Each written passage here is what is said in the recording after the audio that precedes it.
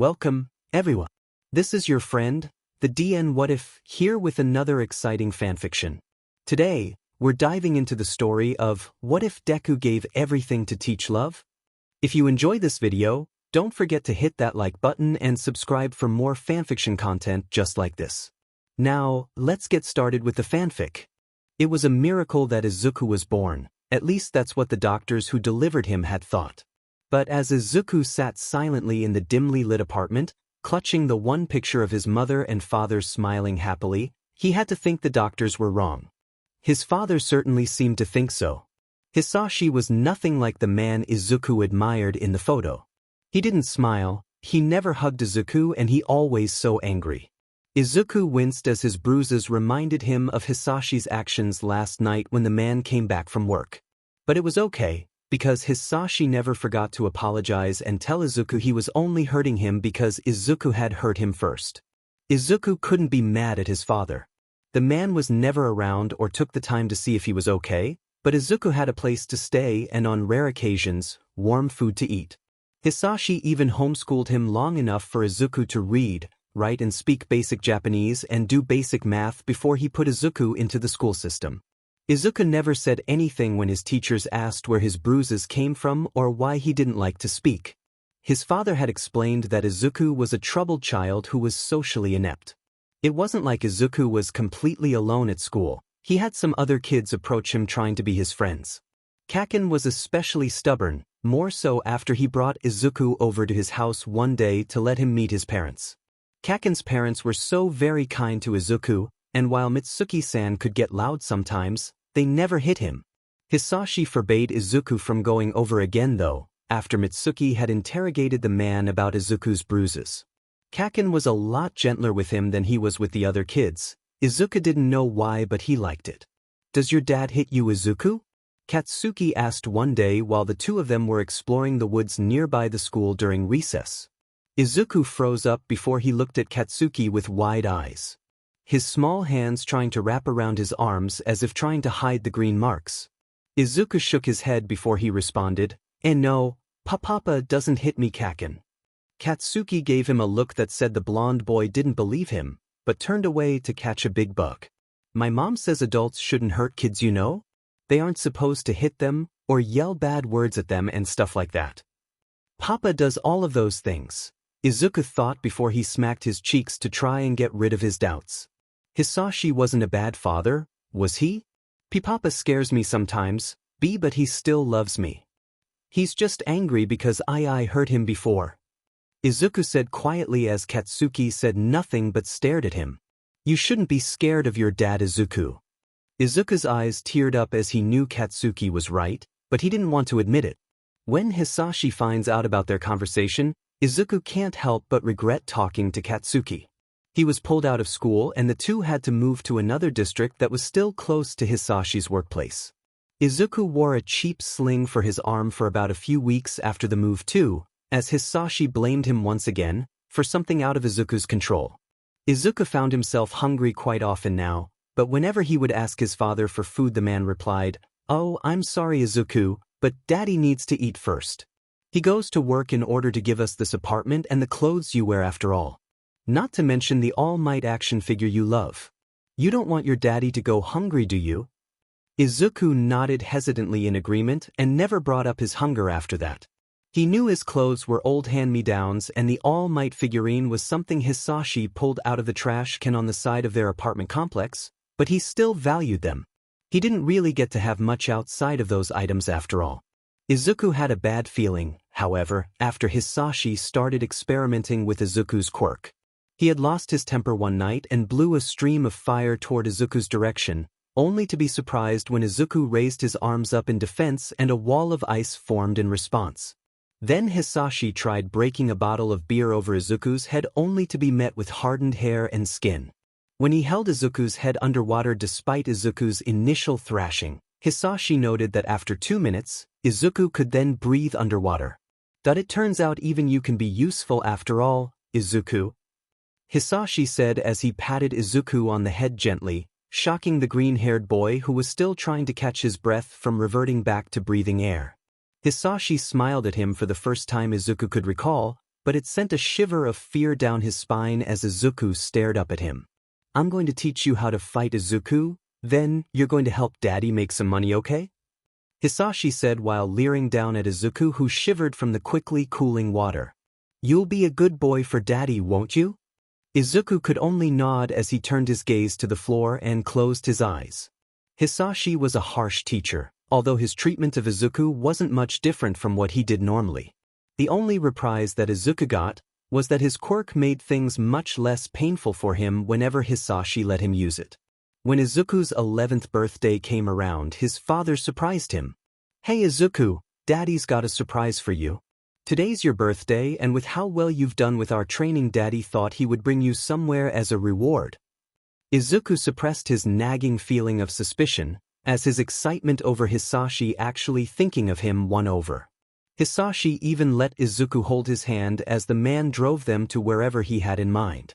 Izuku was kicking his feet back and forth in excitement, although as the scenery began to change into shadier places with even shadier people, Izuku glanced at his dad to see what was going on. Hisashi let out a rather sinister grin as he announced they had arrived and told Izuku to keep holding his hand as they walked in. Izuku scrunched his nose reflexively as the odor of sweat, blood and other questionable things hit him. There was a deafening roar of a crowd as the doors opened and Izuku could see the plethora of scary-looking people cheering for something. Finally, they had reached a room that overlooked the crowd below and Izuku could finally make out what they were so interested in. His breath hitched as he realized what was happening. Q-Quirk fighting. He thought as he watched two quirk users collide violently. Hisashi, how have you been doing, my friend? A voice called out as Izuku turned his attention back to his father and the quickly approaching stranger. The man was quite a bit taller than his father and had more muscles from what Izuku could see. He was also wearing what looked like an expensive suit, and there were a few scantily clad women following behind him that had Izuku blush in embarrassment. Akechi, it's been too long, my friend. I see you're doing as well as ever. Hisashi and Akechi shared a laugh before the other man spotted Izuku. His eyes narrowed before a knowing smirk appeared on his face. Is this your infamous son you've been telling me about, Hisashi? Cute kid. Hisashi pushed Izuku in front of him in order for Akechi to get a better look at him. Where are your manners, Izuku? What do you say to Akechi-san? Hisashi admonished in a plastic tone that had Izuku feeling uneasy. It's nice to meet you, Akechi-san. Izuku stuttered softly as the large man chuckled before addressing Hisashi. The kid's as tough as a marshmallow, Hisashi. You better not be fucking with me if you're serious about him being our next fighter. Akechi said with a bite to his tone. Hisashi bared a smug grin before he said, You should know me, Akechi, I don't bet easily. Why don't you try him out?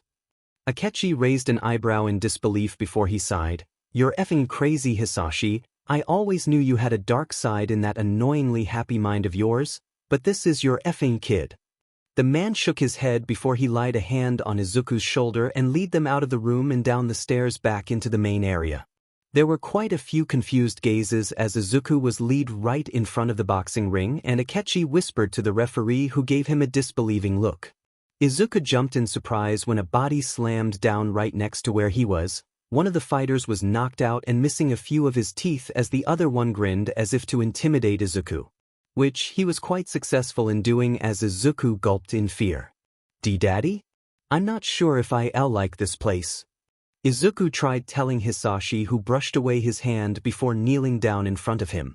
Listen, Izuku, Daddy knows this looks a little scary, but you're strong.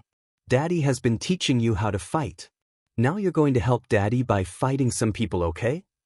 The referee had finally relented to whatever Akechi said. The man was one of his bosses after all, as he announced. Ladies and gentlemen, freaks and beauties, we have a strange and exciting event that Boss Akechi has scheduled for us. Hisashi made Izuku look directly into his eyes as the crowd roared in response. Izuku, you're going to fight some people and win Daddy some money, understand? You can be a good boy and do that for Daddy, right? Izuku teared up as he tried shaking his head negatively, but Hisashi's grip on his face only tightened. Tonight, we have a new, special contestant whose appearance may be deceiving, but do try to cheer him on. Won't you?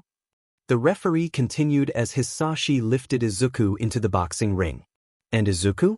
If you don't win, Daddy's going to leave you alone and never come back. You don't want that to happen, do you, Izuku? Izuku felt like he was going to throw up as the combination of the harsh white lights bearing down on him, the roar of the crowd and Hisashi's words hit him all at once. Give a warm welcome to Lil Izuku, the boy full of surprises. The referee hyped up as the crowd's noise died down into softer mumblings of confusion. The winner from the last round narrowed his eyes both at Izuku, who looked like a deer caught in headlights, then to Hisashi's dark grin before he said in a deep voice, "I don't hurt children." He pinned a knowing look at Hisashi, whose expression only grew more vicious at the silent accusation. Several others in the crowd voiced their discomfort having Izuku fight as well, but they were all silenced by Akechi, who took the mic. The match will commence with the sound of the bell. No objections can be made. The same rules apply, no serious maiming or murder. Everything else goes. Izuku felt his chest seize up as the noise levels began to rise again, and the quirk user in the ring with him shook his head in disappointment before facing Izuku. "Hey kid, sorry about this.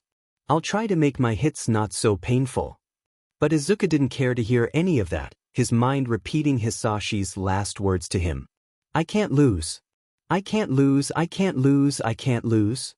Then, as the bell rang and his opponent lunged forward to attack him, Izuku evened out his breathing and let the training Hisashi pounded into him take control. "I can't lose." His opponent had some sort of muscle-boosting quirk that gave him extra strength and speed. He's clearly got more experience in fighting than I do, and his strength and speed combination do work well together, but Izuku thought as he surprised the crowd and his opponent by using the arm move at him to pull himself up. His legs swung around to wrap around the man's neck as Izuku's form liquefied and he became water, wrapping his mass around the man's face. His punches can't hurt me now, and he will pass out from lack of air. He can't breathe underwater like I can after all, Izuku thought as the crowd was silent. His opponent had finally passed out from lack of oxygen as Izuku returned to his regular form. The match had been too easy for him as he watched Hisashi collect the winnings he had made off of everyone else. Even Akechi looked a bit shocked at how easily one of their fighters had gone down before he smirked. "Well, what does everyone think of our Lil Izuku? Want to see another match with this surprising hellion?" The crowd's response shook the arena as Izuku could only look guilty. I don't want to hurt more people like this, Daddy. Why did you bring me here?" As the next opponent, a woman with a vicious-looking tiger quirk, climbed into the boxing ring, Izuku could only close his eyes, accepting his fate as everyone chanted for more. "You're more than meets the eye, kiddo, but now that your element of surprise is gone, I can counter your water quirk," she said confidently. Izuku said nothing as the match started, the two of them circling each other. "You can turn into water, but there was a moment when you had a fully solid form, didn't you? So as long as I hit you before you can transform, my win's guaranteed." She let out a rumble, which Izuku believed was her version of laughing before her pupils dilated and she dashed around the ring. Izuku had a bit of trouble keeping up with her, and she used this to her advantage as she lunged, claws out. The crowd was high on the adrenaline of watching one of their favorite fighters go after Izuku. She let out a roar of victory as her claws reached him, expecting them to slice through his chest. The sound of a pained scream ripped through the air as everyone quieted down once again, their eyes wide in disbelief as they watched the Tiger Quirk fighter recoil in pain, cradling her newly broken hand. Izuku held the same passive expression he forced himself to wear at the beginning of his match as he lowered his hardened arm. "I bet it's not a water quirk," he said softly before he hardened his whole body, sharpening it to the point where he looked quite fearsome. "I'm sorry." Izuku apologized before throwing a well-trained punch at the woman who had half the brain to move out before the hit connected. The crowd gained back their momentum as more bets were being placed in Izuku's favor. Debris from where he broke the ring fell off to the side as Izuku wasted no time and quickly grabbed the woman's tail. She screeched in response from the pain before trying to claw at him with her remaining arm, only for Izuku to grab a hold of her wrist. "Peace, she began to plead as Izuku lifted her up as if he were about to body slam her into the ground. "I forfeit," she yelled out as Izuku immediately dropped her. And another win for Lil Izuku. What a strange boy he is. Akechi-sen, just how did you find such a gem? The referee asked rhetorically. As the woman limped away to get first aid, Izuku apologized once again, only for her to shake her head in response. No, kiddo, I'm sorry for you. This isn't the kind of life you should have been brought into. With a quirk like that, bad people are gonna look at you soon. Especially considering where we are. She then looked to where Izuku's father was laughing maniacally, being swamped by people asking exactly who Izuku was. Really, I hope things get better for you, kiddo, she said before leaving the ring. Izuku was miserable as they pushed the next contender into the boxing ring as he looked down at his clenched hands, conflicted. I want to lose that, but I can't lose. All Might, what would you do?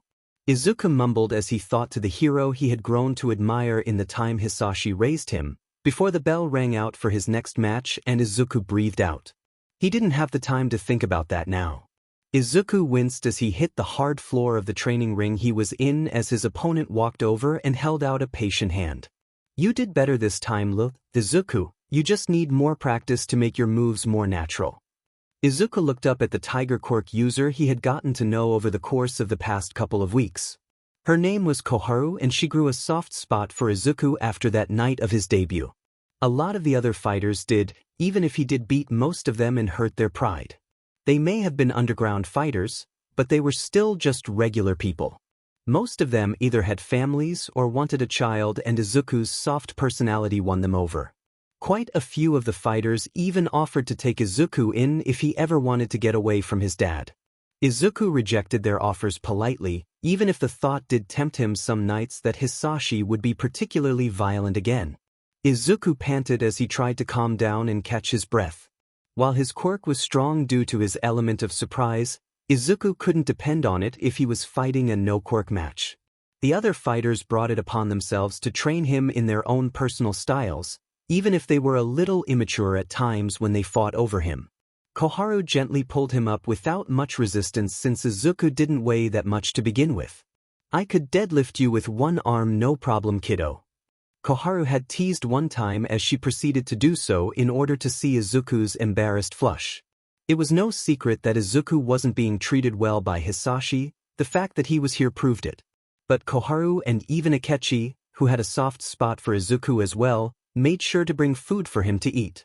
Akechi definitely had the money to buy a lot of things for Izuku, but whenever he asked what the freckled boy wanted, Izuku only shook his head and looked to Hisashi tentatively. Izuku didn't talk much at all to anyone, and when he did, it was very hesitantly, as if he was afraid to speak to them. Honestly, Izuku, I don't know why a sweet boy like you puts up with someone like Hisashi. Koharu complained as she nuzzled her soft-furred face into Izuku's fluffy, albeit sweaty hair. Izuku patted her arm as if to say, "It's okay, I don't mind. Don't act innocent with me, mister. I can see the bruises he left on your arm, Izuku."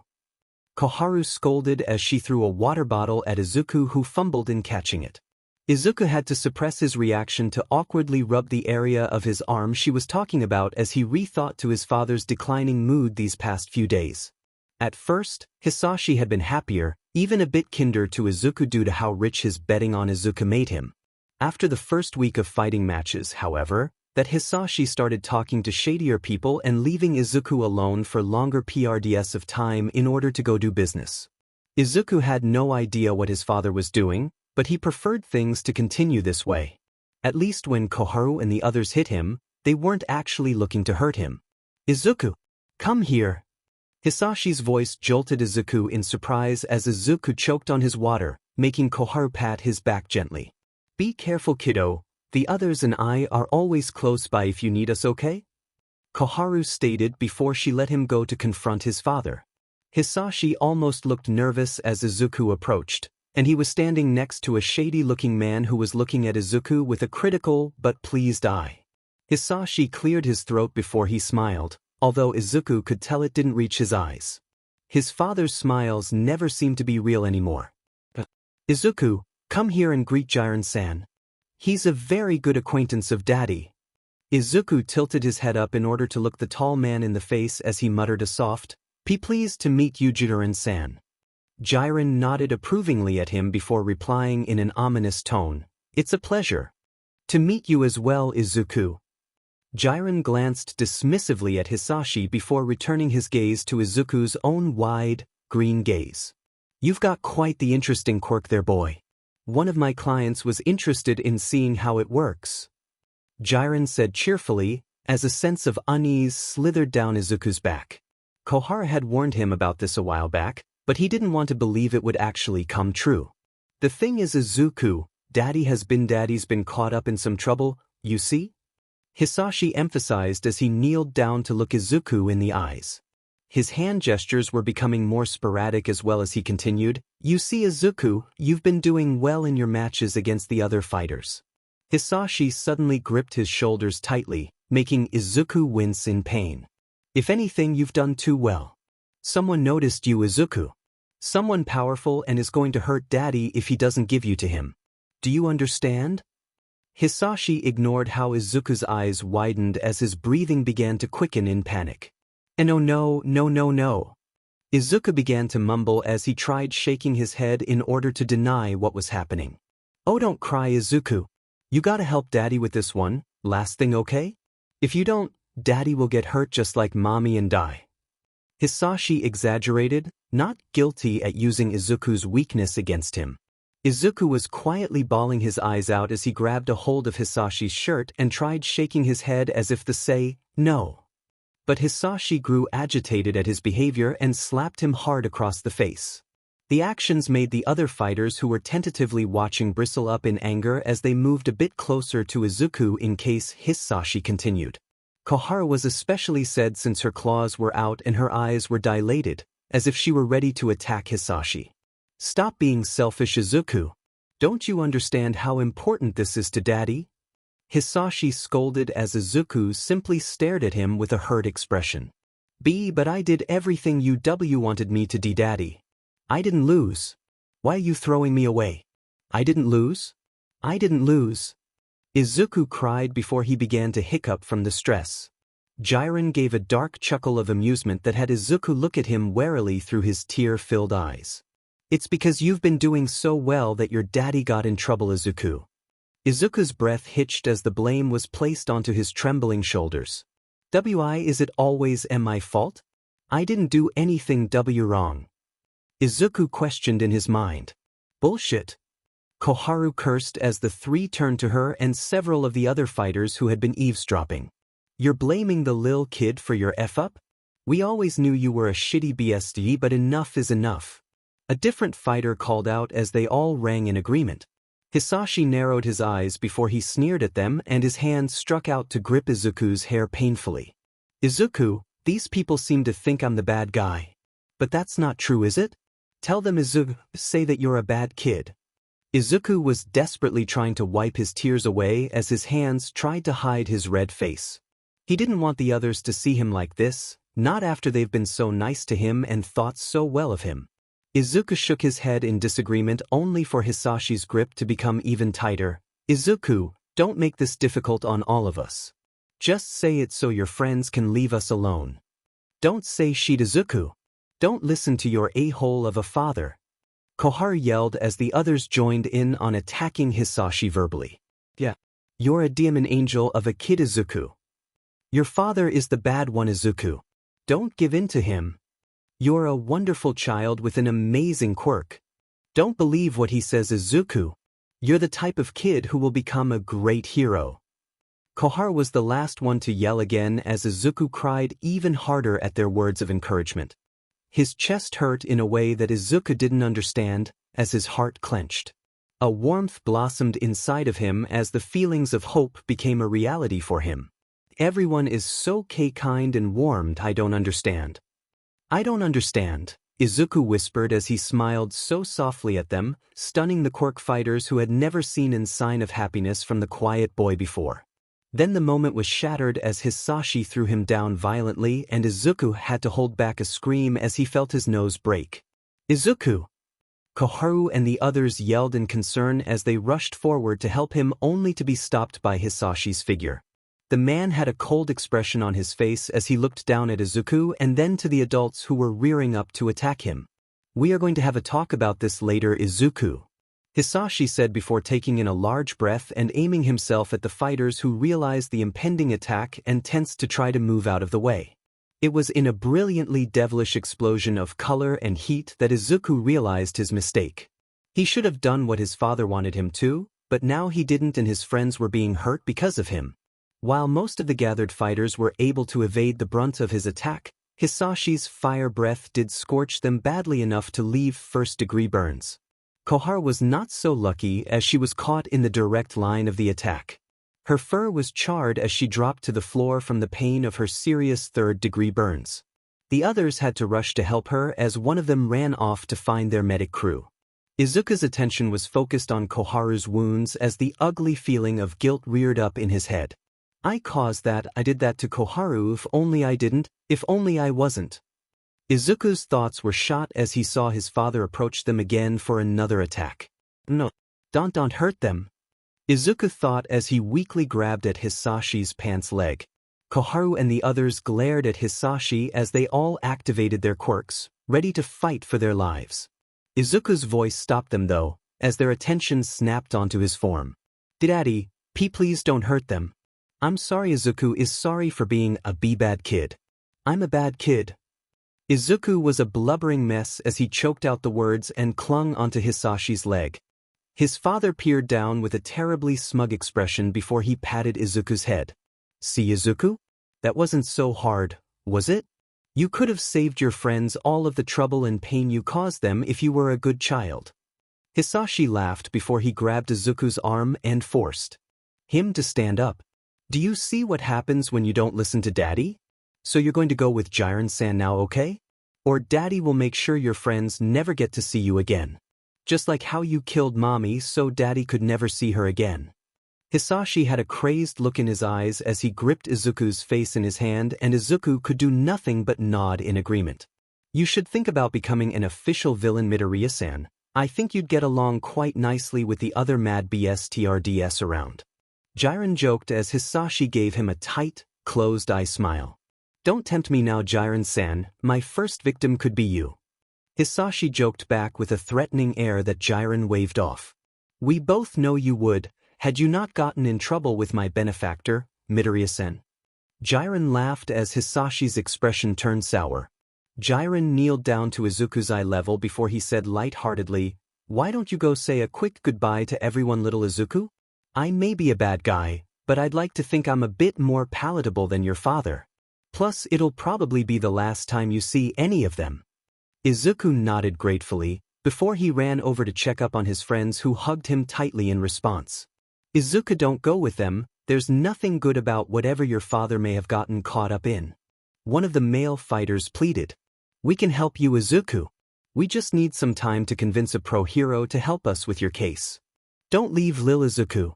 We aren't the best people, but we can be a better family to you than your father has ever been.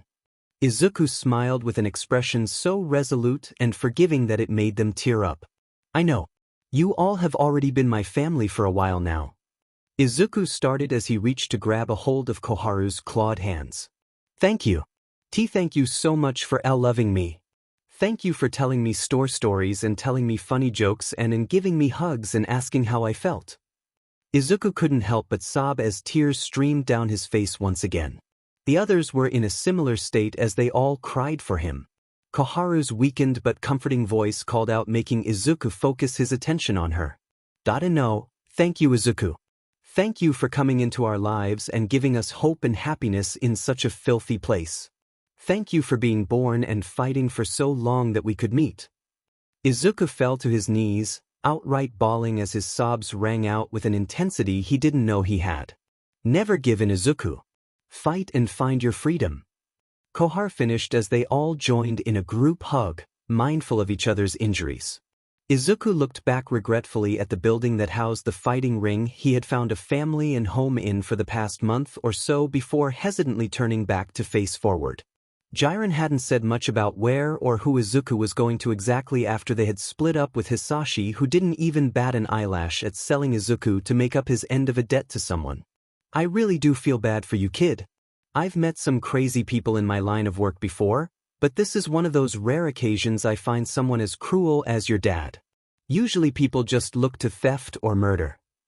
Izuku only looked down at the floor of the car as Jiren's words only cemented Hisashi's bad nature. Look, kid, I'm not going to lie to you. The person you're going to is like the ultimate baddie of baddies. You probably won't ever meet him in person, thank God, but he's got big plans for you. Jiren explained before he winced. It's going to be a new kind of hell for you. I just wanted to tell you. It doesn't change anything and I probably just scared you shitless, but Jiren trailed off awkwardly. Izuku said nothing for a moment before he nodded and muttered a polite, "Thank you, Jiren-san." It was quite a long drive before Jiren sighed and told them they had arrived. Izuku felt his sense of foreboding crash down on him as he looked at the inconspicuous building that stood so imposingly in front of him. Jiren even shivered as he led Izuku in and was immediately greeted by a group of scientists in sterile, white lab coats. "Is this the test subject Sensei secured for us?" the one leading asked in an indifferent tone. Jiren nodded before two of the scientists broke off and guarded either side of Izuku's form. "Very well, we will tell Sensei you have completed your mission without issue." The scientist nodded his head in dismissal as Jiren glanced at Izuku one last time and walked away. Then, Izuku was left alone with the scientists who told him to follow them and remain silent as they explained what they had in store for him. "Our boss was intrigued by your quirk, boy, seeing as how it reminded him of his own. Unfortunately for you, this means you get to be our test subject for a very important project." Izuku had to steel his stomach and bite back the bile that threatened to come out of him as the lights were flipped on and a twisted collection of malformed and inhuman-looking figures stared back at him from containment chambers. "These are our glorious prototypes for something called Nomo." The lead scientist cackled as they spread their arms out as if to proudly show off their work. "Sadly, we haven't found a way to create a stable body that can host their abilities yet. But that's where you come in, boy." They cheered before giving Izuku a crazed look and smiled. "Your contribution to this project will be invaluable, so I hope you don't hate us too much." Izuku gulped as he realized just how messed up the situation he was moved into was. No time like the present. "Kusoku, prepare the subject for the first set of tests. Everyone else, you know your jobs. Now get to it." Their leader barked out as Izuku found himself being tied down to a freezing cold surgical bed and being blinded by the bright white lights hanging directly in his face. Several medical instruments were attached to him, with each additional one spiking Izuku's anxiety even higher. The leading scientist had come back with a large syringe of some clear chemical before he raised it up to let Izuku see. "Expect lots of pain and temporary loss of voice after this, boy," he said as he motioned for Kusoku to put a cloth guard into Izuku's reluctant mouth. And then Izuku felt the needle prick his arm, sending a slight shiver of discomfort down his spine. Izuku thought everything was okay before the pain began and all he knew was white. It felt like his muscles were being torn and healed over in a vicious cycle as thousands of glass shards were cutting into his lungs and stomach. Izuku's body convulsed, straining against the restraints as he screamed from behind his mouth guard. He cried as the mantra of, "Make it stop, make it stop, make it stop," repeated in his mind. In what Izuku felt were several hours, the pain had finally subsided as a slimy liquid, probably his blood, trailed from his still tender nose. Izuku's sight was a mess as he couldn't make anything out, still blinded by the white lights above him. The scientists were excitedly talking about the results of his reaction to the drag as Izuku wished they would quiet down a bit more. His head was pounding as he felt the restraints being loosened. "Oh man, Sensei has gotten us such a treat." Their leader praised before he used his index finger and thumb to open up one of Izuku's eyes and flash a light in them to test his reaction time. "Ah, don't worry too much, boy. It won't always be this painful. Just every other day." They cackled as Izuku closed his eyes and retreated to the silence of his mind. Everything hurt and he just wanted to go to sleep. "Kusoku, bring him to his cell. We will begin testing the limitations of his quirk tomorrow." Izuku didn't hear the rest of what they had to say as the man, Kusoku, placed him down on a generic bed. For now, he just wanted to sleep. He wanted to forget it all. And within seconds, black was all Izuku knew. Akechi was stunned silly as he returned to his underground fight club only to see his fighters nursing a multitude of burn wounds and a solemn air pervading their attitudes. What the hell happened? Akechi cursed as some of the fighters looked in his direction with a smoldering anger. Hisashi happened, boss. Akechi narrowed his eyes as he waited for them to elaborate. That BSD came by and basically confessed he sold Izuku to someone he owed a debt to. Koharu hissed as she slammed down a clenched fist. Akechi widened his eyes in surprise before he groaned and pinched the area between his eyes in frustration. Jesus Christ, what the hell happened to you, Hisashi? Akechi muttered before he turned back to his fighters. I should have stopped him ever since he brought little Izuku into this business. This is partially my fault as well for doing nothing. Akechi sighed as he pulled out his phone and looked through his contacts. What are you going to do now, boss? One of the other fighters asked as Akechi faced them with a determined expression. Something I should have done a while ago. The phone rang twice before it picked up and a masculine voice answered. Hello, Akechi? What's the emergency you have that you would call me of all people? Akechi chuckled darkly before he replied, I need your help with a trafficking and abuse case, Tsukachi. Izuku wasn't someone who hated very easily. He could count on both of his hands how many things he hates. Unfortunately, the color white has become number 8 on his list, following behind several others like cold-blooded murderers, RPSS, villains, his father. But as he stared up at the white ceiling of the white cell in the goddamned white building, where he was just left alone by the scientists in white, he could definitely say he hated the color white. On the rare occasion, he would see other colors. Like red whenever the scientists drew blood or when he would get beat up by some so-called trainers hired by sensei. The man himself was a mystery to Izuku, but it's not like Izuku was in a rush to confront the guy who was mad enough to conduct all these illegal experiments and is basically the baddest of baddies. But Izuku thinks that if he ever on the off chance gets the opportunity to meet face to face with sensei, he'd flip him the bird. On both hands. Maybe give him a straight punch in the face. He wasn't very picky about how he would retaliate. Speaking of people he wanted to punch in the face, Shigaraki had visited not too long ago for another training session with Izuku. Izuku didn't like the man-child, something the scientists and some of the other villains would call him whenever Shigaraki was out of range. Shigaraki was violent and had dizzying mood swings that had Izuku reeling back in disdain. Izuku knew Shigaraki wasn't a fool though. No, Shigaraki, while childish and unreasonable at times, was dangerous. He was strong, smart and had a powerful quirk, not to mention being backed up by sensei. When Izuku first fought against him, the team knew about the research the scientists had been recording on his quirk and decided to stick to hand-to-hand combat. While Izuku held his own, Shigaraki was no pushover with the amounts of bruises he left on Izuku's body. Izuku didn't get a chance to figure out what his quirk was until he had accidentally knocked the hand on Shigaraki's face off and sent the teen into a rage. Shigaraki had decayed his arm off, which was not fun, before he was stopped by the scientists and guards. Fortunately for Izuku, his quirk activated and he was able to regenerate his arms like nothing ever happened. Unfortunately, the scientists saw this as an opportunity to test out the limits of his quirk. After a very NTMT session with the electric chair they made for him, and a scare that his heart gave out, they concluded that yes, Izuku would still die like any other person under extreme conditions. As for his quirk, Izuku did have to admit the scientists did their job well in figuring out what his quirk did.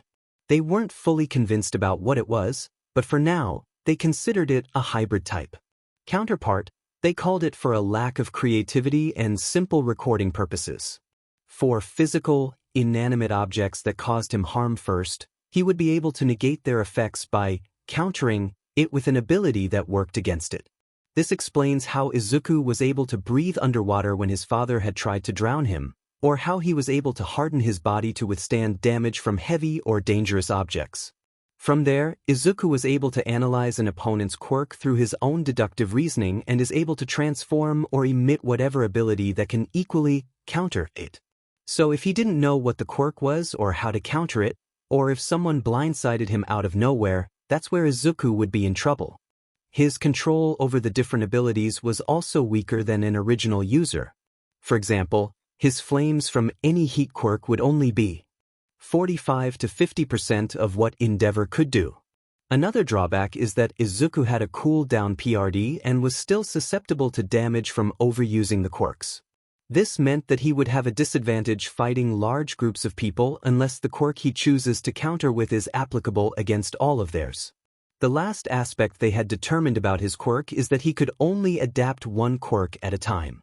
Izuku had tried to use two quirks at once, and he threw up from the sheer force of his body trying to tear itself apart from trying to accommodate the two powers. Sensei sounded slightly disappointed that Izuku's quirk wasn't the ability to use or hold multiple quirks all at once.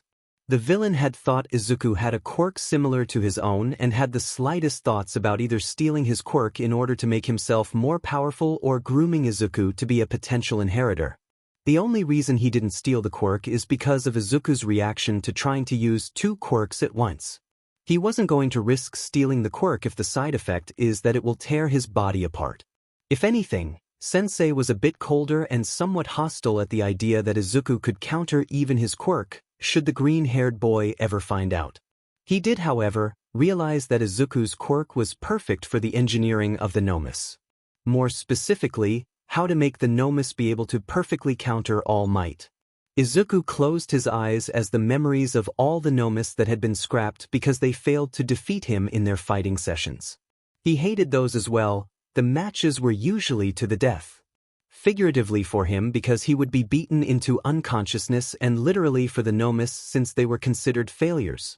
The only quirk they would let Izuku use in these matches was a strength-augmenting quirk, since it was supposed to resemble a match between Nomu and All Might as closely as possible. On the rare occasion there would be a Nomu that could wear him out and make the scientists call it a draw, which for the Nomu was basically a win. Strangely enough, while the Nomus are normally unresponsive to anyone other than Sensei or Shigaraki, Izuku would find that the bizarre and honestly quite frightening amalgamations like to hover around him. He noticed this after some of their matches, and the stronger ones who almost kill him become the ones to seek his attention the most. The scientists couldn't really explain it since Izuku was actively using a quirk on them in a way that could explain their behavior. Izuku himself was lost as well, since all he wanted to do was wish that they didn't have to fight anymore. He didn't want to hurt them or get them scrapped like they were some sort of sick toy. Sensei wasn't all too bothered since it wasn't like the Nomu took orders from Izuku after all, but he still held that detail in the back of his mind just in case something does change. But there was something in the back of his mind that nagged at him. It said that there was something about his quirk that he didn't know yet. Something that no one has realized about his abilities. It was waiting for the perfect moment to strike. Izuku opened his eyes again to the same white ceiling he had seen for the past few years and sighed. The only reason he even knew it had been 3 years is because the scientists would orally recite the date whenever they would perform a new experiment on Izuku. At this point, he had just about given up hope that anyone would come for him. It wasn't like he would be missed by anyone other than his makeshift family from the Fight Club after all. Shigaraki had taunted him about this fact about the second year into Izuku's time here. The teen had a warped sense of kinship with Izuku since the situation reminded Shigaraki of his own past. While Izuku hated the man-child, he did have to appreciate the stories of the pro-heroes Shigaraki would research or watch on television. The villain would lament about their escapades and how he wished he could kill all of them, but Izuku was more interested in their quirks and what they did. All Might had always been his favorite, but after hearing that Shigaraki threw a tantrum because of the sheer mention of his name secured the hero's position on his list even further. This was followed by Eraserhead, who caused most underground villains to think twice about committing crimes at night. Izuku was interested in seeing if the pro-hero could erase Izuku's own quirk. Izuku rolled over to his side as he blinked slowly and let out a sigh. As he curled into himself, Izuku couldn't help but think it would be nice he could be saved by All Might and become a hero along with the other peers his age. He let out a fake laugh at that, as if, people like me don't deserve to be happy, that I just need to be quiet and useful. Izuku repeated the line Shigaraki had drilled into his head along with the scientists as he closed his eyes and evened his breathing. Maybe being scrapped isn't all that bad. All Might was anxious as paranoia took a hold of him as he looked at the strangely ominous building in front of him. He was joined by some of his fellow pro-heroes and surprisingly Tsukachi, who normally didn't come on such potentially dangerous field missions. An old acquaintance of mine that I owed a favor to called me in for a case that concerns someone that may be held in that building, was all that Tsukachi said during their briefing. He did explain that this building had some shady connections to All for One, which immediately had All Might on board about raiding it. Remember, we don't know exactly who or what may be in that building, but from what my intel was able to gather, All for One has been ordering his minions to dabble in something nefarious. Rumors of kidnappings and human experimentation have been floating around. All Might and the others nodded their heads at Tsukachi's reminder. Since this was more of a covert mission, Present Might couldn't join them. Instead, Eraserhead, Ms. Midnight and Snipe had volunteered to join the two. Eraserhead and Snipe were perfect for the mission since they could operate quickly and efficiently to neutralize any threats that might be inside. Ms. Midnight was ideal as well, although she did admit her reason for volunteering was to get out of having to grade more schoolwork and go kick some butt instead. Alright Midnight, you'll be with Snipe. You two take down the front entrance. Eraserhead, I trust you to be safe going through the roof entrance. All Might, sneak in through the back to cut off their escape. Everyone clear? Tsukachi asked as the others nodded. Alright, let's move out then. And with that, they shot off towards the building with a frightening determination. Tsukachi couldn't help but clench his hands as he thought, Midoriya Izuka, please be in this building. I'm sorry it's taken this long for me to find you, my boy. As he watched Midnight and Snipe break in through the front, Tsukachi thought back to 3 years earlier, when Akechi first called him. Help with a kidnapping and abuse case, Tsukachi. When Akechi called him out of nowhere, this was certainly not what Tsukachi expected him to say. What? He replied dumbly as Akechi chuckled. Still as eloquent as ever, Tsukachi. What I'm saying is that I'm cashing in the favor you owe me. Tsukachi straightened up at Akechi's grim tone as he recalled the debt he owed the shady man. When he had first become a police detective, Tsukachi had bitten off a little bit more than he could chew during one of his first few missions. It was a gang war situation where both parties were on the verge of breaking out into full-blown violence at the drop of a pin. Tsukachi had tried to be the inside spy due to the advantage his quirk had in picking out liars. Unfortunately, he didn't expect for the gang he was with to have another member who could identify when someone was lying and got caught during an intense battle. Akechi was on the opposing side, but he liked the guts and skill Tsukachi had to try and get one over on the other boss. Eventually, Akechi's side had won thanks to involvement from the police force. He had lost a bit of his business and almost went to jail, but the man merely laughed and told Tsukachi, "From here on, you owe me a debt, Detective-san. You'll find that to someone like me, a debt is worth more than money because there is an interest you cannot simply pay off." Tsukachi pinched the area between his eyebrows before he sighed and replied, "All right, Akechi-san, please give me the details." Sure, Tsukachi was breaking a few, maybe a lot of protocols, but he did have a sense of honor to uphold his debt. As Akechi explained the situation, Tsukachi felt his eyebrows shoot up higher and higher. So, Akechi-san, let me get this straight. This child, Midoriya Izuku, who has been fighting in your underground fight club illegally, has just been sold off to an anonymous party by his abusive father who you used to be friends with. That in hindsight I've always been a man of skewed morals. I don't need you telling me how ridiculous this is now, Tsukachi. Akechi spoke with a hint of sheepishness. Tsukachi let out a groan before responding. Do you have any information I can work with to start getting an idea of who exactly bought him? Or where I can find Midoriya Hisashi? Unfortunately, not yet. Everything just happened today, so I haven't had the time to get anyone to search around for clues. I just needed your help first, because this is too delicate of a situation for me to carelessly move about. Akechi replied as he took in the damages Hisashi had done to his club. And why is it that you of all people can't move about however you'd like? Tsukachi questioned since Akechi had considerable amounts of influence and power in the underground world. Akechi's expression tensed up from behind the phone. Midoriya Hisashi is a cruel and manipulative man.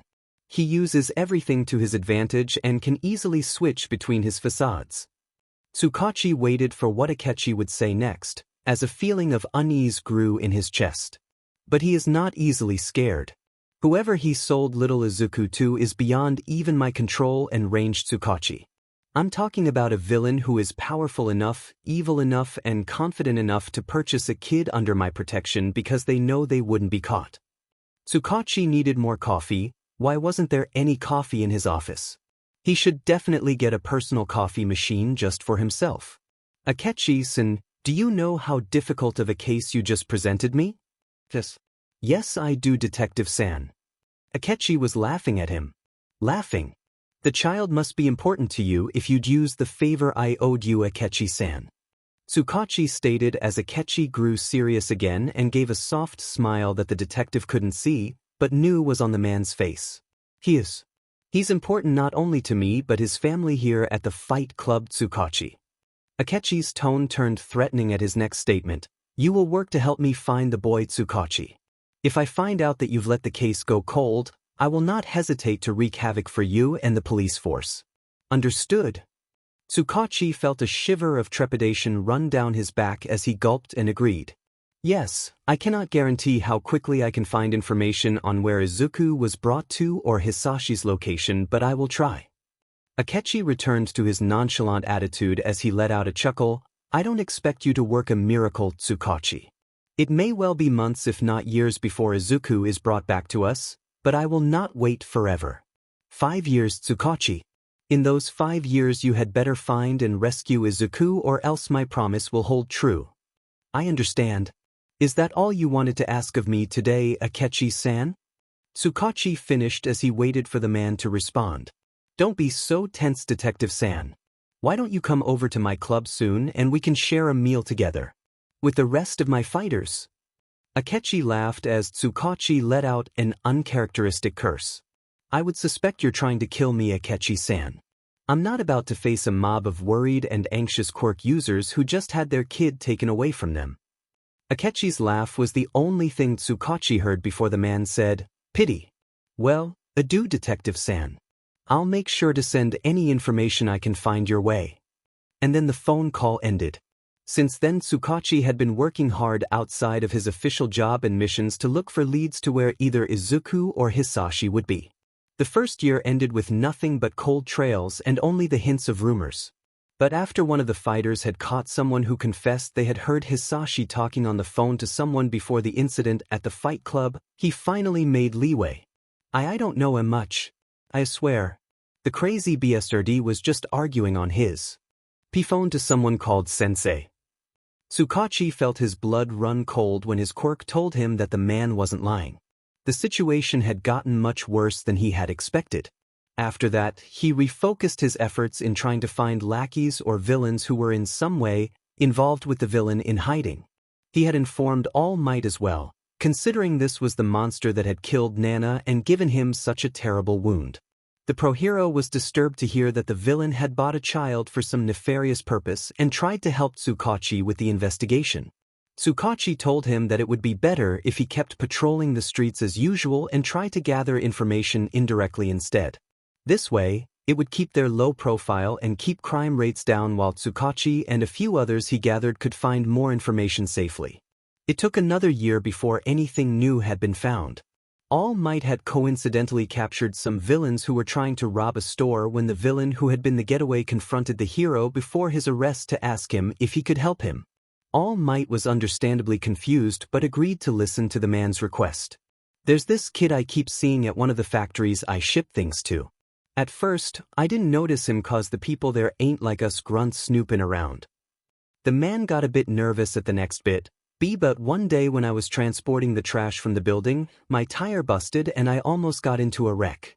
When I checked the bags, oh my god, I might throw up remembering it. The villain took a moment to breathe before composing himself. There were these malformed body parts, covered in black skin wherever they were still held together, and these huge, ugly heads that were split in half with exposed brains. Even All Might had to hold down his dinner at the description. So the next time I came around I was effing paranoid as F-. And during my rounds, I finally peeked into one of them glass windows and saw this green-haired kid fighting these monsters. The villain was gripping his head as he was disturbed by the memory.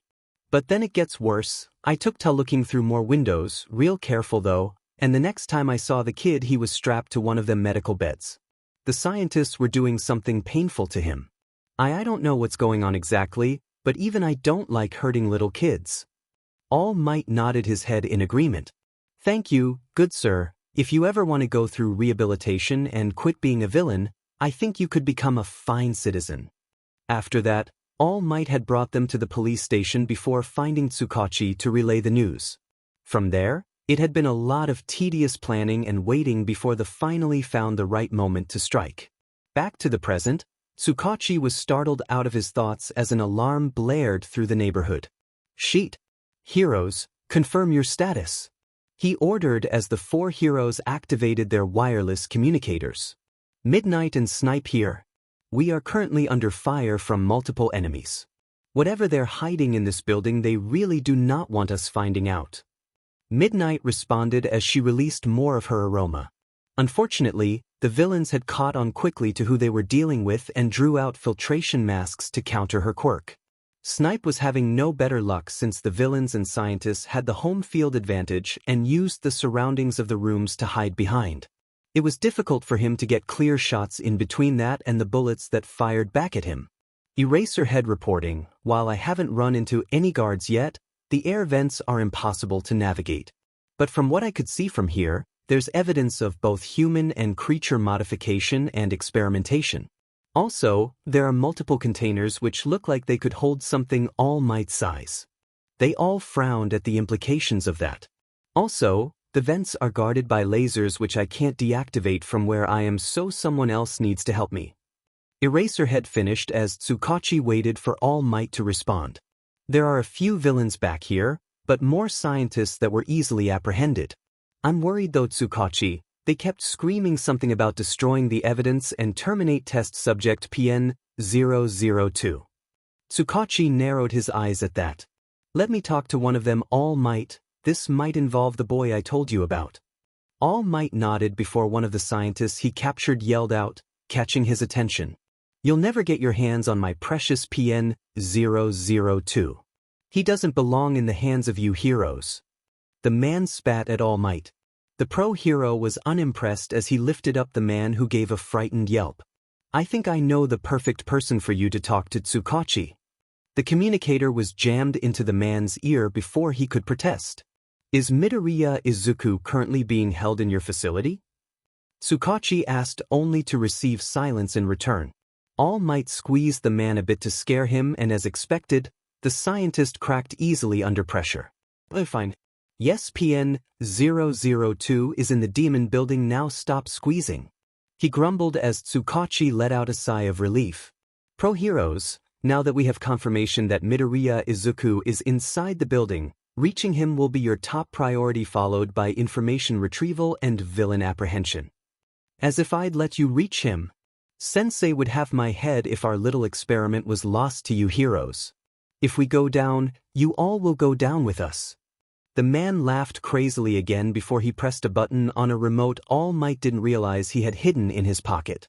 Sheet. What did you do? All Might yelled at the man before the sounds of explosions rocked the building. Burn. Burn. All my precious work is burning, but at least you'll lose it. The scientist laughed himself silly before All Might backhanded him and knocked the annoying man out. Midnight, Snipe, Eraserhead. Are you all okay? He asked as he charged into the burning building and destroying walls to create air circulation that put out whatever flames were closest. The heroes all replied that they were okay but had to retreat. Midnight and Snipe had finally been able to stop most of the villains in the bulk of the front, while Eraserhead was able to bust open a vent and land safely in a long stretch of hallway that soon caught fire as well. It seems the explosions came from the area where the labs were, which is why most of us were safe from the brunt of it. Eraserhead reasoned as they worked their way closer to the heart of the facility. The heat grew intense as they all fought their ways to the labs and containment cells. Most of the remaining scientists who were trapped inside or chose to stay and get rid of the evidence were suffering from third-degree burns. It was a gruesome sight that the pro heroes had to see as they tried to search through the fire. Come on. Where are you, my boy? All Might thought before he came to a jarring stop in front of an inconspicuous cell door. The only indication that made him hesitate to stop was the fact that there was one small, almost completely gone sign that read -02. He didn't have time to make sure if this was even the correct room and opted to tear the door off instead. A blank stare met his own incredulous gaze as a sign of recognition sparked in them. Midoriya Izuku? A nod was the only thing All Might got in response. I wish our first meeting was a bit more pleasant, my boy, but we should really get going. All Might said as he moved to pick Izuku up, only for the boy to move away from him. Izuku shook his head as he remained passive despite the looming threat of death hanging over his head. My boy, please take my hand. You'll die if you stay here. All Might tried to reason only to look at Izuku with a disbelieving expression when the freckled boy shook his head again and motioned to himself and then the bed. You don't actually mean you want to stay, do you? Izuku shook his head again, confusing All Might, who couldn't understand what he was trying to say. The sound of another explosion going off sent All Might into action as he grabbed Izuku anyways, the boy not really protesting as his body was cradled closer to All Might's chest. I'm sorry, my boy, but I can't let you die here. There are people who are very worried about you, who have been waiting for you to come back to them, you know. Izuku merely smiled as if he was placating All Might before he watched the building break down around him. The two had run into Eraserhead while trying to exit the building, and the other hero said nothing as he took in the sight of Izuku's dead gaze. They had just reached the front entrance where Midnight and Snipe were anxiously waiting for them before a loud creaking was heard. All Might and Eraserhead widened their eyes as a large flaming beam came falling down. It forced Midnight and Snipe to jump back to avoid it while simultaneously blocking off the remaining three's exit. We don't have time to go to the back entrance, All Might. Hand me the kid and bust through. Eraserhead yelled over the roaring of the flames. Just as All Might was about to agree, Izuku caught their attention as he raised up a hand and made a sharp upwards motion at the obstacle. The two men watched, slightly impressed, when the large beam was sent flying back up to its original position, being suspended in a soft green light. They wasted no time running out just as the beam was released from whatever power Izuku had used and fell back down.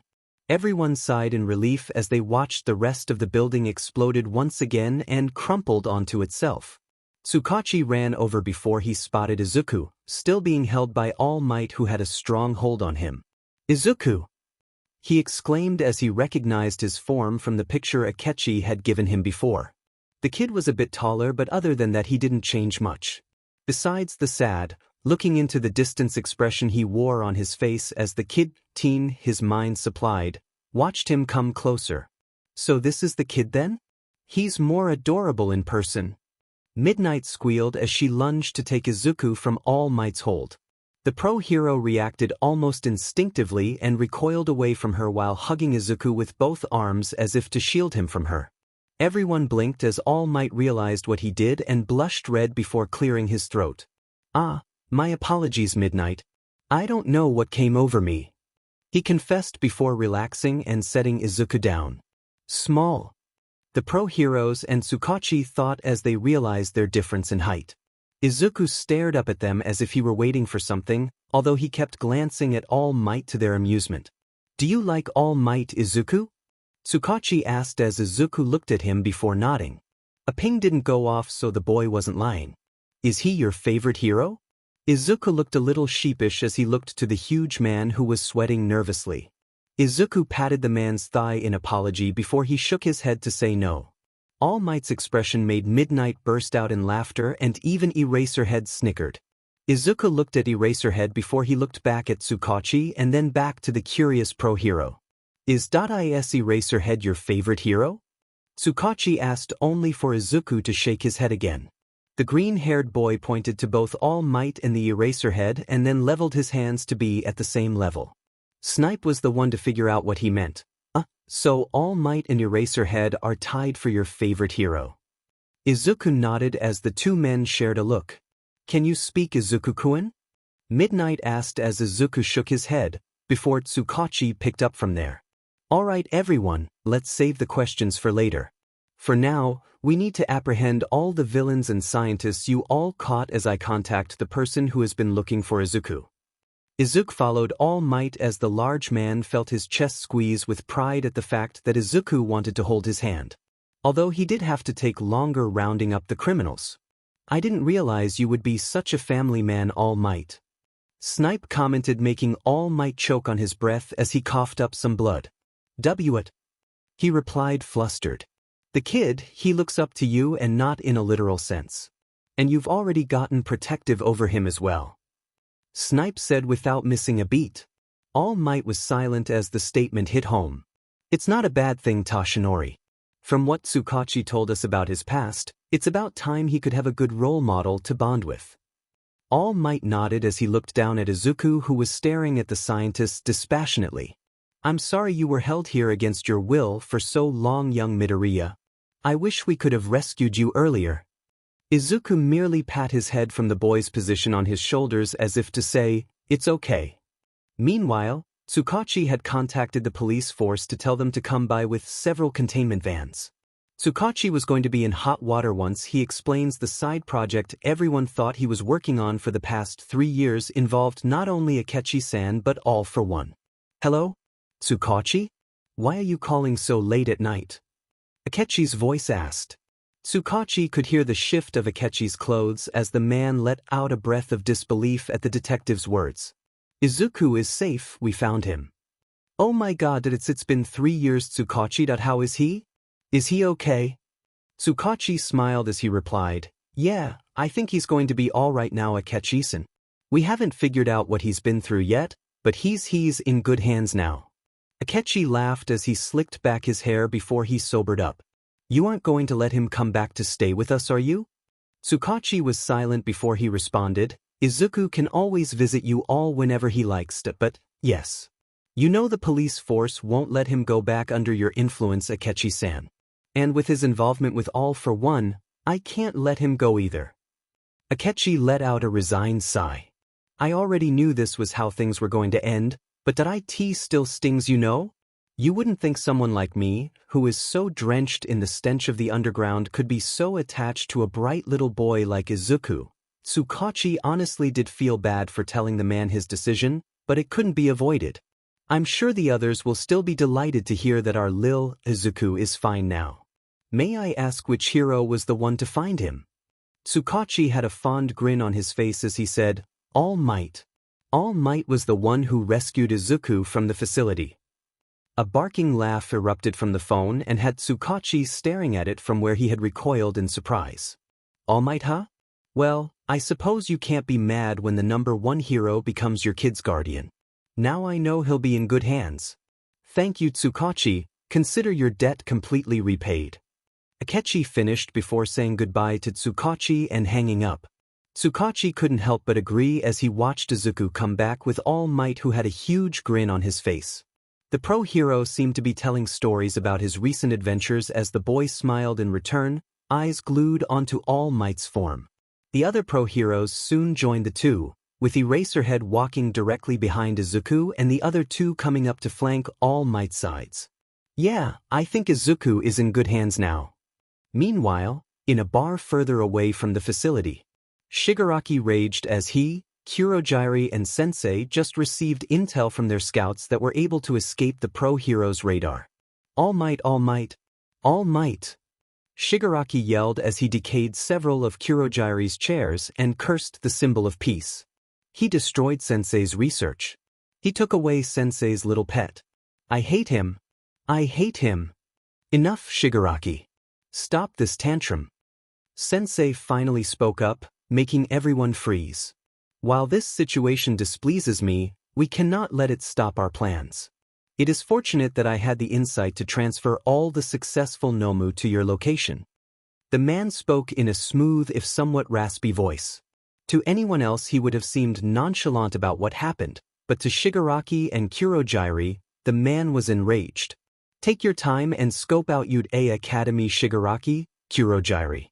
When the time comes, take as many villains as you need as well as a Nomu. The sound of something being crushed alerted them that All for One was agitated and worried. Retrieve Midoriya Izuku by any costs. If you cannot, kill him. Shigaraki was still until he shifted to stand confidently and a mad grin grew upon his face. As you wish. Sensei. Passive green eyes stared back into four inquisitive faces as Izuku sat in front of Tsukachi, All Might, Nizu and Kenji Tsuragami. He's so quiet, Toshinori said as he shifted in concern.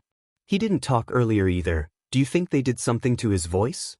Toshinori asked as Nizu, who was called in for his insight on the situation, shook his head. No, from what I can tell, unless the boy had his vocal cords damaged, I'm almost positive he doesn't talk because he was conditioned not to. Nizu spat out the word with such disgust although his face didn't change. Memories of his own days being a lab experiment resurfacing. If I'd have to say Toshinori, it wasn't that the boy is suicidal that he refused to leave his cell earlier.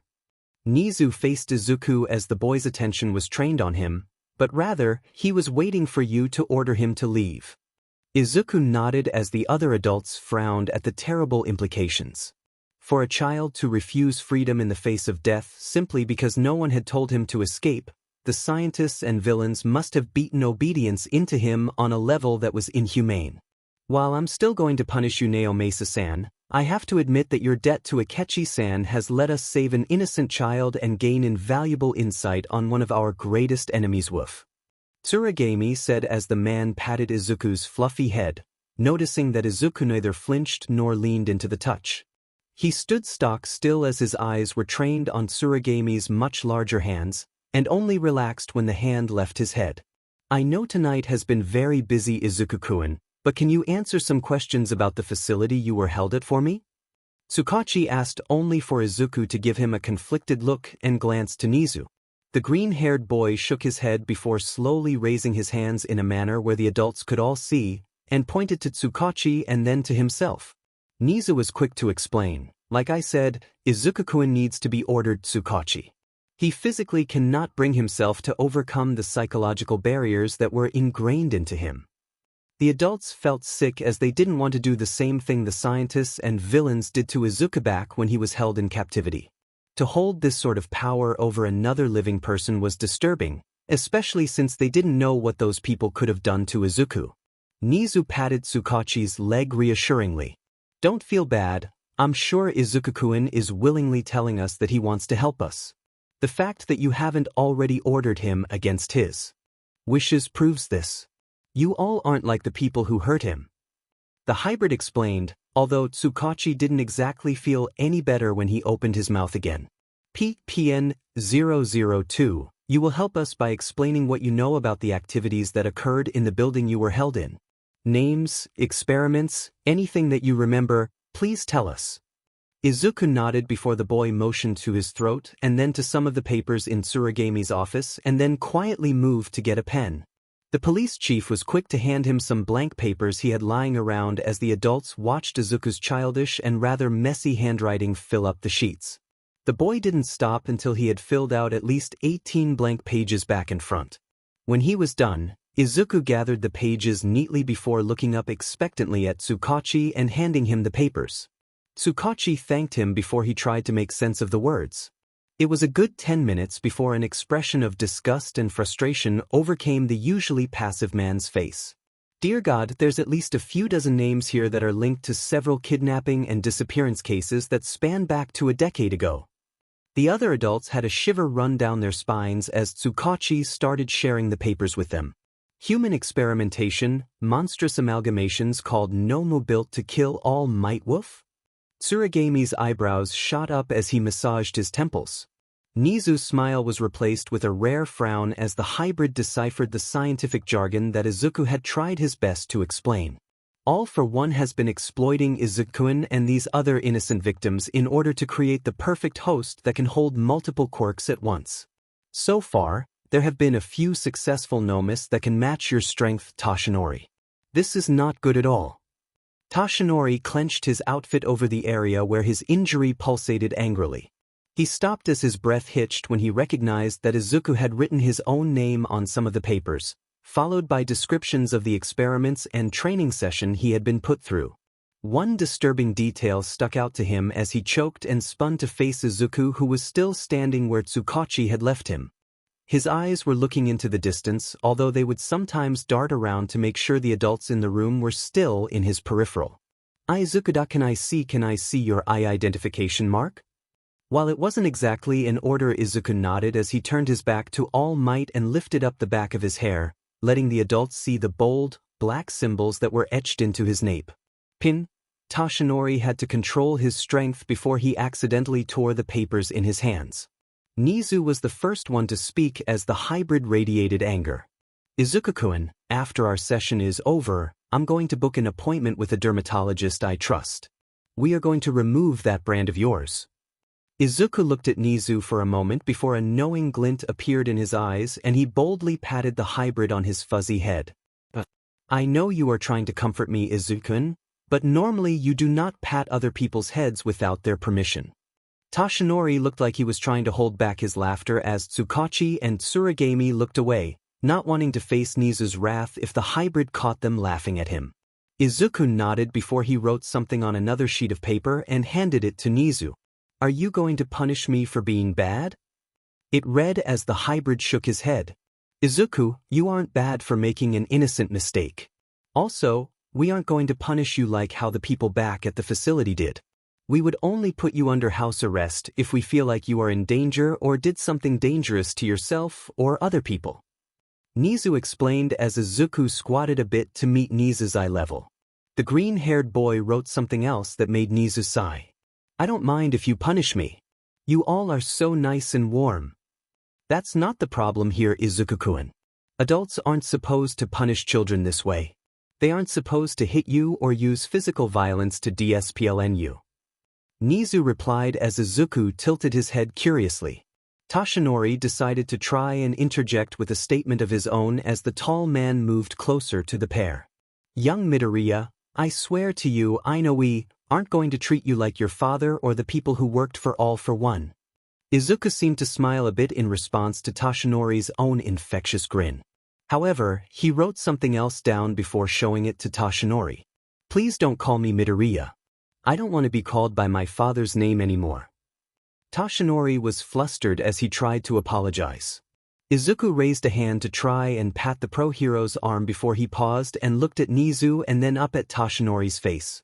The adults smiled as Toshinori nodded, giving the boy permission to continue. Izuku seemed to beam as he patted the blond man's arm gently. Tsukachi and Tsuragami smiled at the pair's interaction before clearing their throats. You did well to help provide us with information, Izuku-kun. I think this is enough interrogation for one night. Why don't you leave with Toshinori-san and Nizu-san and meet some of the other teachers back at Yude-woof? Tsuragami suggested as Toshinori sighed in relief and Nizu regained his regular expression. Excellent idea, Tsuragami. Well, I suppose we will keep in contact if you need anything else. Nizu asked as the police chief and detective nodded. Tsukachi jolted as he remembered something important. Izuku-kun, when things die down and your safety is more secure, would you like to visit Akechi-san and the others at the fight club again?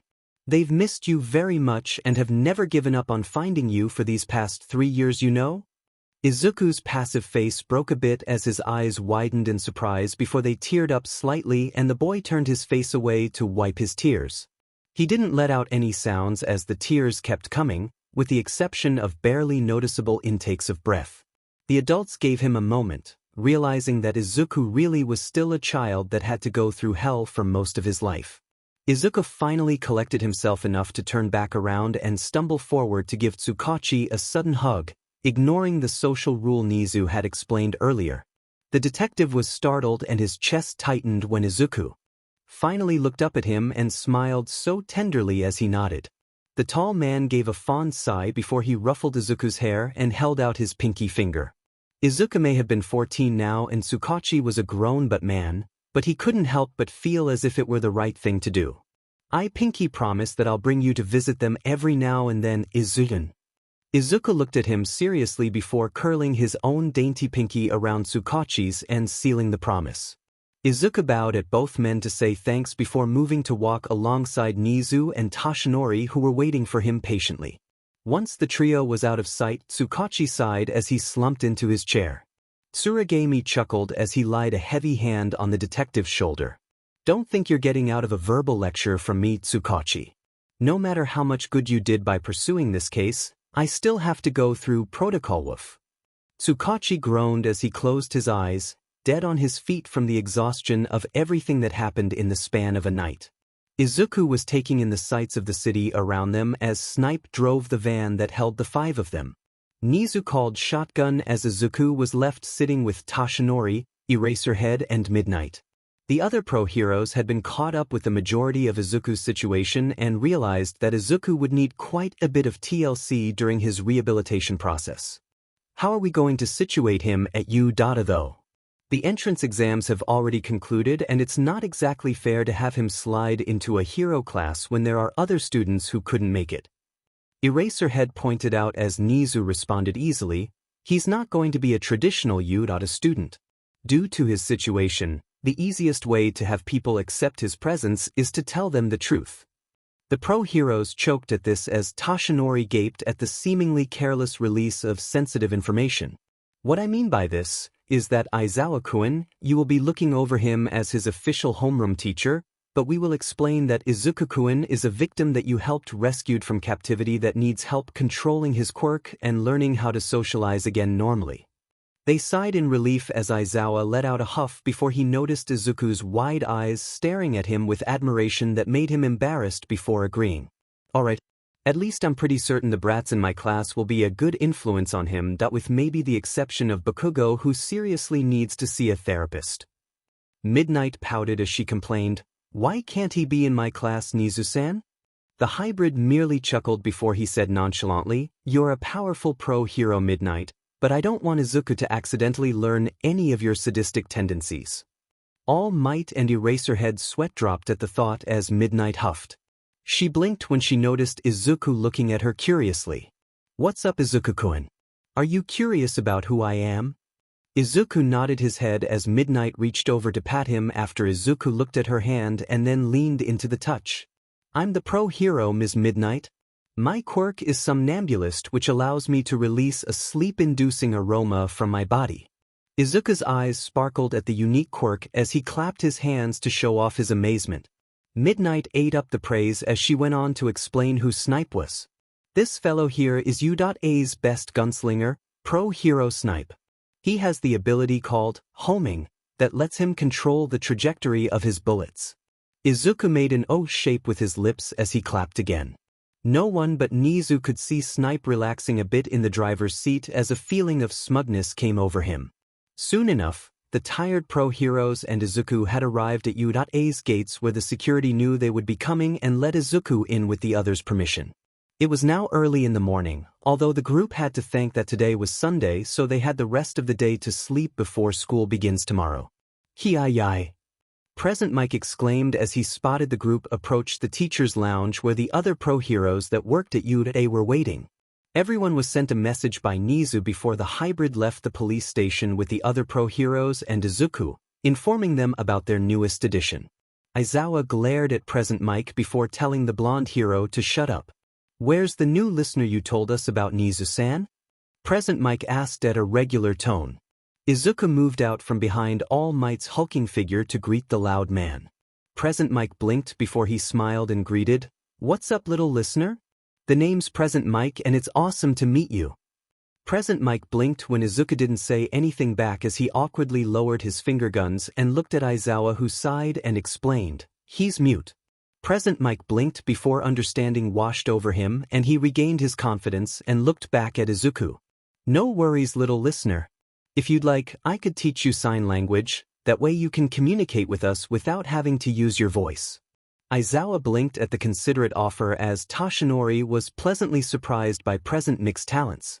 Izuku looked at Toshinori for what the man thinks was permission, before the pro-hero awkwardly nodded. He couldn't get used to the idea that Izuku thought he was unable to act freely since he had to listen to orders for so long. Izuku beamed at Present Mike before he nodded, excited to learn this sign language the loud, but nice blonde man talked about. Present Mike let out a whoop of cheer as he ruffled Izuku's hair and moved aside to let the other teachers introduce themselves. 13 was next as the bubbly teacher waved at Izuku before coming over and introducing themselves. "Hello, Izuku-kun. I'm the pro hero 13. I don't focus in combat though. I help others through search and rescue efforts. Izuku nodded as he clapped. Following 13 was Ectoplasm, then Cementos, Blood King and Power Loader. Even Recovery Girl had come out to greet him as she fussed about his thin frame. Toshinori smiled at the warm welcome everyone gave Izuku before he waved to get Izuku's attention. Everyone quieted down as they waited for what All Might would say. Welcome to U.A, Izuku-kun. Wow. While you aren't exactly a student here, please know that we will be your teachers. And I hope you will come to see us as family. Izuku looked taken aback as he looked at Toshinori, who smiled encouragingly before glancing to Nizu, who was smiling as usual. The other teachers looked positive as well, even Aizawa, who smirked slightly. Izuku couldn't help as an irrational anxiety took a hold of him. He crumpled to his knees before bashing his head on the hard tile floor, alarming the adults who moved to stop him. Izuku was crying as he uttered some incoherent words. Toshinori had to pull him up from where he was trying to bash his forehead in as Nizu tried to make sense of why Izuku reacted so violently. Izuku hiccuped as Nizu asked him what was wrong.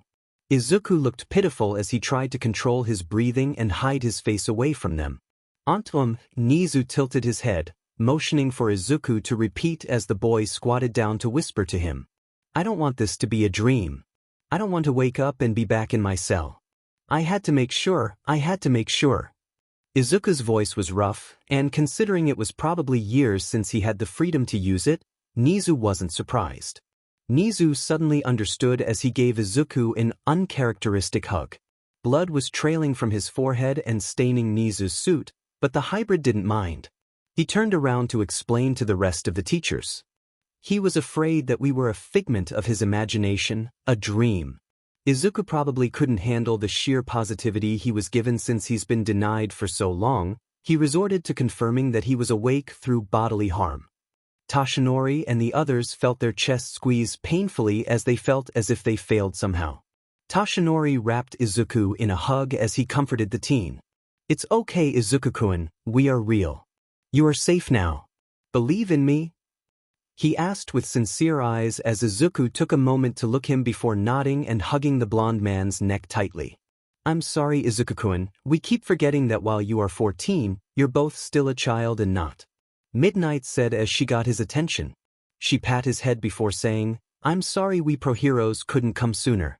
You must have been scared, huh? Izuku sniffled as he nodded. Aizawa came over and laid a warm hand on his shoulder. From now on, don't hurt yourself like that anymore, understood? If you're ever feeling like you need help or that everything is a dream, just run to us. For we are heroes that give our all, 13 started. And will go beyond to protect innocence. Present Might continued as Toshinori finished strong. So have no fear, Izuku, for we are here. The teachers in that moment seemed to glow with a brilliance that Izuku had never seen before. He couldn't help but feel as if nothing could go wrong as he stared into each determined face. Izuku closed his eyes before he smiled and opened them again, slowly. He nodded before exhaustion overtook him and he passed out in Toshinori's frantic arms. Nizu and a few of the other teachers laughed at Toshinori's expense as Izuku knocked out, finally getting a well-deserved rest. Toshinori ran his hand through Izuku's fluffy hair as he let the boy sleep. Sighing, he faced the other pro-heroes who smirked at him. He's so tiny compared to us. I want to believe that he is truly innocent, but no one can say for sure that he is completely safe. Aizawa spoke up as their expressions tense a bit. Toshinori sighed as he had to agree with the stoic man. It was logical to regard Izuku with caution since, despite his appearance, the boy was chosen to be experimented on for all for one's plans. While his history in the facility and previous time in the Fight Club are less than desirable to think about, I really do think he's a good kid eraserhead. Toshinori began before the man held up a hand. That's not the point, All Might. I can tell he's a good kid too, but he may not know everything that they have done to his body while in captivity. Mental health aside, he needs to have Recovery Girl also check him for any implanted trackers they may have injected. Or any other surprise we may not like to hear about. Aizawa explained as Toshinori calmed down a bit. Nizu nodded as he looked to Izuku as well. It is quite common for test subjects to have trackers or even have devices in them that can be set to activate in case of an escape. The worst possible scenario is that Izuku-kun's captors placed a self-destruct device inside of him to kill him should he be taken from their custody. He seems to be very important to the villain's plans after all. Everyone seemed to pale slightly or grimace at that thought as Midnight came out to squeeze Izuku's hand gently. She looked at him with soft eyes before saying, "I've been a pro-hero for a long time now, and yet some cases still take me off guard. It's amazing how cruel some people can be, especially to an innocent child of all people. He will need to have a guard at all times, both for his own safety and the other students' safety. I hate having to do this since it mirrors what he probably had to go through at the facility, but we cannot risk the lives of our students in case something does happen," Vlad said as they exchanged looks. "Are we sure the little kid should already be pushed to interact with the other students? Shouldn't we try to give him a PRD of time to get used to his new environment and to us first? Trust should be the first thing we establish firmly here, rather than making him feel like some zoo animal," Present Mike pointed out as they all blinked at his suggestion and nodded in agreement. That's actually a really good idea, Hizashi," Hizawa said as the blonde beamed at the rare compliment. "What can I say? Your presence makes me into some sort of genius Shudakuen." He grinned widely as he shot finger guns at Aizawa, who gave him a deadpanned look before turning away coldly, ignoring the blonde's indignant protests. "We have classes soon though, and taking turns to look after him would draw too much attention. Why not have All Might be his guardian since he doesn't really have a set teaching schedule? He can take Izuku around campus safely, and whenever we are on break in the lounge he can just bring him to interact with us," Ectoplasm said as they all agreed that sounded like the best idea. I don't know much about taking care of a teen though. Especially not one like Izuku," Toshinori said as Midnight giggled before patting his shoulder. "It shouldn't be too hard, All Might. Just make sure to be patient and remember Izuku-kun isn't like other kids. He will need to be reminded that he won't be reprimanded for thinking for himself. Just remember to follow whatever instructions Recovery Girl will give you later about his diet and keep him entertained. The kid idolizes you, so it shouldn't be too hard to get him to open up to you." Snipe chimed in as Toshinori grimaced. "I'm suddenly not sure I'm the best person to watch over him. While it's true he would be the most at ease with me or Eraserhead, wouldn't I be taking advantage of his programmed obedience? I don't want to manipulate him like the other people in his life have already done." Nizu pinned Toshinori with a knowing gaze. "We've been over this, Toshinori-kun. None of us are the people that hurt or abused Izuku. While it may seem like our actions mirror theirs, we are not them. Izuku will not be pressured to be anything or do anything he doesn't want to under our protection. It will take a while, but he will learn that his individuality is encouraged here. But until he is able to function independently, it is our duty to look after him and promote his growth." Toshinori sighed as he gave the mouse bear dog a side grin, conveying his thanks through his eyes as Nizu nodded. "Before I forget, here All Might, you'll need this." Present Mike pulled out a book from his jacket as Toshinori looked at it curiously. The title read, "Sign Language for Dummies."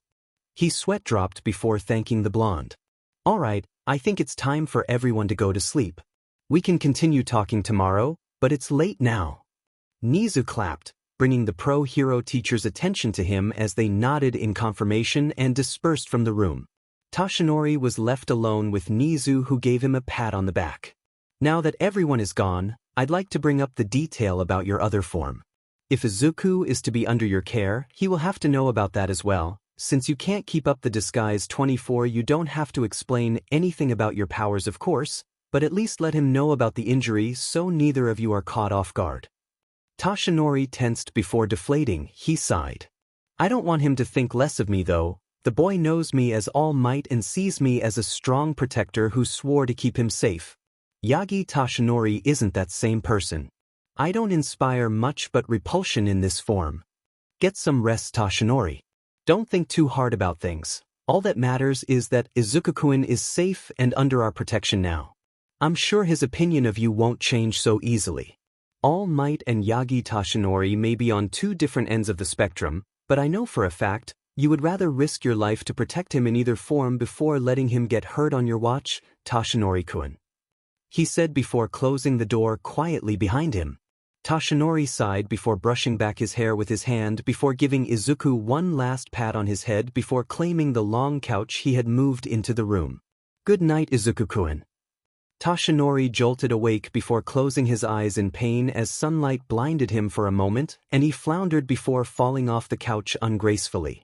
He used his arms to push him up as his eyes turned to the bed where he suddenly met stoic green ones that blinked slowly before their owner tilted his head as if to ask if Toshinori was okay. The pro-hero breathed out a sigh of relief that Izuku was up and seemed to be okay before he stood up, a bit more composed and asked, "Good morning, Izuku. Did you sleep well?" The boy nodded before looking at Toshinori patiently. The tall man didn't understand what he wanted until he remembered what Nizu had said yesterday and stumbled over his words. "Oh. You can go wash your face or sew something. You're free to do whatever as long as you don't hurt yourself or anyone, okay?" Izuku nodded again before swinging his legs over the side of the bed and standing up. He walked a few steps away from Toshinori before turning around shyly and raising his right arm to rub his left. His eyes seemed to glance to Toshinori before looking away to the floor or something in the room as the blonde tried to guess what he wanted. "Yes, Izuku-kun? Can I help you with something?" he asked as Izuku nodded before making a gesture that Toshinori identified as, "I don't know," as the blonde slapped himself in the face. "That's right, I forgot you didn't know where everything is. Alright, time for a quick tour of my room at the school," Toshinori said cheerily as Izuku nodded before following quietly behind him. "So this is the kitchen. I don't use it that much to be honest, since I can't really eat much anymore," Toshinori said, pointing to the spotless kitchen as Izuku took his time to observe it. "You can open the fridge whenever you feel hungry and want a snack. I don't have anything right now, but when I do, you're welcome to," Toshinori said as Izuku nodded again. "Oh boy, this is kinda awkward," Toshinori thought as it seemed as if he were having a one-sided conversation. "That's the living room, my personal study, and finally this is the bathroom. It's not much, but," Toshinori trailed off as Izuku took everything in before nodding again. "Well, take your time. We are going to go to Recovery Girl to do a checkup on your health afterward, okay?" Izuku looked up at Toshinori's eyes before something dark flashed through his gaze as he shook his head no. Toshinori blinked in surprise at the response. "What's wrong, Izuku-kun? You remember Recovery Girl, don't you? She's the nice little grandmotherly lady you met earlier this morning." Izuku nodded but still refused to enter the bathroom. Toshinori furrowed his eyebrows in confusion as he tried to understand why Izuku was adamant about not going to Recovery Girl. "All we were going to do is a checkup." "Izuku-kun, are you scared of getting a checkup?" Toshinori asked seriously as Izuku's expression didn't change as he nodded in confirmation. The blonde swallowed as the feeling of heavy stones weighed in his already damaged stomach. Izuku-kun. I promise you, the checkup we want you to do with Recovery Girl isn't like what the scientists may have done back at the facility, okay? We just want to do some basic tests to see if you're healthy, okay?" Izuku seemed to have a very subtle look of unease on his face, but as he looked into Toshinori's eyes and saw the sincerity in the man's gaze, he hesitantly agreed. He pointed to Toshinori before pointing to himself and then their hands. The tall man blinked dumbly for a few moments before he got an idea of what Izuku was trying to say. "Don't worry, Izuku, I will accompany you every step of the way, okay? I won't let anyone hurt you, promise." He kneeled down to meet Izuku's gaze as the green-haired boy nodded before moving to ready himself. Toshinori sighed in relief as their interaction ended well before pulling out the sign language for dummies book present Mike had given him. I suppose there's no better time than the present to start learning. The two were joined by Aizawa and present Mike on their walk to Recovery Girl. "Good morning, little Izuku-kun. How are you feeling?" Mike asked while signing it at the same time so Izuku would get used to the idea of using his hands to talk. Izuku watched as present Mike had his right hand flat before raising it to his mouth, before hitting it front side down against his left palm, which was also held out in an open and flat manner. "That means, well," or good, but in this case, since you are responding about how you are feeling temporarily, well, would be the proper choice. Present Mike explained as Izuku made an O shaped with his mouth and nodded, eyes glittering a bit at learning something new. Mike then did a similar, but slightly different gesture before saying, that was the sign for bad, okay? Izuku nodded before repeating after the man who grinned widely at his cute student. Aizawa cleared his throat to alert the two of them that they were in front of Recovery Girl's office as Present Mike pouted at having to leave Izuku. He still had lessons to plan for his students after all. He made one last gesture, putting his right hand up to his face in a way that had his index and middle finger look like they were in a peace sign, or looking position before tilting his hand down to give Izuku a finger gun. That means, see you later. Don't be shy and visit Uncle Mike. The excitable man trailed off loudly as Aizawa shut the door on his face. Ugh, as helpful as Hizashi can be, it's too early in the morning for his voice. Tashinori chuckled a bit at the comment before looking at how relaxed Izuku had gotten. While he was still tensed in the expectation to be punished, he had at least grown comfortable enough to let the two grown men leave his sight as he turned his back to them during his exchange with Present Mike. Izuku turned around before waiting for Tashinori or Aizawa to say something as he stood still, not wanting to proceed further without reassurance. Aizawa's expression softened as he ruffled Izuku's hair and said, "Go ahead, Izuku. You know what to do. We'll be right where you can see us, okay?" Izuku nodded before moving forward and greeting Recovery Girl, who was aware of the reason behind his reluctance as the elderly lady responded with a patient smile. "Hello, Izun. I must say you look much cuter now that I can see you clearly in the daylight." She started off as Izuku blinked before nodding his head in thanks before resuming staring at her. "Tashinori-kun has already told you, but I would like to run a few tests to see if you're healthy and that those bad people didn't put anything life-threatening in you, okay?" She explained as Izuku tensed but nodded. "Don't worry, Izuku-kun, these tests will be painless and I'll only need to x-ray you for the last part." Izuku's shoulders relaxed a slight bit as he nodded before sitting down patiently on the bed Recovery Girl motioned for him to sit on.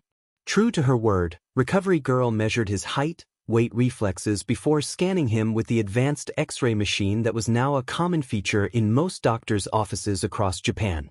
At the end of the session, she handed him a lollipop as a reward for doing so well. Izuku took it quietly while giving his thanks before popping it in his mouth and silently smiling as the sweet, fruity flavor filled his mouth. He had always seen candy, but his faith Hisashi had never let him have any. The facility definitely never gave him anything of the sorts either. Tasty, Izuku thought as he went back to paying attention to what Recovery Girl was telling Tashinori and Aizawa. Well, Izuku seems to be fine physically, although I can only saw that from an external perspective since I didn't want to scare him by taking blood tests so soon. The X-rays show that his bones are strong and sturdy and there doesn't seem to be any trackers or hidden devices of the sort that I could tell. Which is strange considering how Nizu explained Izuku-kun seemed to be quite important to the scientists there. She started as Tashinori and Aizawa listened closely. He's a bit short for his age as well as underweight. It is most likely that the people at that facility you rescued him from underfed him to keep him weak enough to handle. She spoke in an upset tone as Tashinori clenched his hands into fists and Aizawa observed Izuku, who didn't seem to deny the claims as the boy simply continued eating his lollipop. She sighed before giving them a hopeful smile. "Luckily, it's nothing too serious. With time and effort we can get him to a healthy weight. Now, his mental and emotional health on the other hand, I'm not qualified to help with. He needs a proper therapist and I recommend talking to Ryo-kun about that." The two pro-heroes looked at her before nodding at the advice. Ryo does have experience with dealing with the student's mental well-being and knows some trustworthy therapists. Aizawa said as Tashinori looked at Izuku, who had finished his candy and waited for the next time they would address him. "Would you like that, Izuku-kun? Would you be willing to talk with our good friend, Hound Dog, also known as Inui Ryo, about your mental health? You don't have to if you don't want to." Izuku thought it over for a moment before remembering what Present Mike had taught him earlier and signed, "Good." Tashinori smiled at Izuku's agreement before patting him on the head. Aizawa had pocketed the diet routine Recovery Girl had written for Izuku in the time the two had their exchange. He looked up to see it was nearly lunchtime before clearing his throat. The two turned to look at him as he said, "It's close to lunch. We should go eat. You can get to know everyone a little better too, Izuku." The green-haired boy nodded before moving to follow alongside Aizawa before he looked back to make sure Tashinori was following him before walking forward. The cafeteria was mostly empty since only the teachers were there today. Midnight's face brightened up as Izuku walked in behind Aizawa, who looked bored, followed by Tashinori, who waved awkwardly. "Izukin!"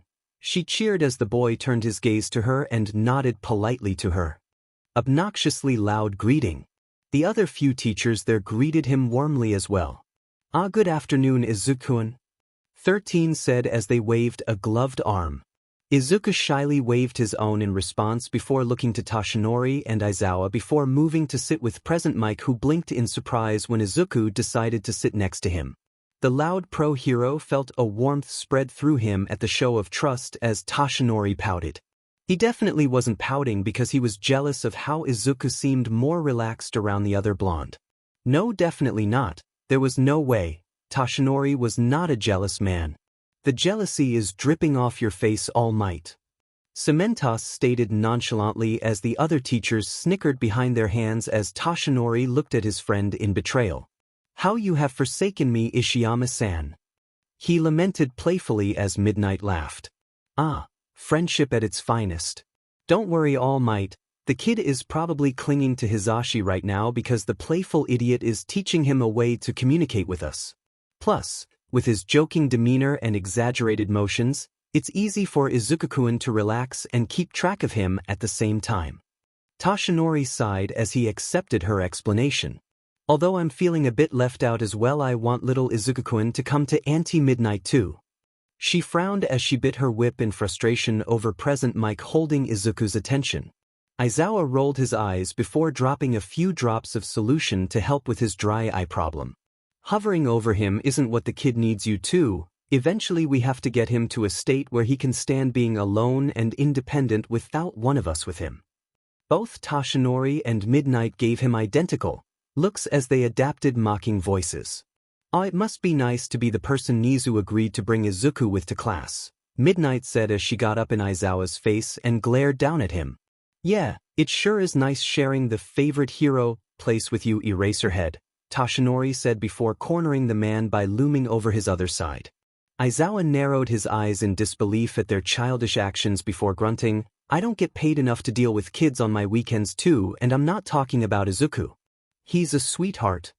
Midnight and Tashinori exclaimed their dislike of Aizawa's diss towards them as 13 laughed and Vlad did a low whistle and said, "Ouch, you should say your quirk is fire instead, Eraserhead.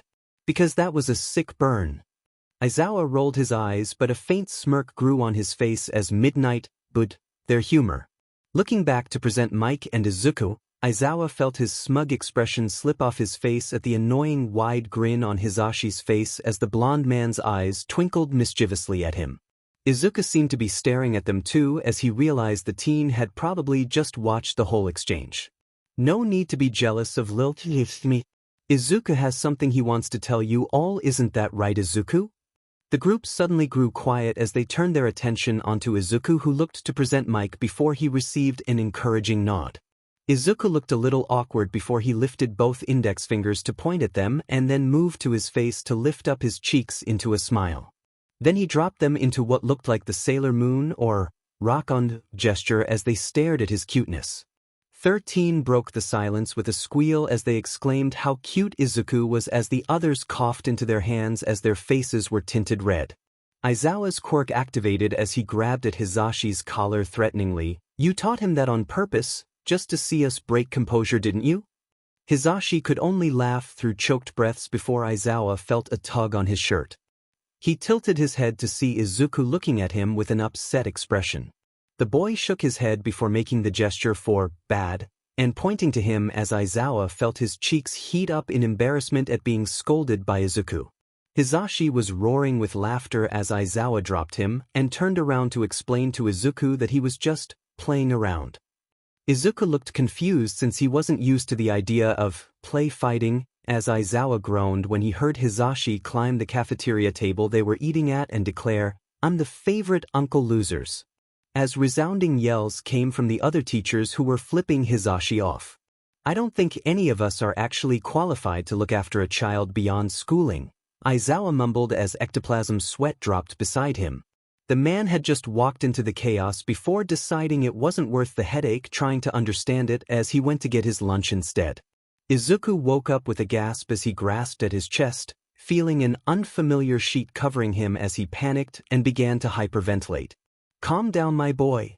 You're safe, it's just a blanket," Tashinori exclaimed as the blonde flailed his arms around trying to placate Izuku. The green-haired boy paused at his voice before turning curious, wide eyes onto Tashinori's form. Izuku made an O shape with his mouth before relaxing and stumbling out of the bed Tashinori had placed him on last night. Izuku stood quietly in front of Tashinori before crossing his arms and bumping the areas next to his shoulders twice. Tashinori beamed as he nodded, recognizing the motion as the sign for hug that Hizashi taught Izuku. Izuku gave him a small smile before he hugged Tashinori gently, careful to avoid agitating his injury. The pro-hero remembered first showing Izuku the injury and the boy's reaction to it. Izuku had bristled when Tashinori showed the injury all for one dealt him and fretted about, asking if he was okay. Nothing had changed the fact that Tashinori was one of his safe people, nor the fact that Izuku still admired him both in and out of his all-might form. "Good morning, Izuku. Are you hungry? Today is Monday, so we should eat breakfast before you go with Eraserhead to meet his class," Tashinori asked as Izuku looked a little nervous.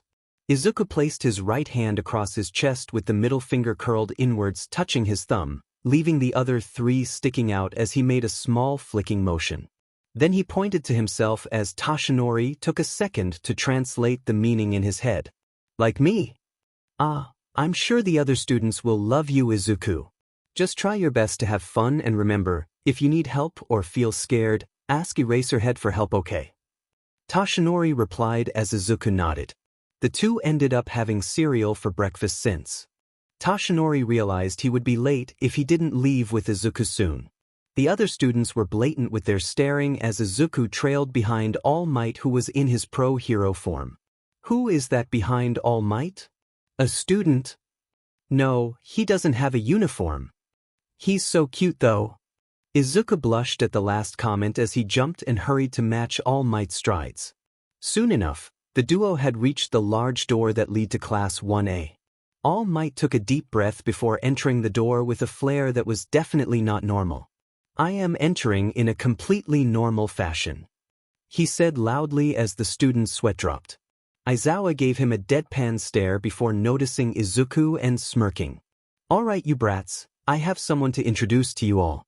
He's a little shy and socially awkward, but I expect all of you to treat him kindly, understood?" Aizawa said as he leveled a glare at them. The students gulped nervously but were excited to see who would be joining them today as the ones in the front row leaned over to sneak a peek. All Might's body blocked them, however, before the muscular blonde turned slightly to usher Izuku in and stand in front of the class. "Cute," they thought as Izuku fidgeted and glanced up to look at them. His eyes widened as they met a distantly familiar set of red eyes. Bakugo shot up out of his seat in surprise as everyone stared at his reaction. Normally the explosive blonde didn't show much emotion besides anger and arrogance. "Izuku!" Bakugo yelled as Izuku choked, his throat closing up as he tried to voice out his childhood friend's name.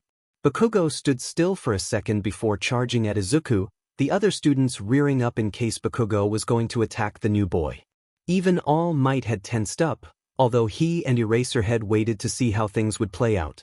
Bakugo stunned everyone as he lunged at Izuku, only for the two of them to hug tightly as Izuku teared up. I thought you were gone forever, you dumbass.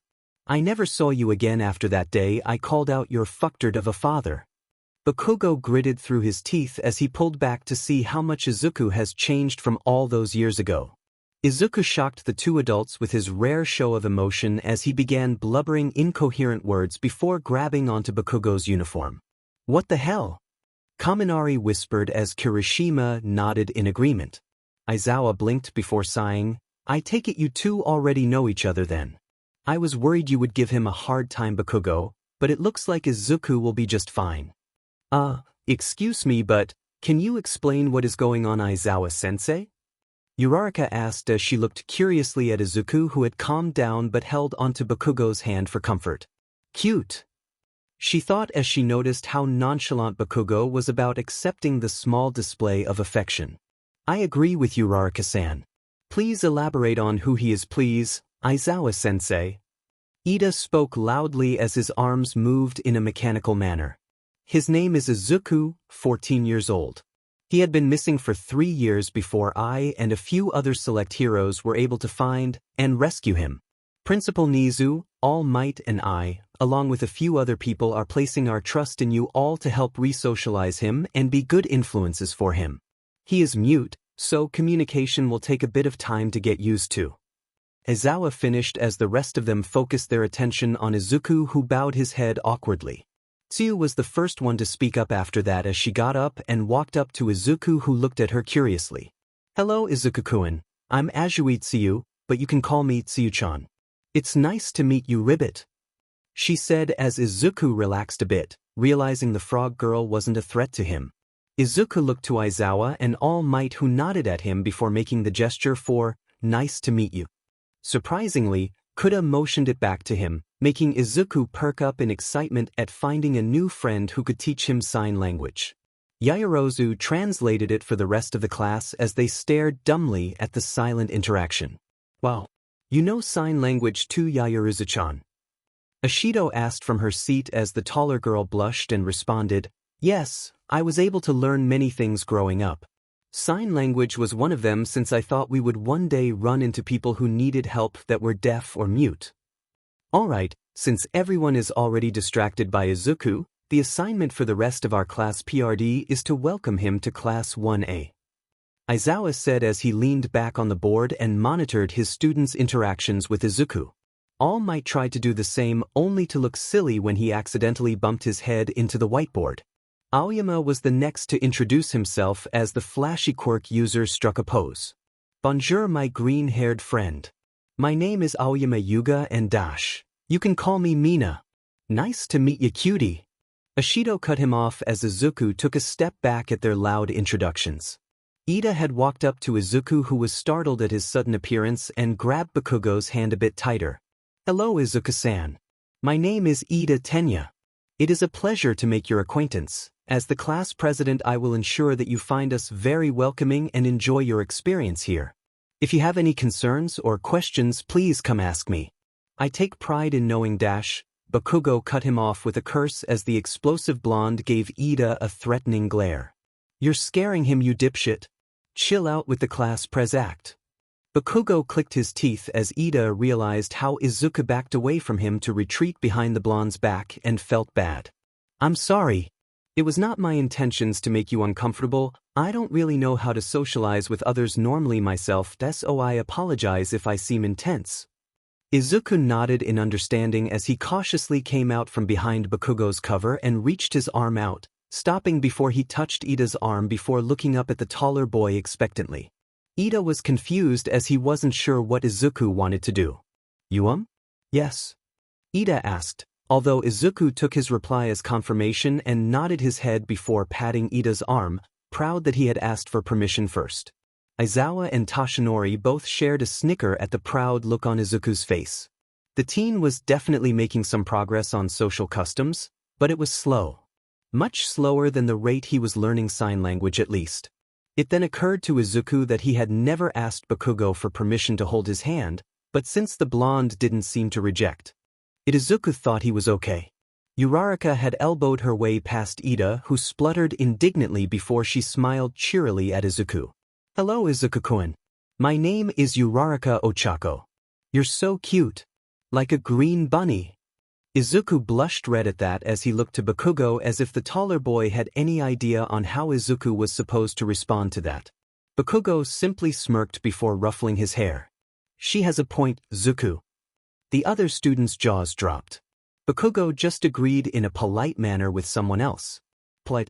Kirishima was excited to meet the kid that his newly proclaimed bro was friends with. Hey, I'm Kirishima Ijiro. My quirk is hardening, which lets my body do this. The redhead proceeded to show Izuku the effects of his hardening quirk as Izuku's eyes widened in response. Izuku let go of Bakugo's hand as he gestured excitedly at Kirishima and then his hardened arm and then to himself. Kirishima was smiling awkwardly as he was a bit lost on what Izuku was trying to convey as the green-haired boy let out a huff. Izuku turned around to Bakugo before motioning to his hands and then making an explosion sound with his mouth and then point to himself.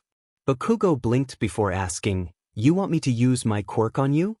Izuku smiled before nodding eagerly as Bakugo smirked. "I'm not sure what the hell you're trying to do, but it better be good, crybaby." Before anyone could stop him, Bakugo set off a minor explosion at Izuku, who blocked it with his arm. Aizawa and Toshinori also jolted a bit in surprise at Izuku's sudden open behavior and chalked it up to having Bakugo's familiar presence encourage him to regain some of his independence. "Izuku-kun. Bakugo, why did you dash?" The others began only to stop when they realized Izuku was fine. "In fact, no effing way. You have a hardening quirk too." Kirishima gawked as they all noticed the transformed arm Izuku was holding up in front of him. Izuku let out a silent laugh before shaking his head. Yaoyorozu furrowed her eyebrows. "You don't have a hardening quirk?" Izuku nodded before his arm turned back to normal. He raised both of his hands up, fingers spread out as he counted down from 10. Once the last finger had gone down, he turned to Kirishima and pointed to him before making a punching motion and pointing back at himself. At this point, everyone was interested in what Izuku was trying to explain to them. Kirishima grinned before he said, "Dude, I don't know what you're trying to say, but I can feel a manly spirit behind what you're doing. Get ready." Kirishima punched at Izuku with his quirk activated, only for everyone to widen their eyes in surprise when Izuku's body became water and Kirishima fell through, his attack rendered useless. "Holy crap, that's awesome. Do you have two quirks like Mr. I'm too cool to talk to anyone over there?" Kaminari asked as he pointed to Todoroki, who quickly turned his head away from where he was watching Izuku's demonstration. Izuku shook his head again as he looked to Kuda and Yaoyorozu and signed the word, "complicate," and then the phrase, "don't know." "I think Izuku-kun doesn't exactly know how to describe his quirk," Yaoyorozu said as Izuku nodded his head sheepishly. He then made the sign for counter, as Yaoyorozu had a light bulb go off in her head. He's saying his quirk is called counter, and from what we've seen, I think it works by letting him develop a quirk that can counter whoever is fighting him. For Bakugo, he developed a hardening quirk like Kirishima's since the explosions couldn't hurt his defense. As for Kirishima, he turned into water because it has a fluid form and wouldn't be hurt by Kirishima's punches. She smiled as Izuku nodded and clapped.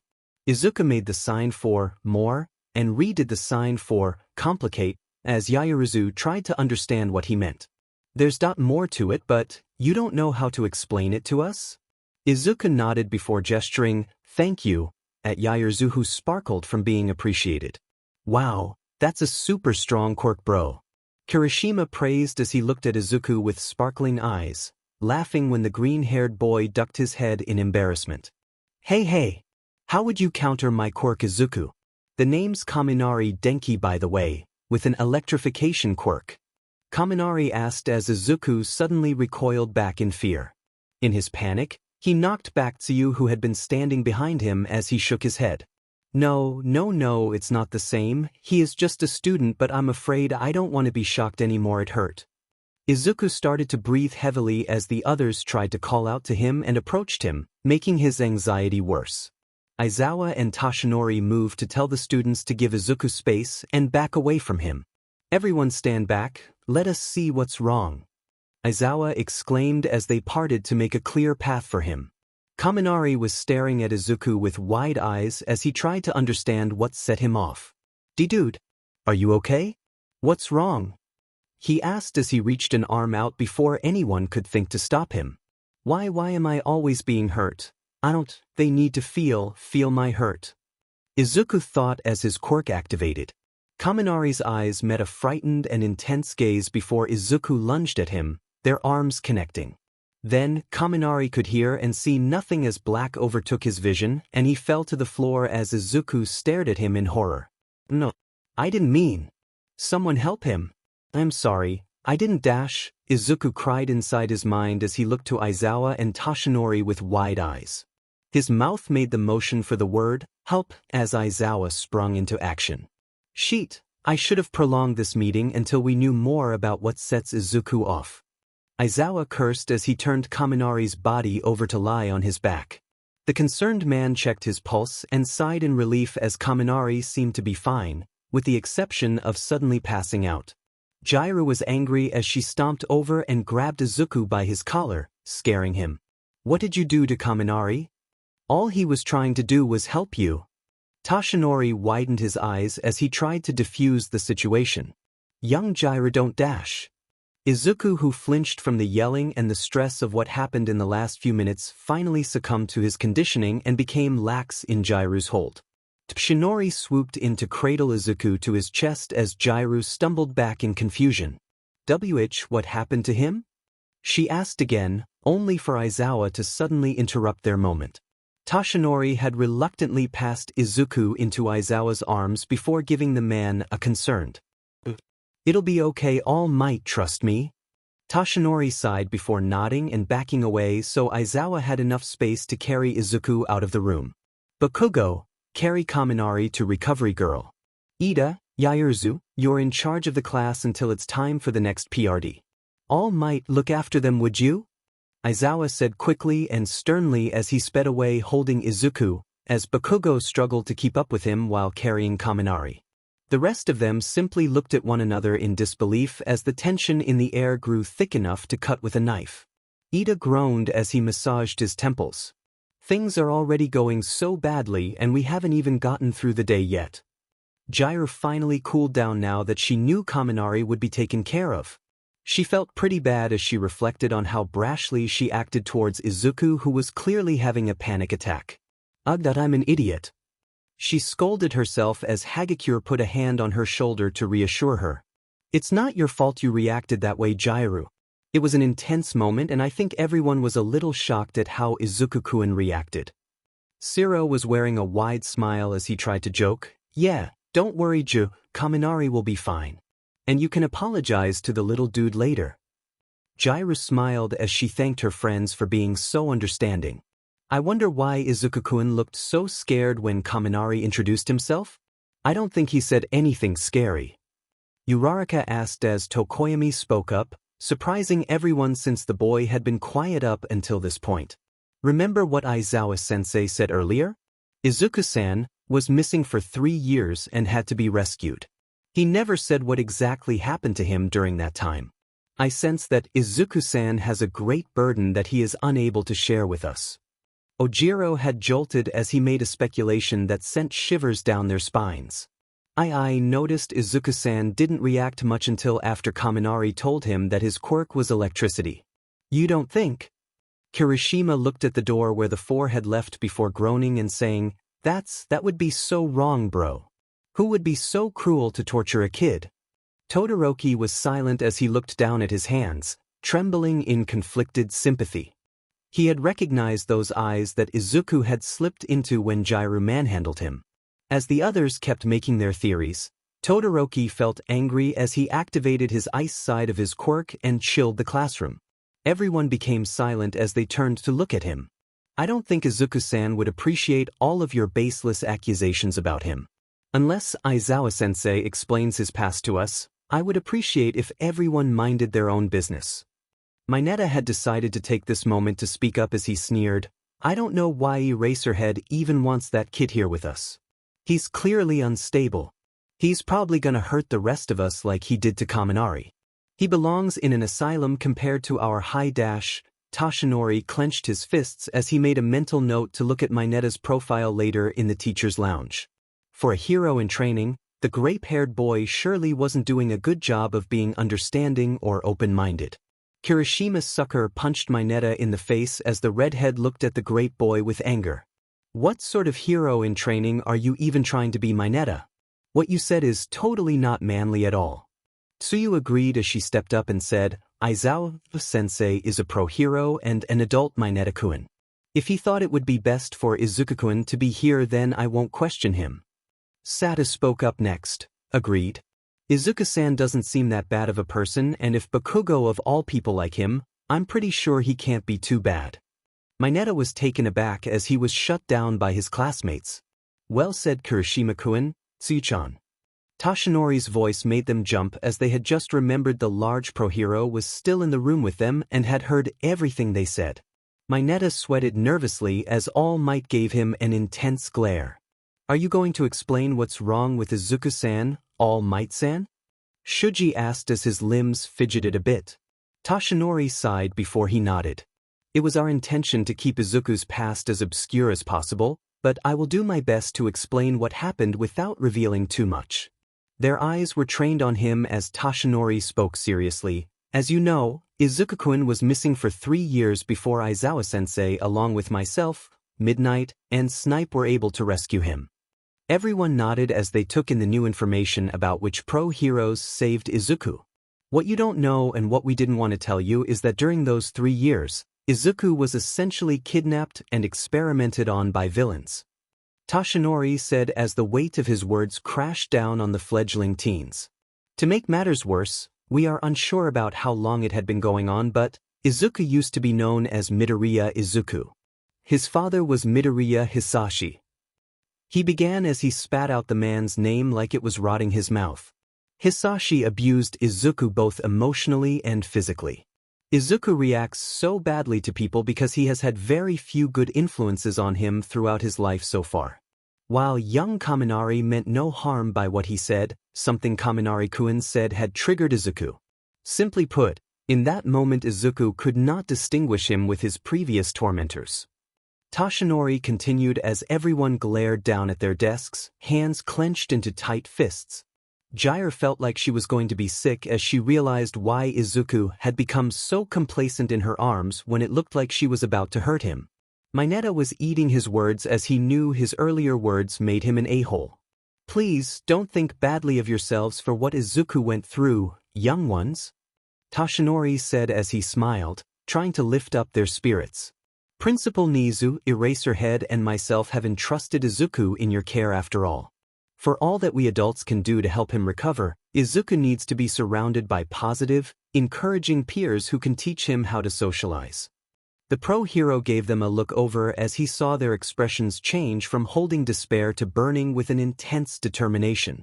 We will do our best to show Izuku-kun what else life has to offer. Yaoyorozu stated as the class roared in response. Ida stood up as he looked over the rest of them and said, Class 1A. Are you ready to take on the challenge of welcoming Izuku-san to U.A? They surged forward with yells of encouragement as they all agreed. Aizawa took a deep breath as he lied Izuku down on one of Recovery Girl's beds and noticed that Bakugo had done the same with Kaminari. Izuku's eyes were blank as they stared straight forward. Aizawa grabbed the sides of Izuku's face gently as he tried to get Izuku's attention to focus on him with his voice. Izuku. You have to snap out of it for me, Izuku. You're safe. I'm here, Eraserhead is here to protect you. After a few moments, Aizawa could feel Izuku's arms trembling as they moved up to grab onto his arms before traveling up to touch his face. The stoic man was calm as Izuku muttered a few incoherent words and seemed to be satisfied with what he could make out of Aizawa's face. Bakugo was quiet as he stared at the interaction, his hands white from gripping them tightly. Sensei, what the f happened to Izuku for him to react this way? He asked only for Aizawa to shush him as Izuku stilled at the sound of Bakugo's voice. The smaller boy's arm reached out toward Bakugo's direction as if he were waiting for Bakugo to hold his hand. His other arm was still holding on tight to Aizawa, who waited to see what Izuku would do. Bakugo looked uncertain before he grabbed Izuku's outstretched hand gently. Wake up already, crybaby Izuku. Izuku blinked for a few moments before his eyes stopped looking so dead and he took in a deep breath as he regained control of himself. He looked at Bakugo and then to Kaminari, who was still lying on the bed, before tearing up and turning to Aizawa, who kept Izuku's head in his hands before the boy could do something to physically hurt himself for his accident. Izuku, listen. What happened was out of your control, okay? It was negligent of me to push you into a situation when you weren't fully ready for it. You aren't going to be punished, Izuku. Kaminari is okay, he's not hurt.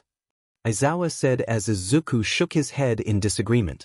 Izuku made the sign for bad before pointing to himself repeatedly as Bakugo looked frustrated at not understanding what was going on. What's he saying, sensei? Bakugo asked as Aizawa sighed. He's convinced that he is bad because he hurt Kaminari. It's a bit more complicated than that, but that's the basic reasoning for his behavior. Bakugo frowned as he moved over to suddenly flick Izuku on the forehead.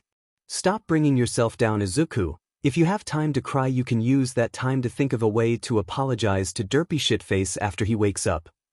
Izuku stopped his crying as Bakugo's words sank in and he nodded as he rubbed his eyes.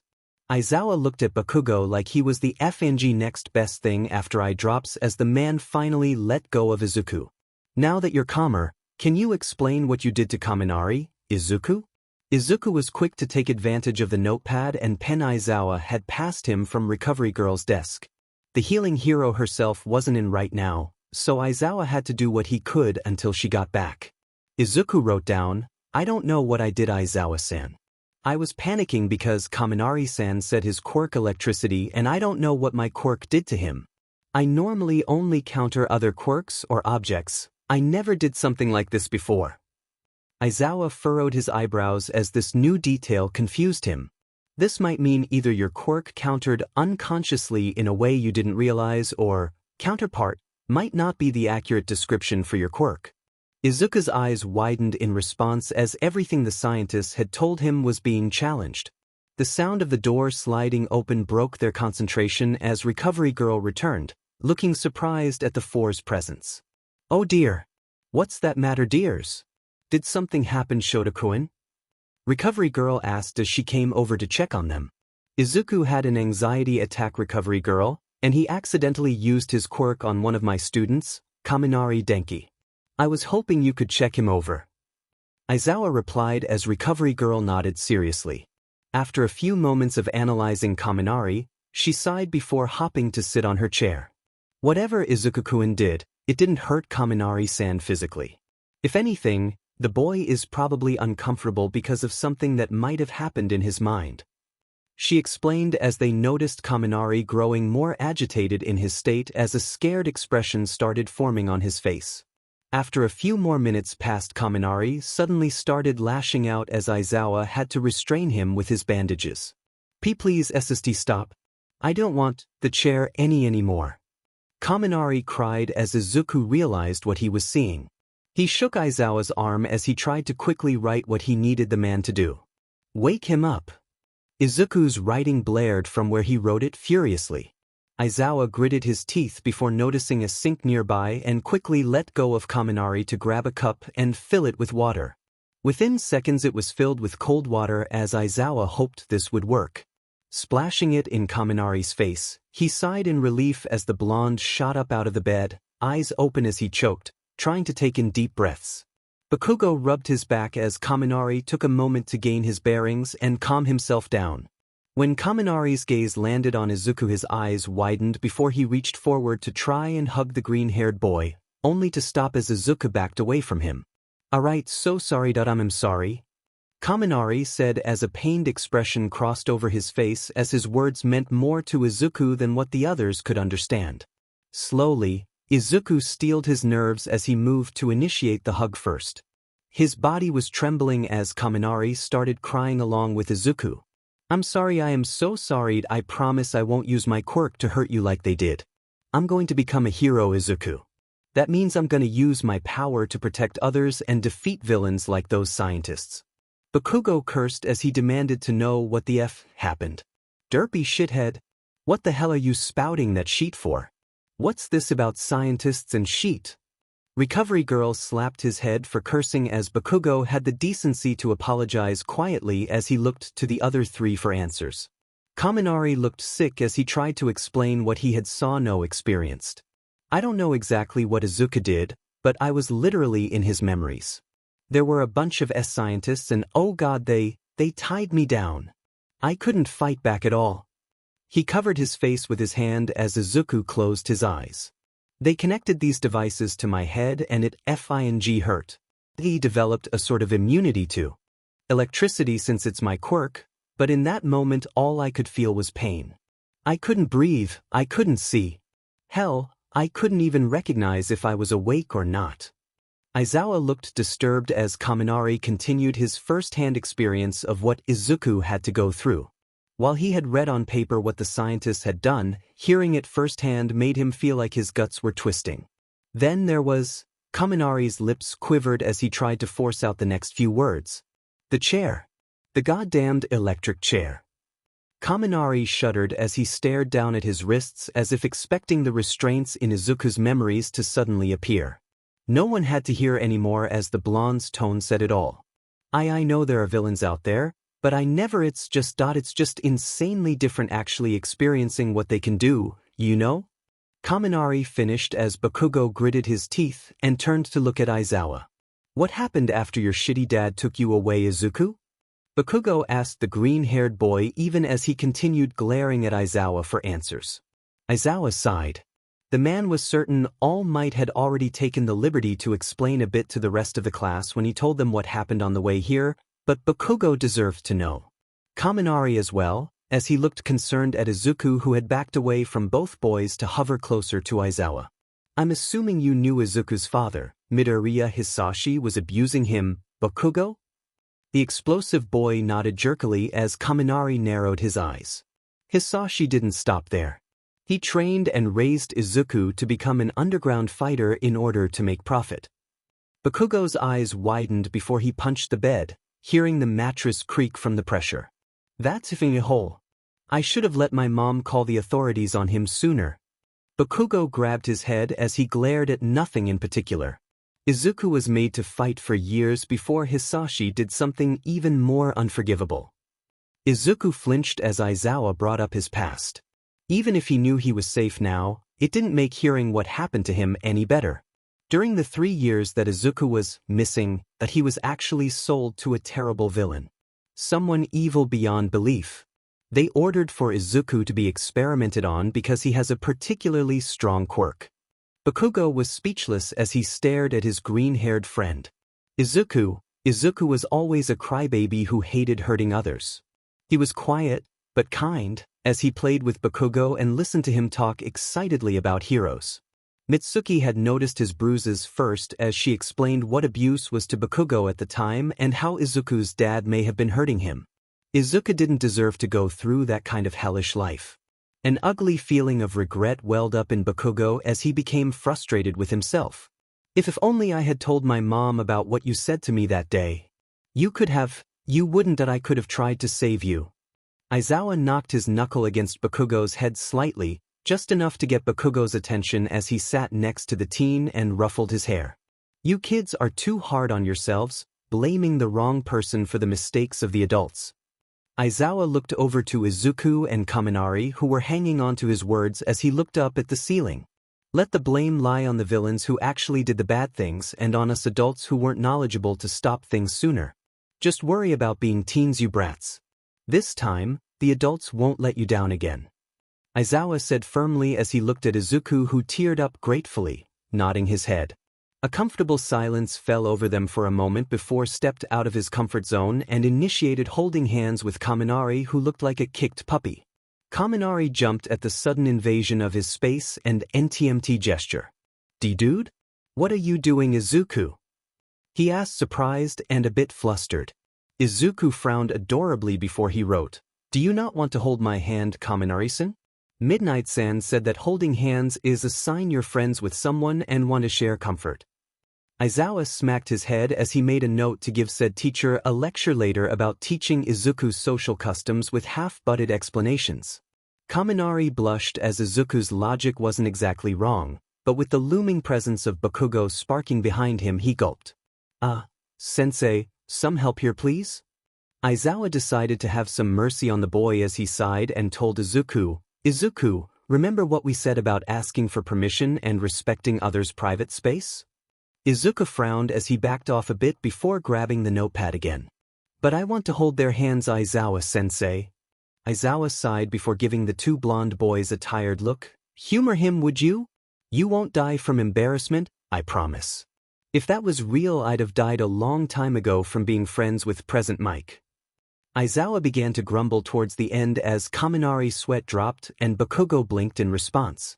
Kaminari rubbed the back of his neck nervously before holding out his hand and nodding to Izuku, who beamed before he grabbed the teen's hand and curling his fingers to interlock their hands.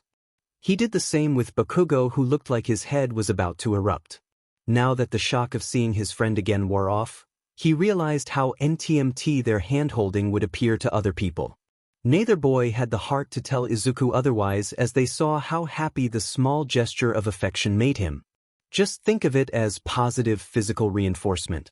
Izuku getting used to friendly, non-threatening acts toward him shouldn't be something you two need to be ashamed about helping with.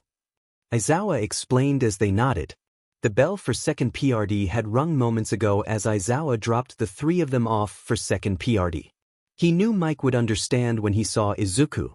The class was relieved to see Kaminari up and at it again before they noticed the trio's hand-holding and began giggling or laughing internally. Present Mike himself gave the two a wide smile as he reached over to ruffle Izuku's hair.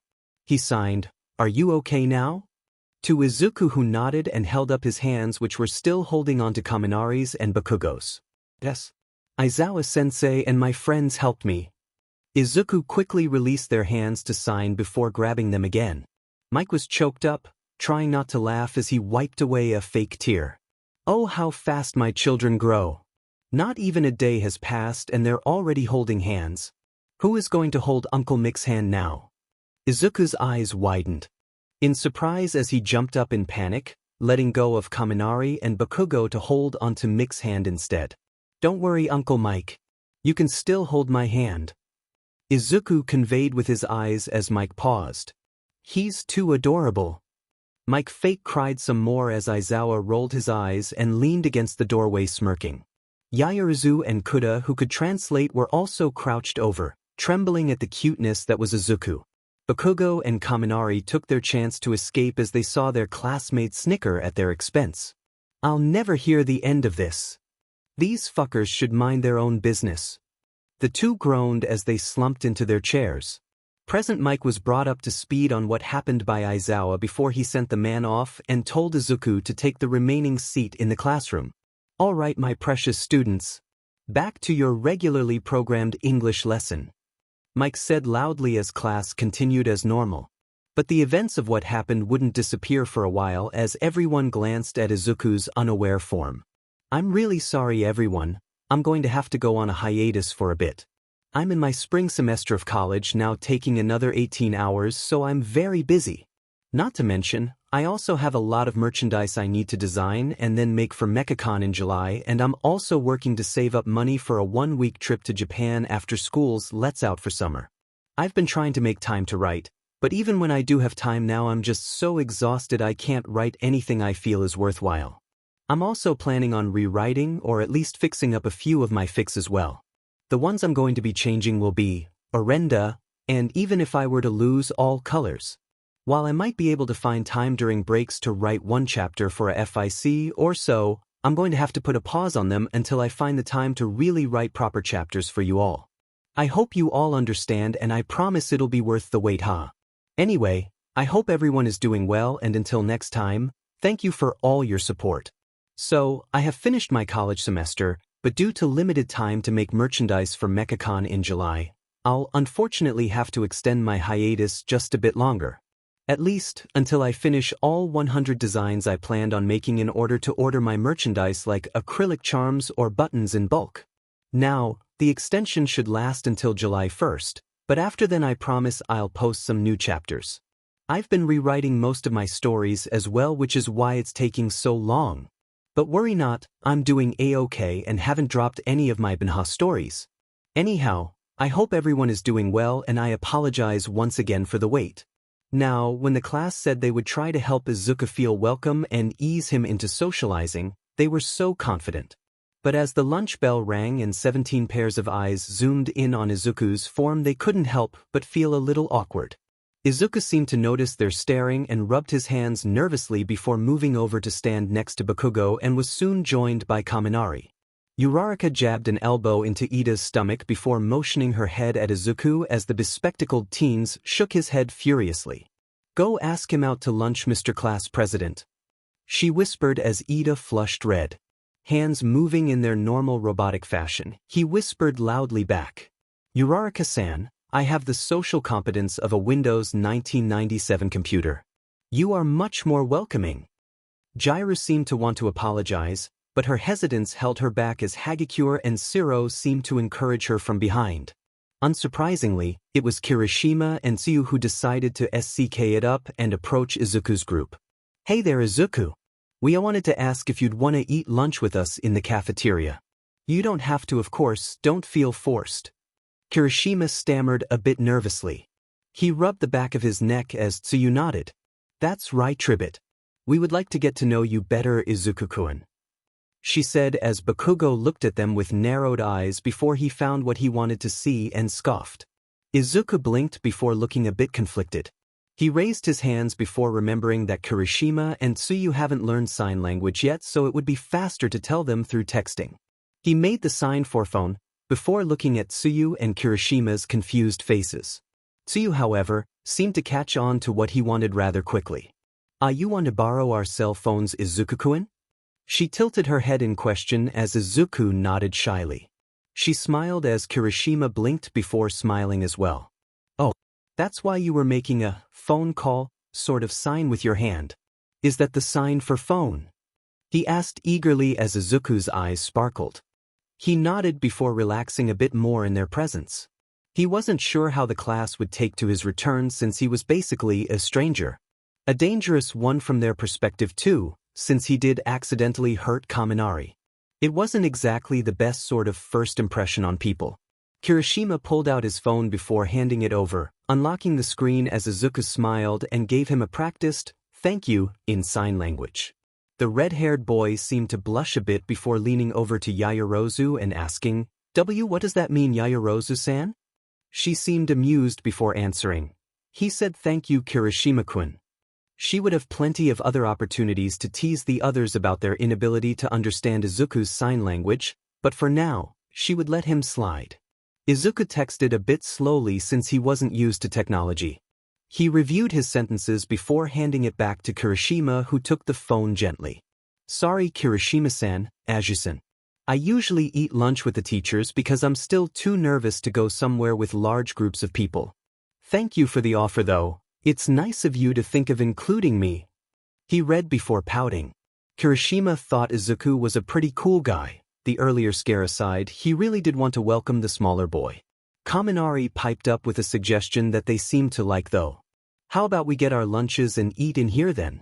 That way Izuku can get to know us better, but also feel comfortable. Izuku seemed to think about it and took a moment to look around the room to see how the others felt. Most of them seemed to nod or smile in response. Even Jiru seemed to give him a reassuring smile, as awkward as it was. Izuku felt a bit nervous, but he smiled and nodded. Kirishima and Kaminari gave whoops of excitement, while Uraraka and Ida felt more confident and came closer as well. Aoyama seemed to blink as he didn't expect for everyone to stay in class today. Usually he was by himself and maybe one other person. He interjected as he moved over to see Izuku better. Bonjour, Izuku-kun. Perchance, do you like cheese? Izuku blinked as he took in the blonde's sparkly aura before questioningly mouthing the word, cheese? Before seeing Aoyama nod, and he scratched his cheek nervously. He nodded hesitantly only to rear back in surprise when Aoyama stuffed a circular piece of cheese into his mouth. Merveilleuse. A gift from moi. Izuku took a moment to calm his heart down from the sudden action as Bakugo raised a brow at Aoyama. Give him a warning next time, would ya? You bright but motherfucker. He cursed as Aoyama smiled haughtily at him and responded, just because a rock cannot appreciate a diamond's brilliance, doesn't mean another gem cannot. Bakugo sparked his hands as the smell of smoke filled up the classroom. Did you just insult me, you dash? Bakugo tensed when Izuku gently put a hand on his arm. He blinked before turning around to see Izuku look at him with disappointed puppy dog eyes, and he choked. Izuku held Kirishima's phone before typing something short and making Bakugo and Aoyama look at it. You aren't fighting, are you? Aizawa-sensei said sometimes friends play fight. Are you play fighting? It read as the two boys seemed to calm their sassiness. Bakugo gritted his teeth as he gave Izuku a fake expression, Aoyama mirroring it with his own forced smile. That's right, Izuku. We're just play fighting. Because we're good friends, aren't we? Flashy. Bakugo said as Aoyama subtly tried to pinch Bakugo, who gave him the deadliest side eye. That's right, Izuku-kun. We are due poised on uncas. Aoyama grinned as Izuku looked at him questioningly.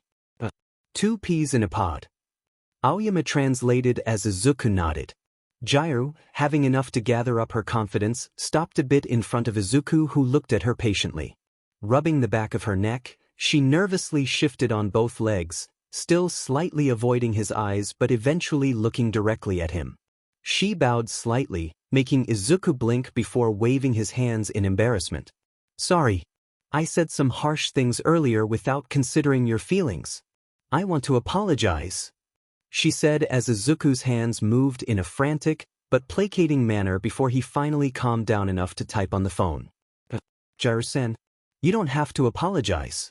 The way you reacted was understandable. I don't hold anything against you for being worried about your friend. The text read as Izuku gave her an awkward but forgiving smile, and Jiru gave him a crooked smile in return. Still, I'm sorry and I hope we can start over again and become good friends, eh? She said before grinning and seeing Izuku's eyes brighten up before he nodded. I would not like that. He typed as everyone let out a collective sigh of relief and slowly continued introducing themselves to Izuku in turns. For those that he already knew, they went to go get their lunches and cycled back. Aizawa had also stopped by with Hizashi after they collected their own food, Tashinori jealously waiting back in the teacher's lounge because of his time limit secret. Today, Aizawa had more basic training and quirk exercises for the class to do as they had just finished the battle trials. Soon that they'll be ready to head to the USJ for specified training, but, as for now, Izuku could do with socializing with them a bit more. He thought as he looked to his right side, where Izuku stood obediently, glancing up at him only very subtly and in short increments. He sighed. You can relax, Izuku. This isn't training like with your father or back at the fight club, okay? He spoke as Izuku nodded slowly, his eyes lighting up with curiosity but also still retaining some doubt. Aizawa was quiet for a moment before looking down at Izuku, who noticed the gaze on him and looked up. Permission to ruffle your hair? He asked as Izuku almost responded too quickly with a series of eager nods. The boy was clearly touch-starved, and despite his normal aversion to touch, he almost couldn't get enough of it when he felt safe. Aizawa smirked a bit as he noticed how Izuku's shoulders relaxed a bit after the short moment of affection. How one person could be so cruel to a child like him, Midoriya Hisashi. Aizawa mentally scowled before noticing his class had started coming out in their uniforms and cleared his mind. Alright class, today we have more quirk training, but since this is the first time we have an observer, I have a special exercise in mind, he said as they straightened up and glanced to Izuku. So far, we've only emphasized the potential of quirks through a shallow, offense-heavy lens. As a transition into what we have planned for you all, today's exercise will deal instead with the adaptability aspect of quirks. Namely, how you can use your quirks to protect others. Aizawa drawled before he motioned to a set of dummies lying on the ground. You will all be split up into teams of 2 once again and will take turns defending the dummies from being attacked while also ensuring your own quirks and behaviors don't also jeopardize the health of the people you try to save. He continued before motioning to Bakugo and Todoroki, who both had very serious looks on their faces. Some of you will have a hard time with this exercise because you've put nearly all your efforts into offense. While others, this time he motioned to both Yaoyorozu and Shuji, will have an advantage. What I'm expecting from you all is better teamwork and cooperation this time, and creativity with how you use and combine your quirks and strategies. Understood? The class responded enthusiastically, with the few exceptions being the quiet students. Aizawa grunted in response before reading aloud the pairings. Bakugo, you're with Hagakure. Aoyama and Tokoyami. Azui and Kaminari. Ashido and Shuji. Ida and Satu. Jiru and Koda. Uraraka and Siro. Yaoyorozu and Kirishima. And since that leaves 3 of you, Todoroki, Ojiro and Mineta will be on one team. Everyone looked a little uneasy as he finished, which made Aizawa internally smirk. These kids are so easy to read to put them with someone that they think won't complement their quirks or personalities and suddenly they lose confidence. Shaking his head slightly, he spoke again. As for who will be facing off, who did I let you all decide? You have 5 seconds to rush for a dummy. Those who get one of the 4 dummies will be the first set of protectors. Everyone's eyes widened before it became an all-out dash for the dummies. Izuku watching with some surprise and amazement at how fast some of his new acquaintances could be and tried to wait patiently to observe and learn from the exercise. Kakendut is having a hard time working with Hagakure-san because he doesn't know how to use his flashy, explosive quirk to cover for her. But the answer is much closer than either of them think. Hagakure's strength comes from her invisibility, but her weaknesses are that people with sharp hearing, smell and sight can still pinpoint where she might be based on her footsteps, breathing and heart rate. Izuku was jotting notes in his newly acquired journal as Aizawa would glance down every now and then with an approving look. Kaken's explosions could be the red herring that gathers the enemy's attention and provides cover for Hagakure-san to not only sneak to the dummy, but even apprehend the opponents if she was skilled enough in hand-to-hand combat or had anything to stun them. Blinking in realization, he suddenly scribbled down another note. Why doesn't Hagakure-san know hand-to-hand combat or have any close-range weapons? Besides her invisibility, which I believe is more so along the lines of light refraction, she is left vulnerable. Also, I am quite concerned about the idea that she essentially fights naked. There is surely already light refractive fabric that could be further modified to provide proper protection. Izuku shakes his head as Bakugo and Hagakure finally figured out the same observation Izuku had, and had stolen the dummy from Jairu and Koda, who were now floundering because they hadn't thought of exactly how to combine their specific quirks yet, nor was Bakugo relenting on them enough for them to have time to do so. Jairu-san has the ability to amplify her heartbeat and send powerful vibrations through objects she injects with her earphone jacks. And she also has superhuman hearing thanks to them. Quite a powerful quirk. However, her limitation on only being able to project her own heartbeat is disappointing. Izuku pauses for a moment before thinking of Hisashi. If she could amplify others' voices, that would be like having several present mics. As much as I love Uncle Hisashi, I think one is enough. Izuku shivers as Aizawa notices his observations and also grimaces at the thought. Koda-san. His quirk is omni-voiced, but what does he do in the case that there aren't animals nearby? Surely there are always insects, but Izuku looks up to see Koda slowly become overwhelmed with anxiousness but surprisingly hold his ground against Bakugo and used his larger and much sturdier body to protect from the minor explosions, letting Jairu have a shot at attacking with her earphone whips. Koda-san is actually quite reliable when it comes down to it, isn't he? Izuku ponders before moving to the next fight.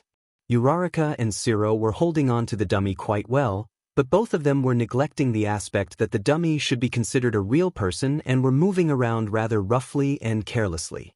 Their opponents were Yaoyorozu and Kirishima, who were starting to look fed up with the other team's maneuverability and their lack of. Uraraka-san has a rather strong quirk, perhaps not offensive-wise at first glance, but with some creativity and training, she could be a powerhouse. Zero gravity is no small deal. Izuku learned from questioning the nice girl earlier during lunch. 3 whole tons isn't such a small feat, but she has a very linear way of using her quirk. Perhaps I should suggest a physics book for her. I also wonder if her quirk can work on objects like water. And there's an aspect of speed and force of how the zero gravity can affect objects I'm dying to learn more about. Izuku beamed quietly as he nodded at her with sparkles in his eyes, not that she could see his action. Pairing her up with Shiro would be a huge advantage for their team if she trains to ignore the nausea her quirk gives her. Perhaps the support department can make a specialized earpiece for her to implant that helps her with motion sickness. That is, if her motion sickness is a result of the active twisting and turning of her body. Izuku ponders before looking at Shiro. Shiro-san's quirk doesn't seem to have much of a weakness at first glance. I wonder if his tape could ever be jammed up and what the decomposition time for it would be. Surely the tape is organic, right? So is it really tape or more like spider silk? Izuku tapped the pen against his forehead before shaking the thought away. His green eyes then looked back up to see Yaoyorozu and Kirishima had finally rescued the dummy and were setting up formidable defenses against Shiro and Uraraka. Yaoyorozu-san definitely has one of the most dangerous and creative quirks in the whole class. I don't believe she is using it to her utmost potential seeing. She does seem to be doing well at just this level, and has at least basic weapons training. The metal shields that she had made were deeply embedded into the ground thanks to Kirishima's strength, as Shiro and Uraraka found themselves at a stalemate since neither of their quirks were strength-based per se. Inside the enclosure, it seemed like Yaoyorozu was already smoldering the metal together to stop them from easily busting it down. Kirishima-san, in comparison to the three others, he doesn't seem to offer much at first glance. But I know firsthand just how powerful a hardening quirk can be with the right training and techniques. Just what are his limitations on the hardening? If he can harden even his organs and eyes, does that impair his health in any way? Izuku writes again, before absent-mindedly rubbing a scar on his arm. Aizawa noticed this but said nothing, simply gritting his teeth as memories of Izuku's reports slinked in the dark crevices of his thoughts. Do you not want to keep observing them, Izuku? You don't have to do this all at once. We have a few more days before the field trip, he asked quietly as Izuku looked up at him before nodding. Aizawa sighed but let him do as he pleased. Next are Ida-san and Sato-san. While Ida-san truly is the fastest student, his movements are too rigid and leave no room for Sato to catch up with him. Should the dummy have been a real person, the speed that Ida-san uses would most likely cause them motion sickness if not whiplash. Izuku notices the way the dummy's head was snapping back and forth on Ida's back. And while the taller boy had good intentions, it would probably have been safer to carry the dummy bridal style at the speed he was moving and cradle their head and neck. Tokoyami is a strong contender, but Aoyama-san's desire to be in the spotlight for the attacks keep disrupting Dark Shadow's chances at capturing both Ida-san and the dummy. His light attacks weaken Dark Shadow and also distract Tokoyami-san, who probably isn't used to working with someone so bright. Izuku noticed as he even had to squint at some points due to how blinding Aoyama's beams were. Aoyama-san could definitely hold off Sato-san 1-to-1 while letting Tokoyami-san have a chance at catching Ida-san with Dark Shadow. Although, I'm curious if Aoyama-san's beam could refract through Hagakure-san. A light explosion could be very convenient and safe to use as a defensive move. Izuku paused for a moment to stretch his legs, seeing as how the training had been going on for close to 30 minutes. Yawning slightly from the effect of the warm sun rays, Izuku blinked sluggishly before finishing his observations by looking at the last three groups fighting. It was the hardest group to observe since there was so much going on, but Izuku's eyes were trained to notice every detail. Currently, Azui-san and Kaminari-kun have to dummy, but only barely thanks to Azui-san's speed and maneuverability. Kaminari-kun is doing a great job keeping away Ashido-san and Shuji-san, who don't want to get shocked, but the three-person group is pressing down hard to get the dummy. Izuku was a bit enamored with all the quirks being used in a safe and controlled environment. It reminded him of the time he used to reside in the Fight Club without his FA dash. Izuku shook his head to get rid of the thought. I don't want to think ABO about that man right now. He thought as his eyebrows scrunched together. Opening his eyes, he watched as Todoroki sent a strong ice attack at the two groups while Mineta and Ojiro hung back, awkwardly not knowing what to do, to not get in the stoic boy's way. Izuku frowned a bit, motioning to Aizawa. He wrote in his journal, "Aizawa-sensei, why does Todoroki-san fight so coldly? He feels so lonely, like he's isolating himself." Izuku watched as Aizawa sighed before answering, "I may be his teacher, Izuku, but there are still things even I don't know and can't pry about that deal with his personal life. I can only hope that my lessons can slowly help him open up and cooperate better with others." Izuku nodded quietly before looking back to the boy with heterochromatic eyes that were just as frigid as the ice of his quirk. "Why.do you remind me of myself. When father wanted me to fight." He thought before slowly putting away his journal for the day and standing up beside Aizawa, who took that as a note to end the exercise for now, since they still needed time to change and freshen themselves up before heading to their next class. Alright, end of the lesson for today. We will pick up on it again tomorrow, and I will have you all do a short written assignment on what you've observed about your own quirk abilities, teamwork, and weaknesses. Understood? Heizawa stated as everyone came to a stop and tried to catch their breaths from the rather strenuous exercise. As they headed back towards the changing room, Izuku noticed Toshinori hiding behind the edge of a building nearby and waved subtly, watching as the man brightened up before heading over when he noticed the students had mostly gone inside. Izuku waved hello happily as Toshinori waved back and signed, "How are you doing?" Izuku beamed and signed back, "Good." Izuku showed him the journal with all the new notes on his peers' quirks and fighting styles and potentials, and Toshinori took a look through them, impressed with the observations Izuku made. "Quite an eye you have, young Shounen. Why, I would say, it's on par with how us teachers observe our students. You should be proud." He spoke calmly before motioning to Izuku that he wanted to pat his head, to which the green-haired boy agreed. Izuku signed back a bashful, "Thank you," before writing down in his journal, "Why are you here, All Might?" Toshinori grinned sheepishly before pulling out a sleek, new green phone for Izuku to see. "I heard from the others that you've been using text to talk with everyone while you continue to learn sign language, so I took the liberty of going during my lunch break to buy you a personal phone," he said as Izuku looked at it with wide, odd eyes. Toshinori fidgeted when Izuku didn't move for a good solid minute. Then he panicked when fat tears started falling rapidly from the boy's eyes. Izuku's hiccups were quiet, to the point that Toshinori had to clench his hands because he knew it came from years of being oppressed by Hisashi. Izuku rubbed his tears away as he felt ashamed for crying. He wasn't used to being able to openly show emotion and not be punished. Before looking back up at Toshinori and shakily signing hug, to which Toshinori nodded. Izuku didn't rush into the hug, he was slow and tentative, before slowly encircling Toshinori's torso, still mindful of his wound. In the low, raspy voice Toshinori had gotten to know was Izuku's, he said a simple, "Thank you, All Might." And Toshinori patted his head gently. "You're welcome, Izuku. Now, let us rejoin your peers, shall we?" he asked after a moment. Izuku nodded quietly, but Toshinori's chest was light as he saw the grateful smile on Izuku's face beam with happiness. Everyone was excited to learn that Izuku had a cell phone and quickly input all of their numbers, even Todoroki, who was notorious for not socializing, and Mineta, who Izuku didn't particularly feel safe around. Bakugo was a bit upset that he couldn't bring Izuku back to his house for a reunion between his parents and Izuku, but understood the dangers of Izuku leaving Yuda's premises. Izuku, as well, felt a little empty when he finished waving off the last of his new friends for the day, but smiled as he saw Aizawa and Toshinori by his side, along with Hisashi. They were the three teachers who Nizu approved and volunteered to live on campus with Izuku to make sure he was safe from any searching eyes. Hisashi signed, "Tired?" And Izuku shook his head before replying, "No, not tired. Happy." He smiled along with his gestures as Hisashi grinned.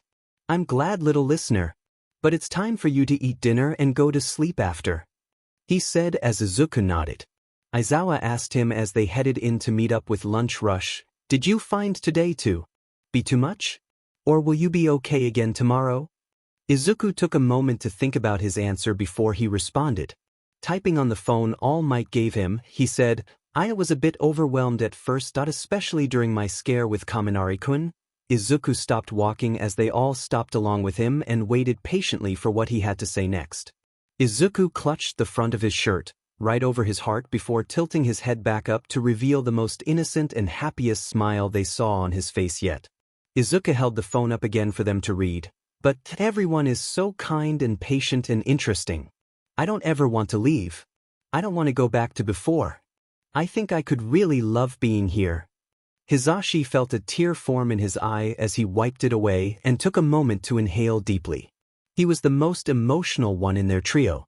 "It makes me super happy that you're happy to be here with us, Izuku. And don't worry, you'll never have to go back to where you were before. We will protect you." He finished as Aizawa rolled his eyes at his friend's sappiness and spoke up, "You're cutting into his dinner and sleep time. I don't think Recovery Girl would be too happy to hear that now, would she, Hisashi?" The blonde blinked before paling, rushing Izuku to the cafeteria where lunch rush was waiting. Tashinori laughed heartily as Aizawa smirked before shaking his head. The morning was filled with the muffled sound of excited talking as Izuku rubbed his eyes sleepily. He was still unused to waking up in a safe environment, but he appreciated it. Looking outside, he noticed there was a crowd of people in front of some of the school gates, seemingly bothering the teachers and students who were arriving early. With a soft pattering of his feet, he was free to make as much or as little sound as he wanted now. He changed into fresh clothes and went to brush his teeth and wash his face before greeting Tashinori. He typed a bit clumsily, but eventually held up the phone for Tashinori to see as the man set down a plate of food that would be easy for Izuku to digest. All Might, why are there so many people outside? He asked as Tashinori sighed. Those people are the press. I suppose they're here because they found about me teaching here. I was hoping it would be secret for much longer, but it can't be helped, I suppose. Shaking his head, the man instead gave Izuku a small grin. Don't worry about them, okay? Are you excited to see your new friends again? He asked as Izuku nodded excitedly. His hands moved quickly and with happy little jerks as he signed a simple, excited, I'm happy. Tashinori felt his chest swell with warmth, and it made the late nights looking through Izuku's files about himself and the other knowledge he had accumulated worth it. Such a bright young child that with enough time and therapy, I hope to see him become a proper pro-hero himself. As for now, just enjoying life is good enough for me. Tashinori thought before finishing his health drink and standing up to motion to Izuku that they were ready to leave. Outside, the press was having a field day harassing students and teachers alike about what it was like to have All Might teaching at their school. Of course, this all ended after Aizawa shooed them off and the gates activated when a reporter got close enough for the security measures to activate. Shigaraki grinned as he scratched his neck lightly. Aizen, the big brother will bring you back home soon. A shadow fell over his face as he lumbered towards the gate, no one the wiser that they were among such evil. Izuku waved Tashinori goodbye as the blond man reluctantly headed off to the teacher's lounge to do more paperwork and the like. His green eyes locked onto the door before he took a deep breath and knocked gently, waiting for Aizawa to open the door for him. The scruffy man blinked before letting him in. Good morning, Izuku. This morning isn't anything too exciting. They're just choosing their class president and vice president. Izuku nodded slowly before mouthing back the words in confusion. Aizawa hummed before explaining, class president and vice president are basically the two students who will represent the class when it comes to social events and keep order within the classroom. Izuku's eyes lit up with understanding as he mouthed a small and turned to look at the others. Everyone was riled up as they were throwing their hands in the air to vote for themselves. Izuku jolted a bit when Ida spoke up, quite loudly. Quiet down, everyone, he exclaimed as the class calmed down to hear what he had to say.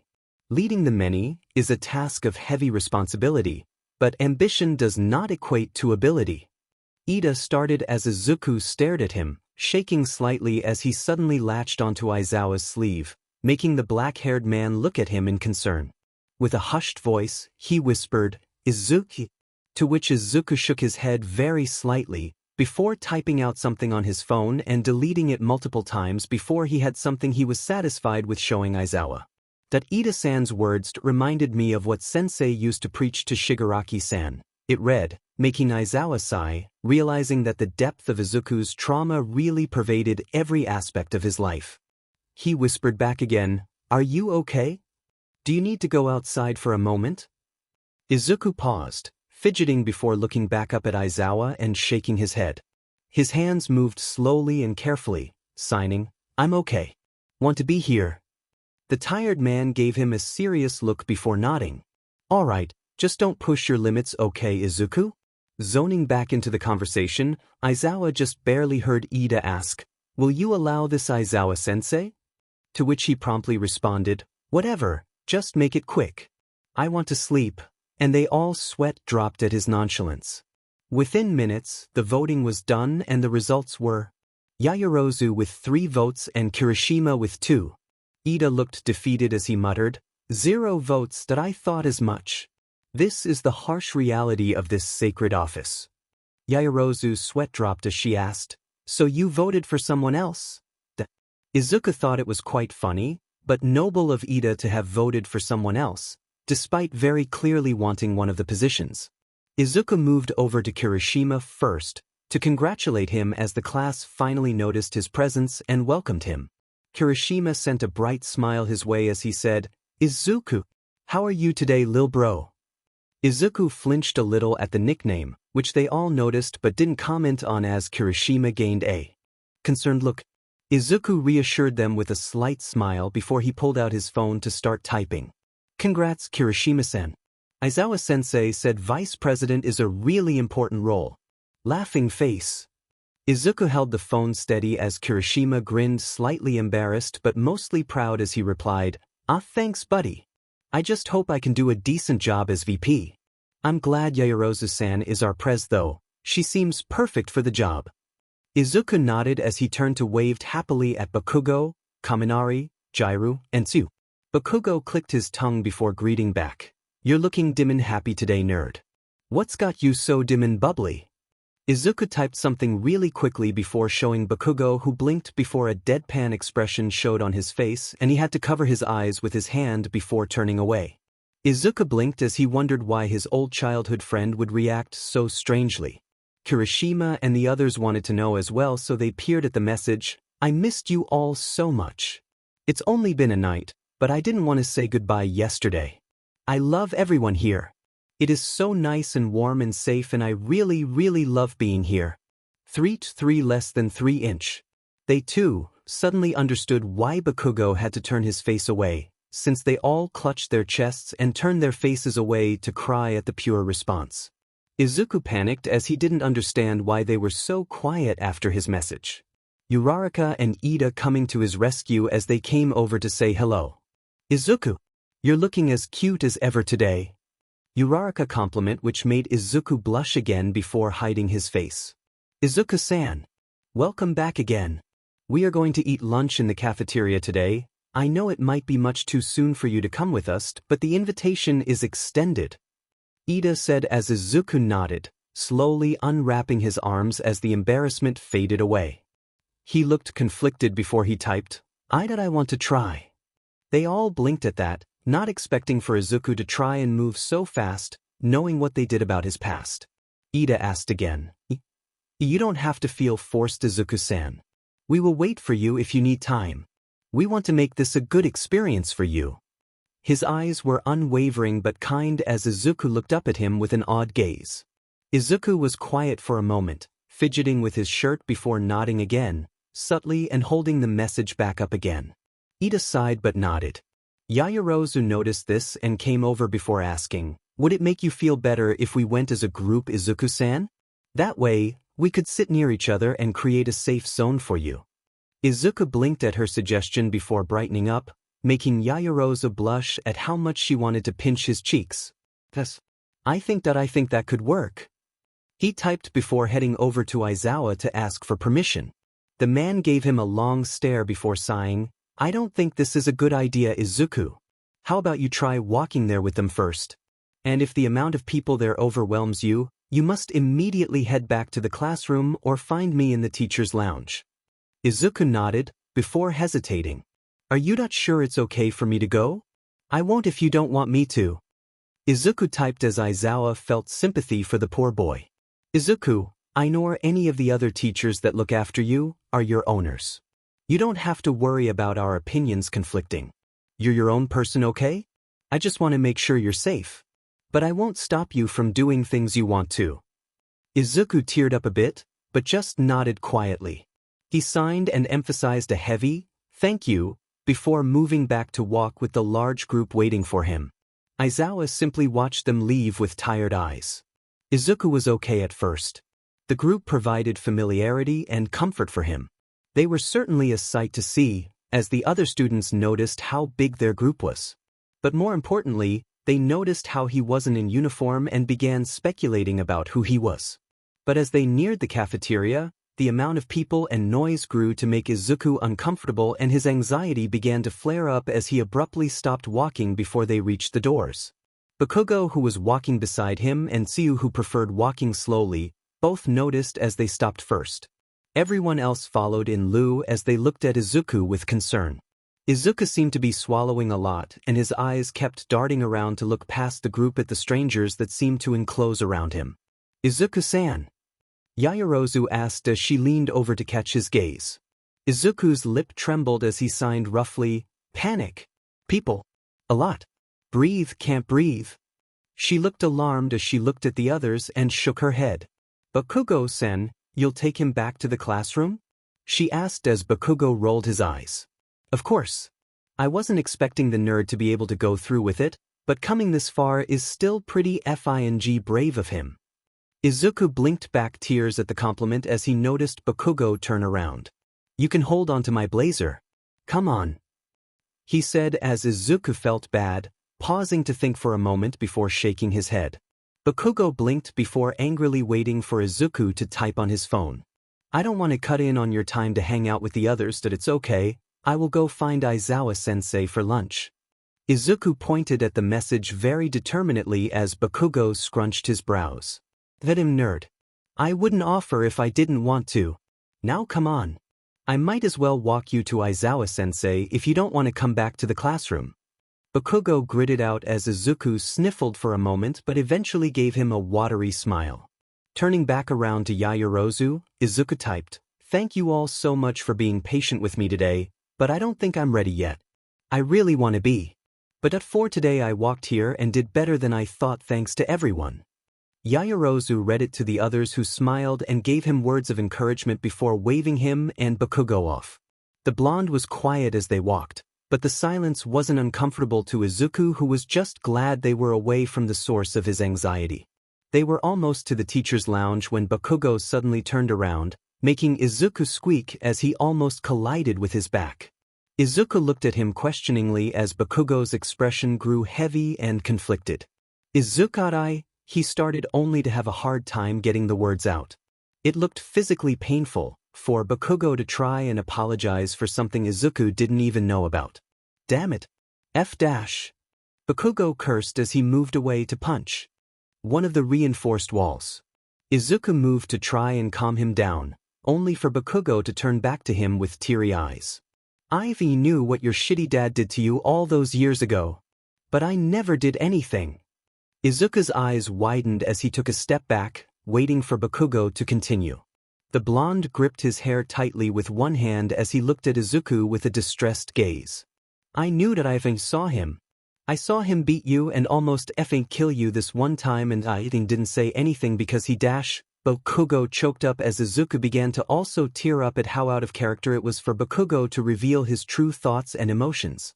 They both stood there for a moment, luckily in the empty hallway, taking a moment to let the tears fall and breathe. "Your FNG dad that found me one time. After beating you," Bakugo confessed as Izuku's breath hitched and he looked at his friend in fear. He didn't beat me or anything, so don't worry, but he scares me, Izuku." Bakugo's words struck a chord in Izuku, who was still trying to realize the extent of his father's madness and cruelty. "He scared me because he doesn't FNG. Goddamit, I didn't understand that well back then, but I understand too much now. He doesn't care if you die or not. He wanted to kill you himself and told me if I snitched on him, he'd kill you before I could go to the police." Bakugo looked pained as he gritted out his secret. "Do you know what it's like? Knowing your FING best friend was being abused by their own father, but being too scared to tell anyone? I'm supposed to be the #1 FING hero. But I couldn't even save you." Izuku felt all sorts of emotions rush over him, and it overwhelmed him as he charged forward and pulled Bakugo into a hug. His tears were hot, but hiccups were still quiet as Bakugo slowly stopped crying and hugged Izuku tightly. "I know I'm a shitty person sometimes, but that I really am trying to be a hero. I need to make up for what I couldn't do for you before. I don't ever want to feel that helpless again. I hated that." Bakugo murmured as Izuku nodded. Their moment of peace was shattered, jarringly, by the alarm that sounded. Izuku jerking in fear as he had to cover his ears to block out the loudness of the alarm. He could hear his own heartbeat racing as he looked wildly to Bakugo, who tried getting him to move. "We need to find the teachers. Now." He yelled over the alarm as Izuku obeyed, his feet moving despite his mind being stuck in panic mode. The two reached the teacher's lounge in no time as Bakugo noticed most of them had already rushed out, with neither Aizawa or Hisashi in sight. Izuku noticed this as well and began to shake only to spot Midnight, who was about to rush out to go and calm the students down. She caught his gaze before her eyes widened in alarm, and she quickly made her way over while releasing only the slightest bit of her quirk so that Izuku could relax. "Izuku, what are you doing here?" she asked as the alarms finally sounded off and Bakugo had to answer for him. "We were on our way here to find Aizawa-sensei so that Izuku could eat lunch with him, but then the FING alarm went off and made him panic." Midnight nodded before squatting to meet Izuku's eye level. Hey, Anti-Midnight is here now. Izuku, do you recognize me?" she asked patiently as Izuku nodded before holding out his hand to wait for her to take it. She smiled before looking back to Bakugo. "Thanks, kiddo, head back to your class now. We've got it from here," she said as she held Izuku's hand comfortingly. Bakugo only gave Izuku one last look over before huffing and turning around to head back.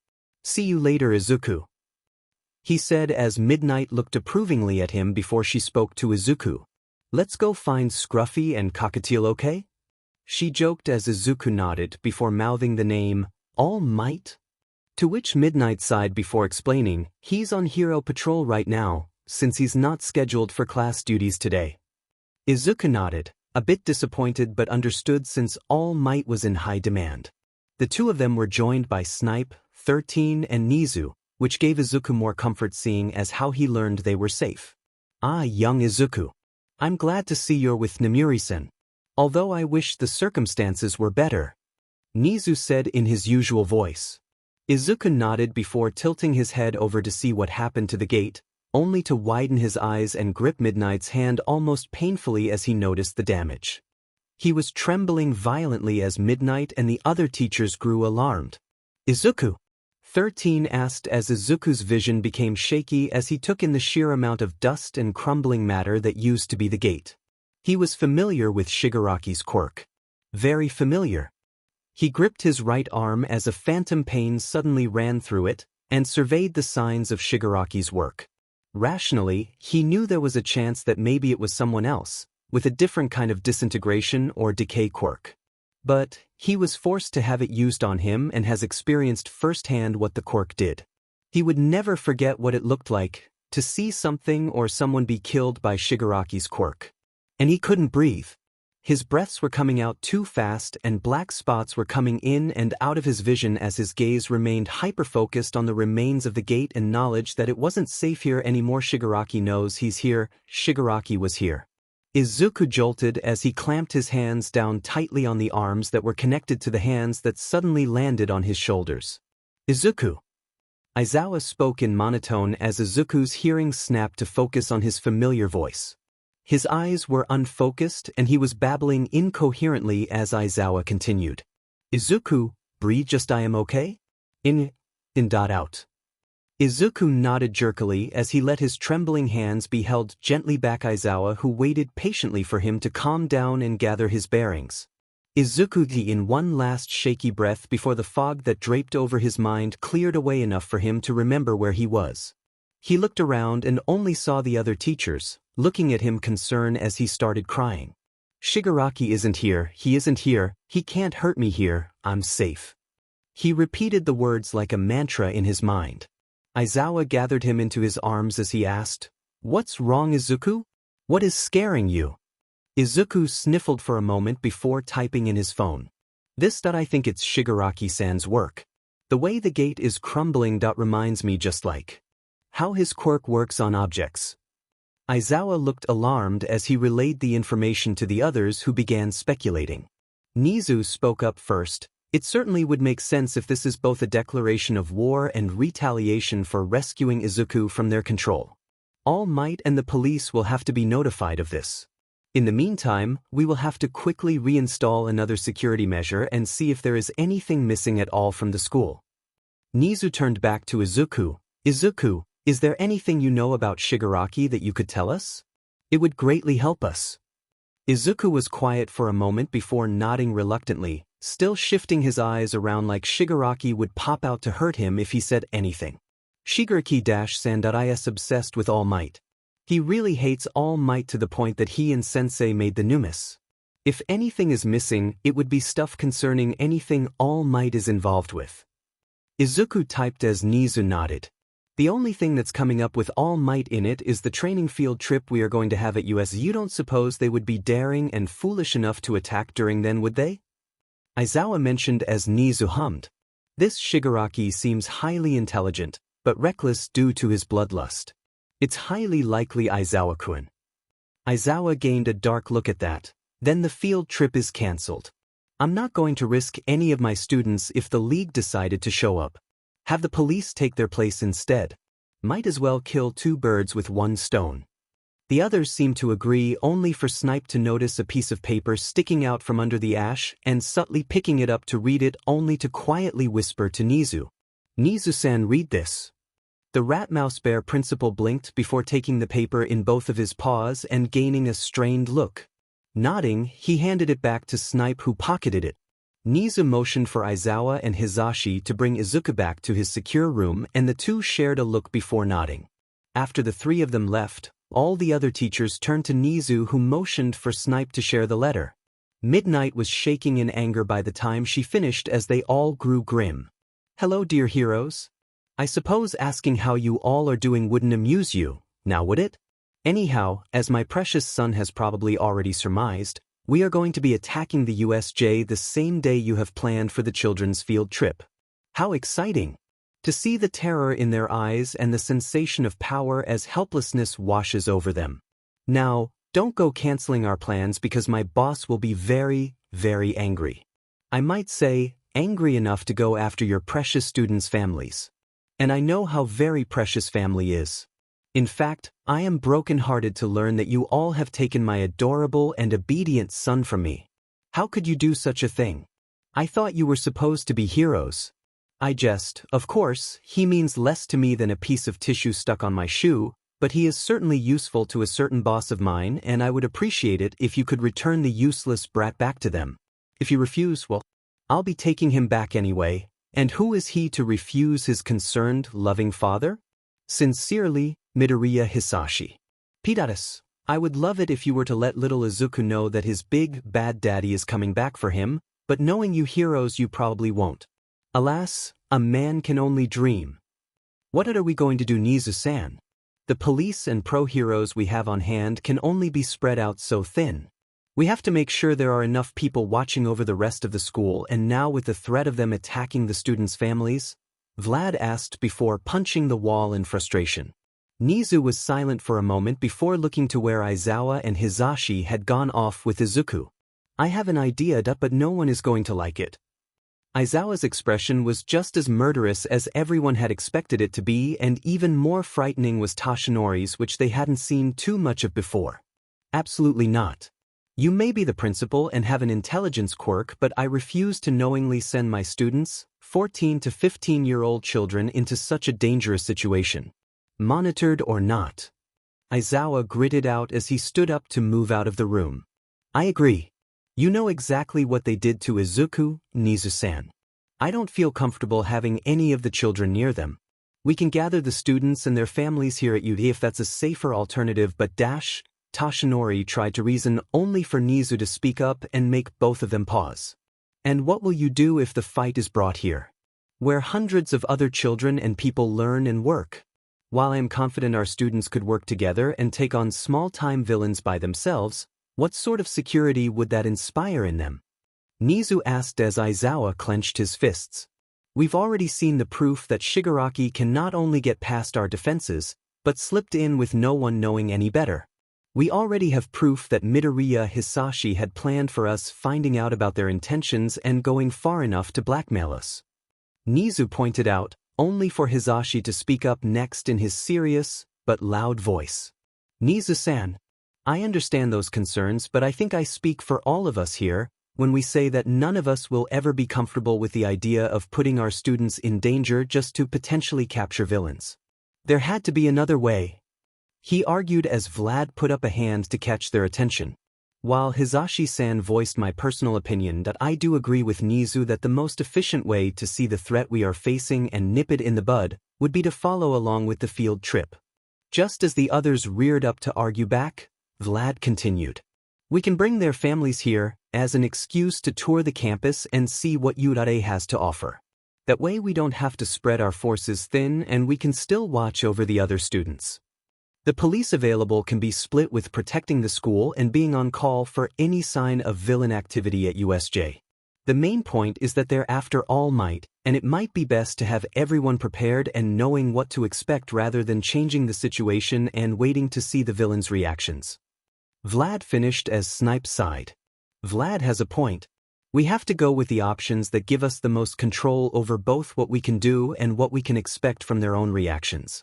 Snipe reasoned as the tension in the room grew. Thick enough to cut with a knife. So, you're willing to use my class as scapegoats? Aizawa's voice was monotone as always, but everyone could tell how furious he was without having to look. Nizu spoke up, you have the freedom to inform them, Aizawa-kun, so that they're prepared ahead of time. Izuku too. Aizawa didn't even have to do anything as Toshinori slammed his hands on the table, startling them all. One night, Toshinori said as everyone looked at him questioningly. One full night of Izuku finally not crying out quietly in his sleep because he's being tormented by the demons of his past. One full night of him sleeping peacefully with a small smile on his face. His voice was heavy as his words were aimed at Nizu accusingly. Do you expect us to tell him that the people we swore to protect him from, the people that abused him for years, do you expect us to tell him we are knowingly putting him back into an unsafe situation after what we promised him? The room was silent as the reality of what they were choosing to do to Izuku was suddenly put in front of them. Even Nizu was quiet for a moment before Toshinori shook his head and cut them off. I am disappointed. I will tell him because he deserves to know that much. But I won't be the one to tell Inui-san that we are about to make all of his progress regress. They all flinched at that, knowing how serious Inui is about the children's health, especially their mental and emotional health. The room was dead silent as Aizawa and Toshinori made their way out, followed closely by a disappointed Hizashi. Toshinori felt his legs become jello as he stood in front of Izuku's door. His arm was raised to knock on the door, but every time he went to actually knock on it, he felt his confidence slip. Aizawa was personally fed up with his hesitation and bulldozered past the blonde, knocking gently on the door. Toshinori looked at him with wide eyes, while Aizawa simply gave him a deadpan expression before all three men were alerted of the door opening as Izuku looked up at them. He was quiet and passive as he let them in, as if knowing they had a lot to talk to him about. Izuku, we have a lot to catch you up on, but please, let us finish before you jump to any conclusions, okay? Toshinori asked as Izuku nodded, eyes wide and patient. The three of them gave one another similar looks before Aizawa started explaining, and they took turns relaying the whole conference to Izuku, who sat there without so much as a sound. At the end of what they had to say, they all waited anxiously to see how Izuku would react. The green-haired boy didn't move for his phone or give any indication that he wanted to sign for a solid 5 minutes, making them worry, but eventually he did reach over for his phone, expression blank. The sound of typing had never felt more impending as Toshinori was the one Izuku chose to show the message to first. All Might, you're not getting rid of me, are you? You'll protect me from Papa? I've been trying very hard to be a good boy. Please don't let Papa take me back. I don't want to go back with Shigaraki-san. I can do better. I can be a better boy. Toshinori felt his heart break into two as he quickly asked for permission to hug Izuku, to which the boy nodded slowly. The man brought Izuku into an encompassing hug as he reassured Izuku, no, never. You're never going back to them, Izuku. I don't like anything about this situation and I want to keep you safe, away from your father and the other villains. Aizawa and Hizashi read it next as their expression grew tight. Izuku, we wanted to tell you so you could have some control over the situation, okay? We can't stop you from going into it, but we won't let you be unprepared for the danger. Hizashi said as Izuku nodded. We will be there every step of the way, okay? Those villains won't reach you without the fight of their lives. Aizawa finished as Izuku looked at him with a concerned gaze. He started tearing up as he typed. But what if you get hurt? I don't want anyone to get hurt. Not you, not any of the other teachers, not my new friends. I'm scared. I'm so scared. This hurts. It hurts in a way I don't understand. Aizawa wishes he could murder Nizu and the others for choosing this route as their plan. He wishes he could murder those villains.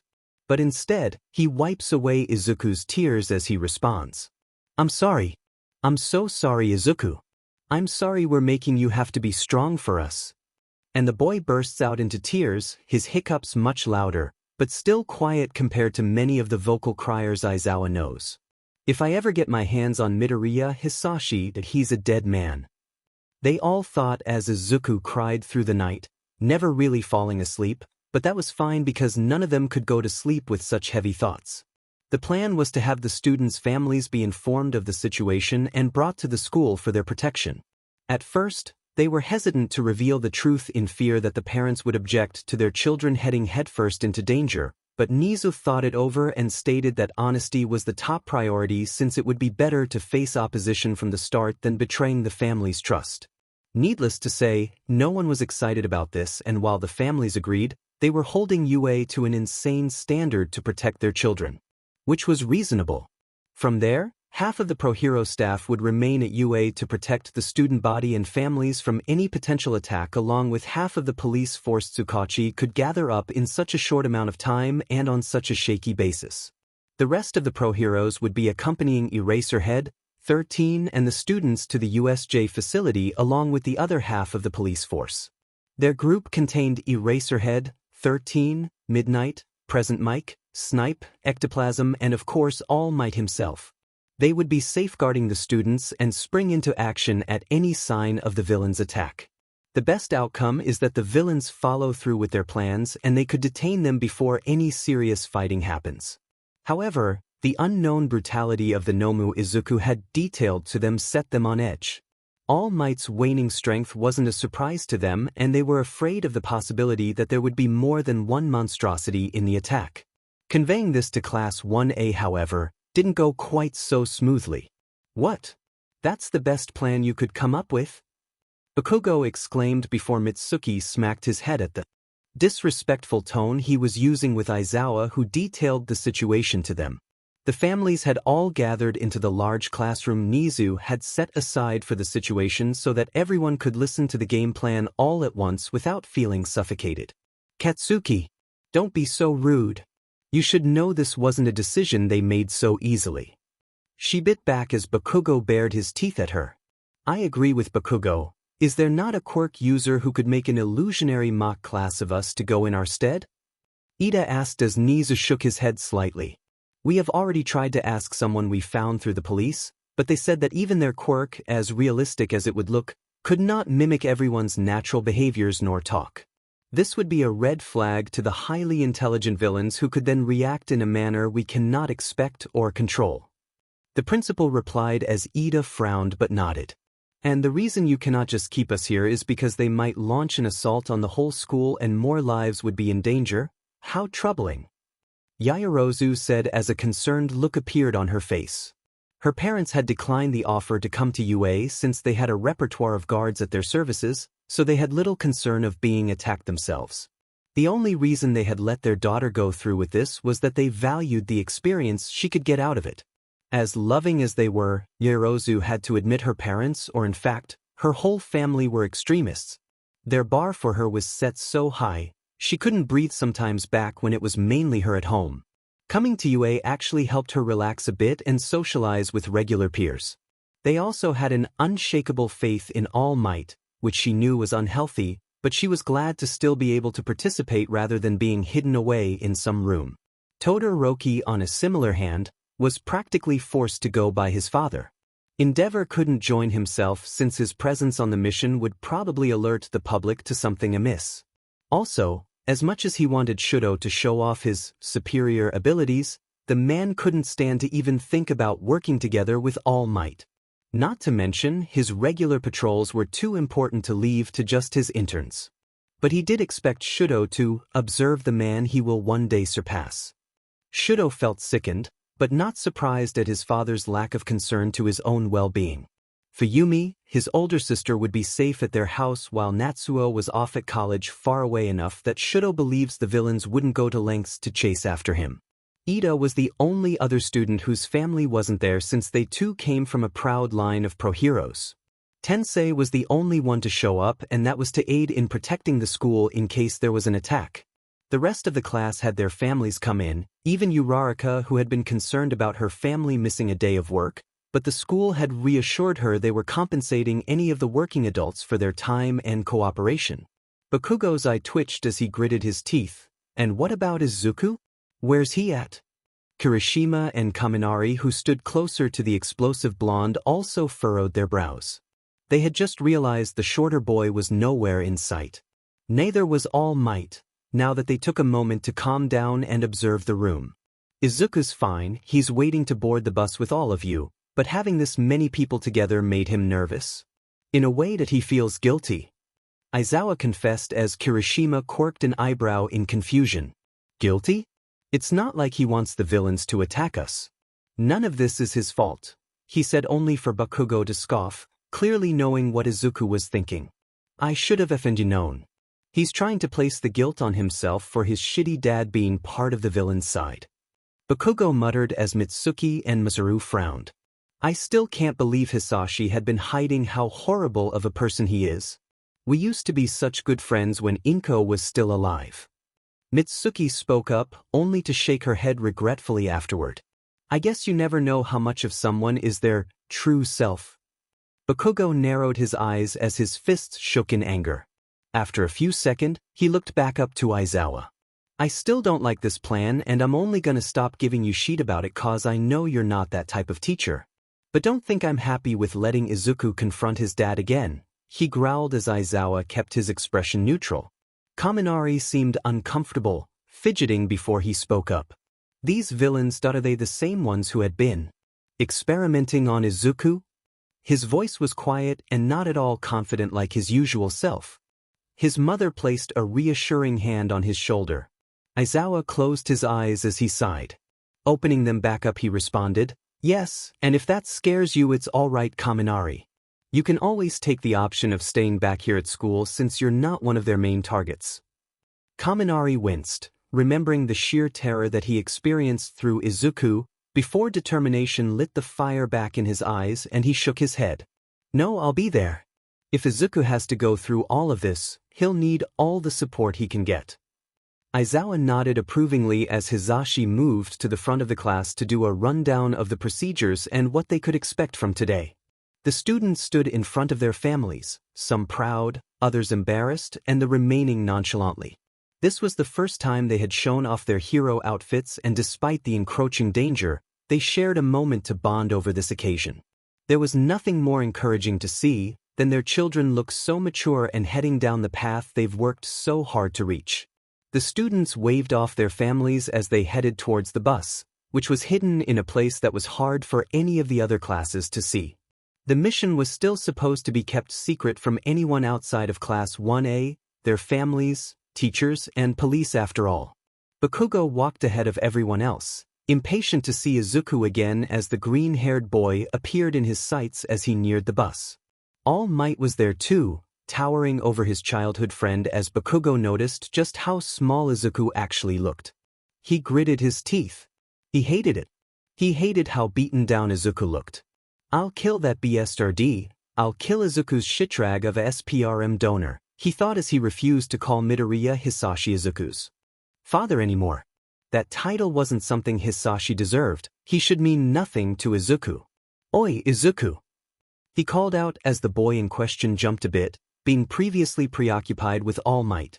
Wide, green eyes landed on him before Izuku greeted him back by pulling out his phone and typing, Kaken, only to pause as he noticed the hero outfit and his eyes widened with admiration that had the blonde internally smirking.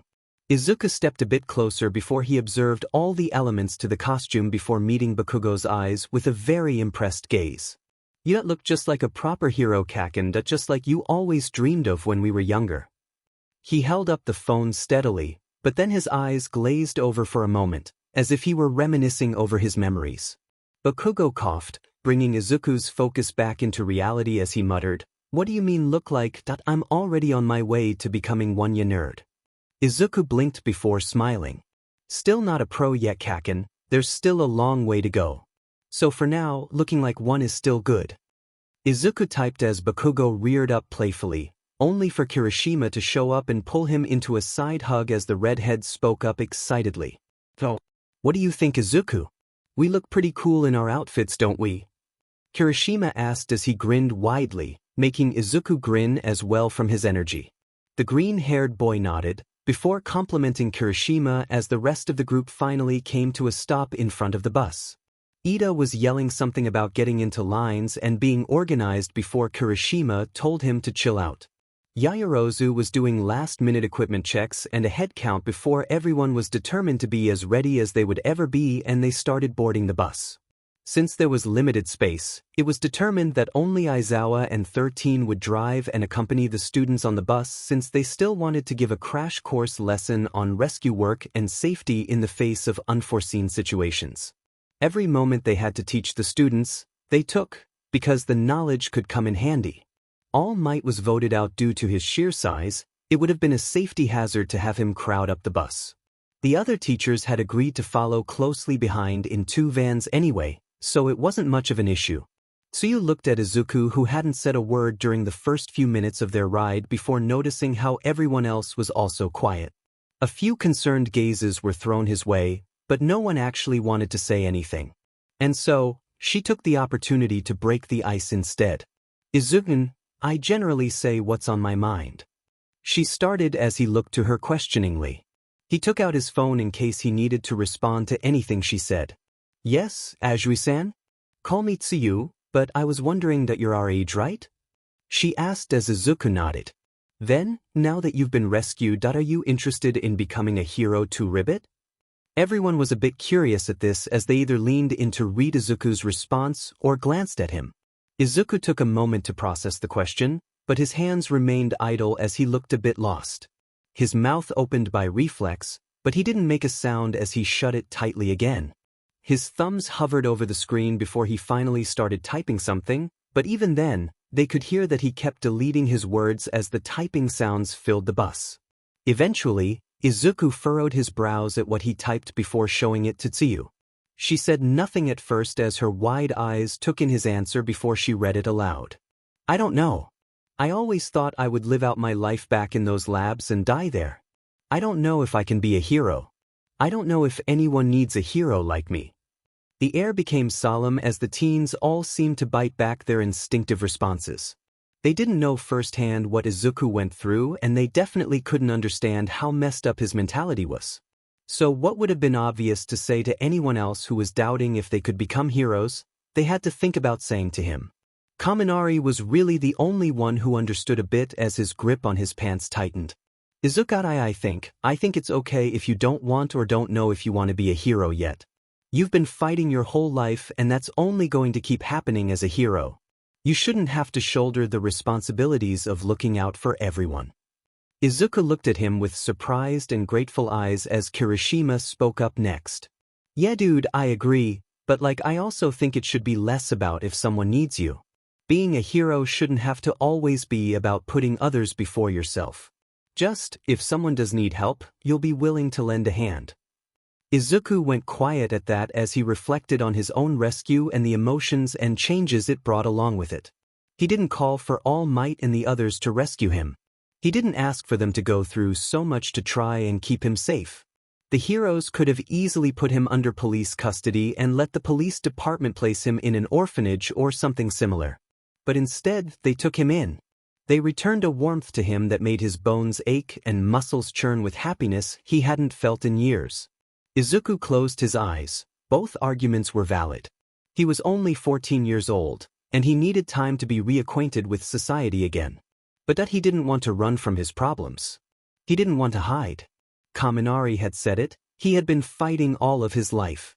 Fighting was the one thing he was good at, and this time he wanted to fight to protect someone. When he raises his fists from now on, he wants it to be for someone else's sake. When he is beaten down and feels helpless, he wants to be able to stand up again if it meant he could hold his head high against his oppressor. He wasn't alone anymore. He wouldn't die in some unknown facility, used and forgotten. He opened his eyes again as light filtered back in and he looked to everyone's patient and concerned faces. He was afraid, but I won't avert my eyes from my fears any longer. For what I can see in front of me that I will use this quirk and this body to protect. His hands were steadier and more confident this time as he types a new message. One that he felt encompassed his feelings before showing it to Tsuyu, who smiled. Even heroes had to start from somewhere, and not everyone has to progress the same way or at the same rate. Even if it takes me a while, I also want to one day stand next to you all. As a proper pro-hero. For those who might not be able to voice out that they need help, I want to be there to help them. They had dissolved into small talk after that, and things were looking like the calm before the storm as the bus reached the building. Aizawa gave a sigh of relief before he readied himself again and nodded to 13. All right, let's head in. Everyone. Single file line out. Stay close. He then let 13 lead the way as he stayed behind to make sure all of them were off the bus and waited for Izuku, who was the last one to leave since he had to make sure to stick by Aizawa until All Might and the others had arrived. The police were also there, already positioned out of sight, ready for the call to action as Aizawa checked the last text he got from Tsukachi. Within minutes, the remaining 2 vans pulled up as everyone was accounted for. Something about this seems too staged a racer. There hasn't been any hiccups yet and literally no sign that something has been set up. Hisashi said as he used their hero names while on duty. Midnight frowned as she also agreed. Enough worrying about that for now, let's just get all the kiddies inside to make sure the plan goes as smoothly as possible. She said as they all shared a look before heading in. Tashinori pulled Izuku to the side before kneeling down to ask him, Izuku-kun, if you feel overwhelmed at any point in time, make sure to let me know, okay? The boy quietly nodded his head before taking Tashinori's offered hand and holding it tightly. It was more a funeral march than their intended field trip as everyone couldn't relax, shoulders tense and eyes at the ready to prepare for any sign of the villains. Once they were all situated inside, 13 cleared their throat to get the students' attention as they started going over the basic of what the USJ was and the plan for today's exercise, only to pause when everyone heard off distant rumbles. Jiru, who had her sensitive hearing, and All Might, who had heightened hearing, heard it first, and more clearly than the others. As everyone quieted down, the rumbles happened again, but this time it seemed to be from all around as the teachers started to worry.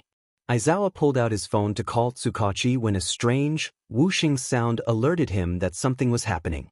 Narrowing his eyes, he spotted a writhing, black mass suddenly appeared near the fontaine set in the middle of the plaza in front of them. Strange, intimidating purple swirls and blobs of shadowy fog began opening up as crowds of villains poured in. Leading them was who Aizawa could only presume was Shigaraki. The man was just as eerie as Izuku had described him, and even from here, Aizawa could sense the sheer bloodlust and insanity that exuded from him. What made all of their eyes widen, however, is the large black abomination that followed out from behind him. No way! Is that a Numu? He heard Mike exclaim as they all prepared to spring into action, only for Shigaraki's voice to freeze them in their steps. It was hoarse, low and mocking as he spoke. Hello heroes, how nice of you to join in on the game today. He laughed only to grin in a hideous manner as he saw all the gathered pro-heroes and then All Might. Tell me that you all have time to be here right now?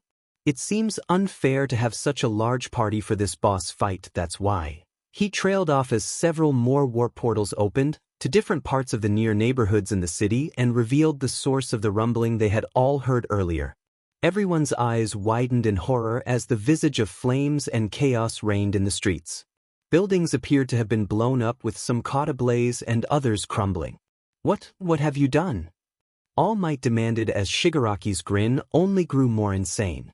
His piercing red eyes narrowed before he locked onto Izuku's form, making both Aizawa and Tashinori move to block Izuku from the man's line of sight. Shigaraki chuckled before he called out in a low and friendly tone, "Ah, there you are, little brother. Your Oni-chan is here to rescue you from these disgusting heroes." Izuku was shaking as he grabbed at his right arm, memories of his time with Shigaraki making him want to vomit as the phantom pains of being decayed over and over again roared in his mind. I knew you heroes wouldn't play fair. So, we decided to even the playing field. Shigaraki continued as Aizawa and the others had realized their phone connections had been jammed. Right now, at 7 different points in the surrounding city, bombs are just waiting to explode. I've already shown you a bit of the damage. He exaggerated his motions as he waved his arms about, watching with twisted glee as their eyes widened in horror. You have a choice, heroes, that stay here and let the city burn away along with the innocents, or leave and do as your duty demands of you. Leaving your innocent little students here with me. What'll it be? His voice dropped to a low growl again at the last question. All Might gripped his fists hard enough for his nails to puncture his skin as the others reacted similarly. His voice was deadly serious as he told them, "Go. I will handle things here." "But Dash." "You can't seriously, Dash." They started to argue only to be cowed by the intense aura emanating from his gaze. "We should have planned for this, but for now, go. Those people need you." Everyone but Aizawa flinched only for the stoic man to speak up next. As he adjusted his goggles for the fight, he told them, "All Might is right. There's no time to waste. I'll stay here with him since my quirk is more suited for fighting than rescue and relief." With that, they all gritted their teeth before turning away and running back out through the entrance. "You better stay safe, Eraser."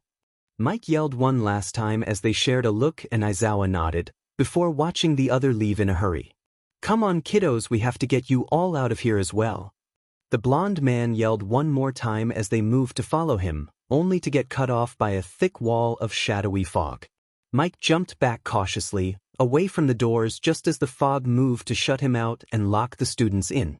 His red eyes widening as he cursed, "F dash." Just as he was about to use his quirk to try and bust down the reinforced door, Midnight grabbed him by the shoulder and shook her head. "We have to go now, Mike." She pointed to the horizon where Mike saw plumes of smoke before gritting his teeth and cursing again. Snipe had already started up the car and was waiting for them as Ectoplasm had already left with 13 and were speeding off to alert the authorities. "All right, let's hurry and go." He only had a moment to pull out his phone to see if the signal would work now that they were outside before realizing it did and calling the school. It picked up almost immediately as he felt some hope. "Nizusan, we need help now. The calm before the storm has ended, and now, it has hit full force."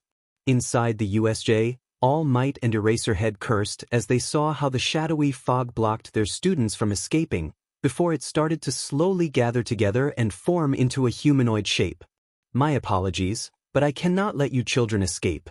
You see, to fully extinguish the source of heroism, even the seeds must be dug up and crushed," he said smoothly as the class backed away from him. Both All Might and Eraserhead had only seconds before the villains engaged them in battle. The symbol of peace could only widen his eyes at the sheer strength the Numu had as they duked it out and moved into a more spacious area.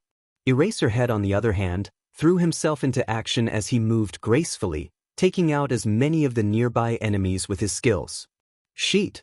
There's no one to look over them," he thought before a mutant type charged and he had to focus on the battles in front of him.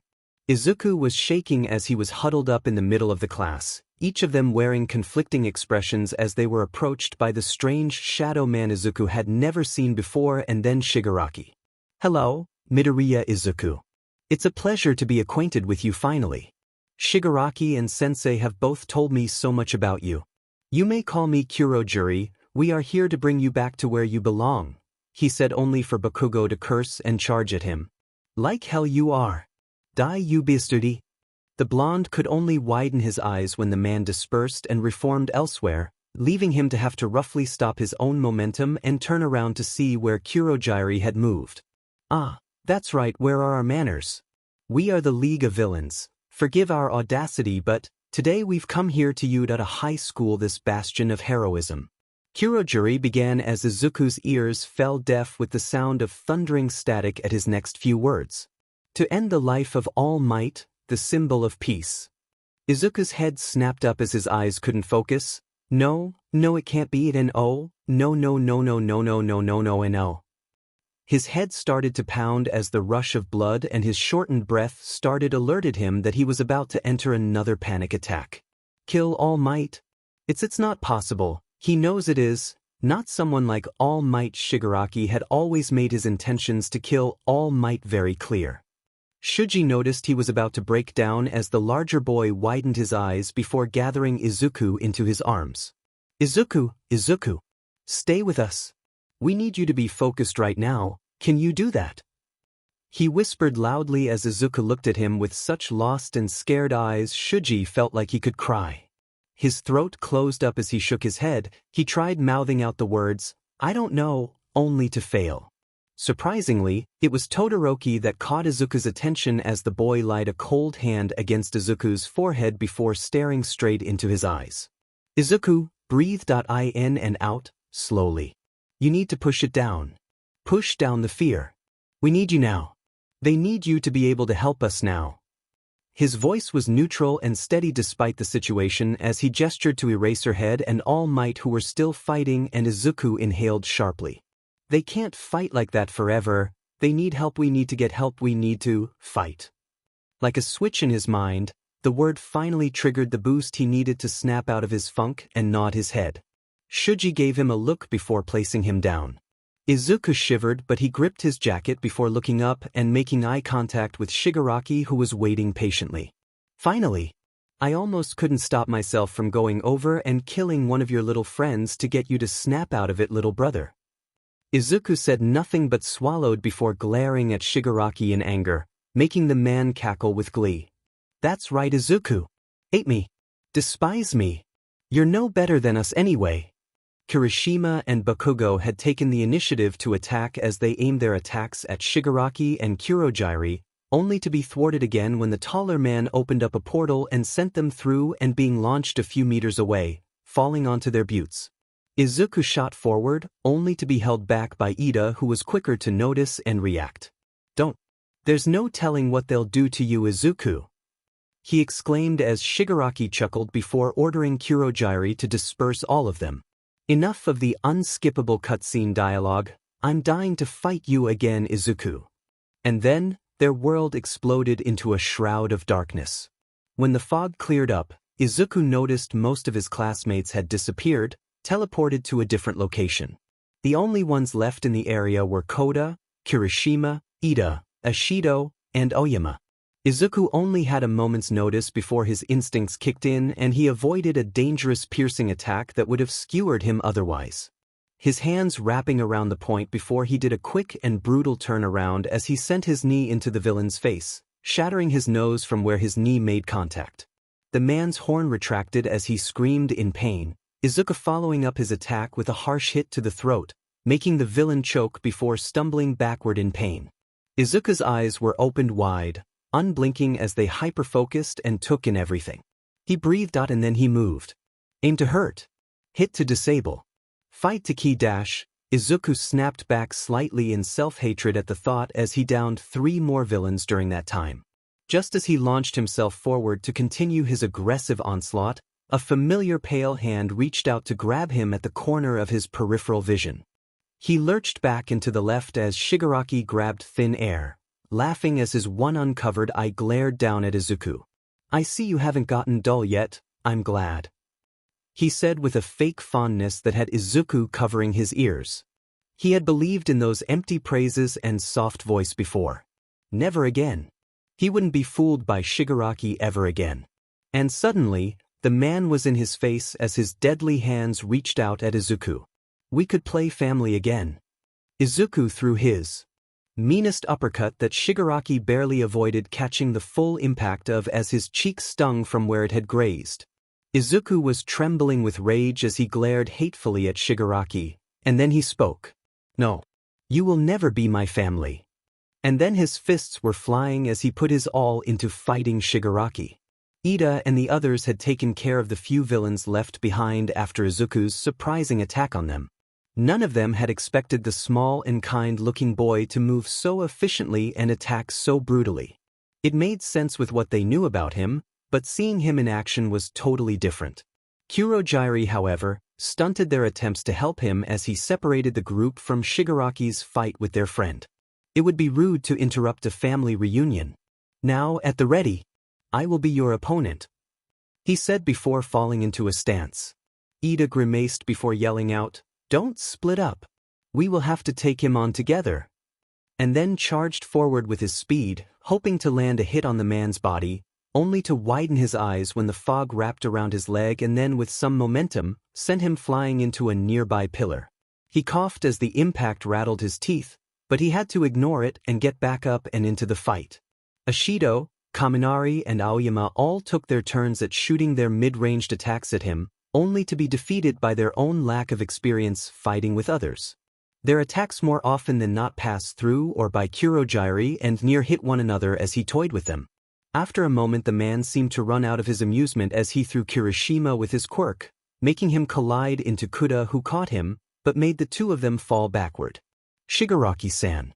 They must have alerted the other heroes by now. We must hurry.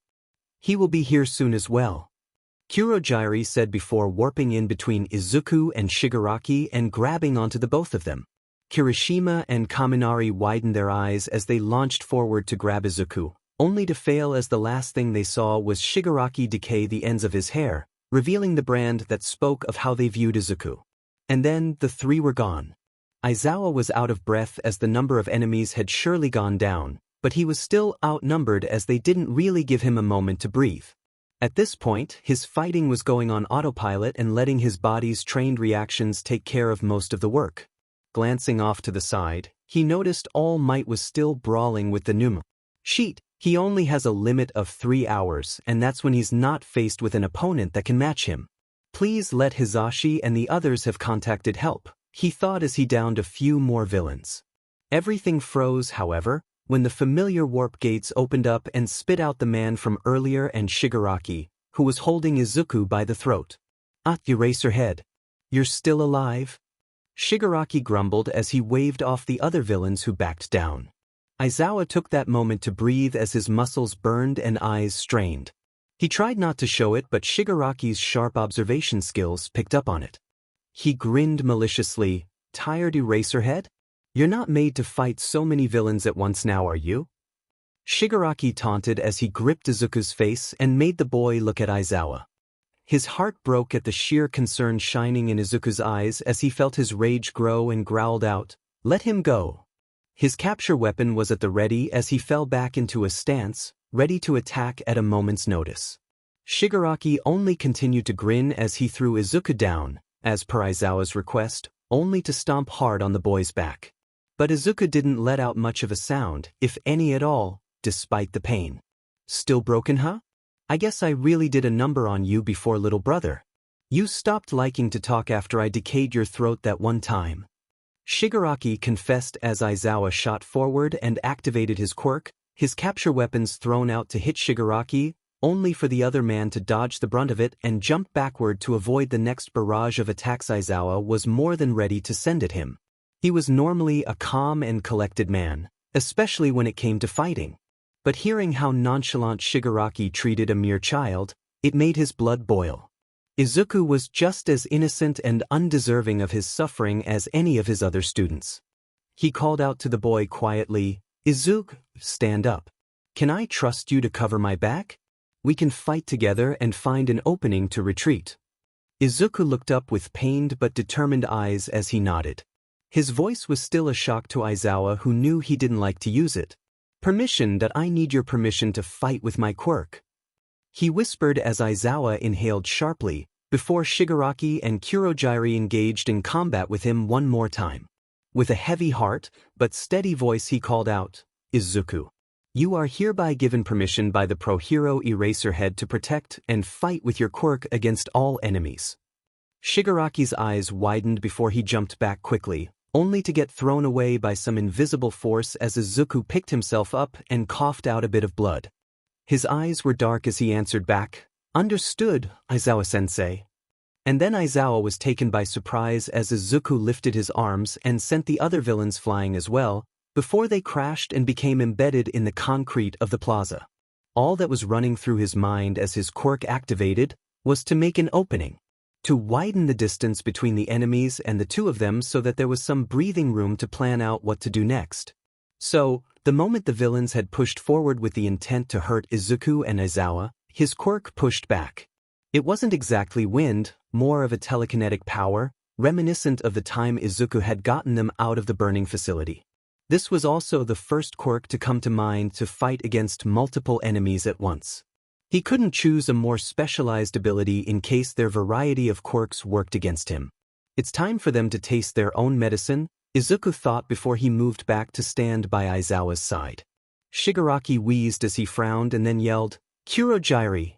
Get that diminy hole here now." Aizawa and Izuku didn't know what he could have meant as a single warp gate opened in front of them.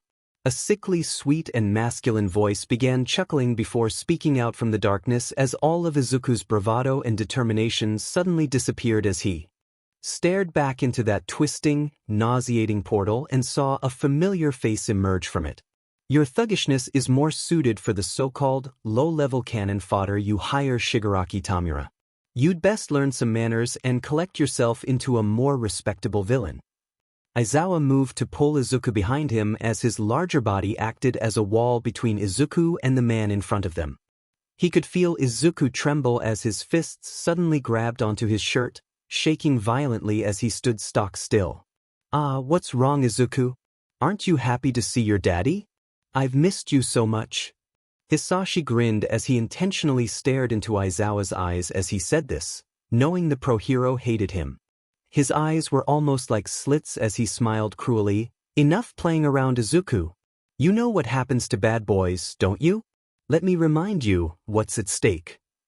He whipped something out and threw it in front of Aizawa, who was confused and disgusted at first, but then his mind quickly rushed through the notes of what he remembered learning about Izuku and his eyes widened. "Izuku don't lu dash," he was about to shout, only it was too late. Izuku had seen it from where he was peering from behind Aizawa's torso. In front of them was a bloody, detached tail. Its pattern, reminiscent of those belonging to tigers. "Koharu says hi, Izuku. Aren't you happy to see her?" Something in Izuku fractures. We, as human beings, have the capacity for extreme cruelty. Lupita Nyong'o chapter text. He couldn't see. He couldn't hear. He wasn't even sure if he was breathing. Everything was a thick miasma of sharp, stinging white static and incessant pounding against his skull. His eyes were trained on the bloody tail. Despite his focus coming in and out, he denied to admit what was in front of him. There was a dull pain as he realized he had dropped to his knees from shock. Koharu-san-Koharu- and it's not possible, Koharu's-Koharu-. He kept chanting in his mind as flashes of his time at the Fight Club surged forward. Koharu was smiling at him, wearing the big, slightly crooked grin Izuku grew to love her for. "What are you doing, Izuku-an? Get up and put your gloves on. We're training until we drop." A different memory, the fighters had organized a welcome party for him. Sorry about the cake, everyone got a little too pumped up about helping with it." She glared at the others who had the tact to look embarrassed. "I got a new book for ya, Izuku. I know you like to learn. Did Hisashi beat you again? I'm going to kill him." "What do you mean no?" "Izuku, thank you for coming into all of our lives." "Why? Why did she have to dash? Why?" Izuku thought as he tried to move forward, like a broken puppet whose strings had been cut. Only, Aizawa had to hold him back as the man quickly picked him up and jumped away from the trio of villains who were watching them with twisted amusement. Izuku felt helpless. He blinked and suddenly he was four again, his quirk having just developed. He looked up and once again his father loomed over him. He was powerless and weak. He curled up into himself as Aizawa tried whispering to him. Izuku, please, you have to breathe for me. You're going into shock and locking up." Izuku could barely hear him, too afraid by the image of his father to reason with himself. Perhaps, deep down he knew. He knew his father could no longer hurt him. He knew that if he tried fighting hard enough with his quirk, he could defeat his father and have him arrested. But knowing was different from doing. He couldn't raise a hand against his father, not without the years of trauma striking down on him like a hammer to freshly smelted metal. He was just a child in Hisashi's presence, meant to only be heard and seen when the man wanted him to be. His vision was slowly gaining black spots as he suddenly lurched away from Aizawa, the man throwing him as Shigaraki and Kurogyri both rushed the pro-hero. Izuku tried clawing at his chest, as if that would help his lungs start working properly again since his throat wouldn't stop closing up on him. Footsteps, light and calm, made their way over to his form as Izuku seized up before looking up at the man who was the source of his nightmares with wide, frightened eyes. Hisashi looked back down at him, with emotionless, sharp eyes and a grin that was even deadlier. Slowly, he bent down to cradle Izuku's face with a cold, cold hand. "Oh, Izuku, what have the heroes done to you in such a short amount of time? My good boy would never be in such a vulnerable position like this." Hisashi spoke softly as his large hands began wrapping around Izuku's throat. "My good son, the picture of ideal obedience. Always composed and never showing an ounce of useless emotion. I would have thought your time at the facility would be tortured the tears out of you. I suppose I was too hopeful." Izuku feebly clawed at the hands crushing his throat as his already shallow breathing became chokes as he was denied oxygen. Hisashi's much large, muscled body swamped Izuku's form as the man put more pressure into choking his son, Izuku's face already turning blue as his resistance started dwindling. "No worries, I will just have to break you again." Izuku was afraid, deathly so. But, just as his vision started fading, he caught a glimpse of Aizawa fighting. The man was sweating and Izuku could tell the physical exertion was taking a toll on him and his eyes, but the man was going strong. That is, until he spotted what Hisashi was doing to Izuku and got caught off guard by one of Shigaraki's attacks. From this distance, Izuku could still see the blood and dust that fell from Aizawa's elbow as the man hissed before jumping back. Izuku closed his eyes, almost relenting to his fate as his father smiled and whispered to him, "That's a good boy, Izuku. Go to sleep, Daddy will wake you up again after everything's over." "Like hell, you will you be." Hisashi only had a moment to widen his eyes before he was hit directly in the face with a powered-up explosion which was followed up by a hardened punch to the stomach. Both attacks had launched him backward and off of Izuku, who greedily se in air as he opened his eyes again. Katsuki and Kirishima were standing protectively in front of him as both wore murderous expressions, his childhood friend more so. Izuku jolted a bit as someone brought him into their arms, cradling him. He looked up to see Shuji and quite a few of the others who all looked prepared to fight as Aizawa was also saved by Shiro, Kaminari, and Ida, who had teamed up to defend against Shigaraki and Kurogiri. Just how much time had passed for them to have already fought their way out of where Kurogiri teleported them to? Izuku thought numbly, but he was grateful. "Izuku, I'm so glad we reached you in time dash." Uraraka teared up a bit as she seemed to be soaked with water, just as Shuji was. "I agree, there is no knowing what could have happened had we taken any longer to reach the plaza after our fights." Shuji spoke quietly as he, Uraraka, Aoyama, Koda, and Ishido formed a protective circle around him. "This is going to sound a little obvious, but I'm guessing that man was your father?" Ishido bit out as a very rare look of anger came over her face. Izuku could only hide his face in shame as he nodded shakily. Aoyama bit his lip before speaking up. "You shouldn't feel ashamed for your relation to him, Izuku-sen. Who he is and what he has done says nothing about your character." A violent stream of flames startled them as Katsuki cursed and jumped away while Kirishima barely dodged, but took no damage thanks to his quirk. Hisashi had stood up again, with an unamused look of rage on his face. He locked his eyes onto Katsuki before blinking in recognition and smiling cruelly. "Ah, why if it isn't little Katsuki? Come to save my son, have you? Unlike all those years ago?" He laughed as Katsuki bristled at the taunt but remained in a defensive stance. "How is Mitsuki-chan doing? She used to stop by all the time before, to talk with my dearest Inko." Hisashi asked in a polite tone, only for Katsuki to curse back. "Don't speak my mom's name, you shitrag a-hole. You don't deserve to even think of her." Katsuki launched himself forward along with Kirishima, who followed instinctively, as they both attacked Hisashi, who dodged. He was taken off guard the first time, but not again. He was the one who trained Izuku to fight in the first place, before bringing him into the underground world. He twisted his body to grab Katsuki's wrist only to quickly turn again and send the blonde slamming into Kirishima. Katsuki bit back a grunt of pain as he and Kirishima were pushed back a few feet. Izuku felt numb as he looked back up to Shuji, who noticed his gaze. Where the others? We need to help them and group together. The group looked at him in surprise at the sound of his battered voice, the bruises from Hisashi's grip already blooming in ugly black splotches. Izuku's tears were still going strong as he coughed before speaking again. I'm scared, I'm so scared. I don't want anyone else to be hurt. Izuku's grip on Shuji's arm was heart-wrenching as the smaller boy held on as if Shuji and the others could disappear from his sight at any second.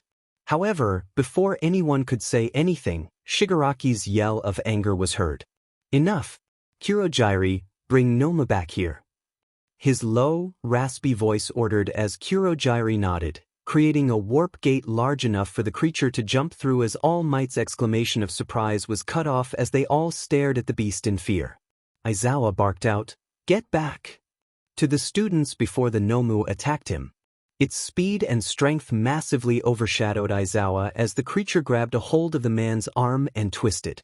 The group could only watch in horror as their sensei's arm was broken and the creature grabbed a hold of his head.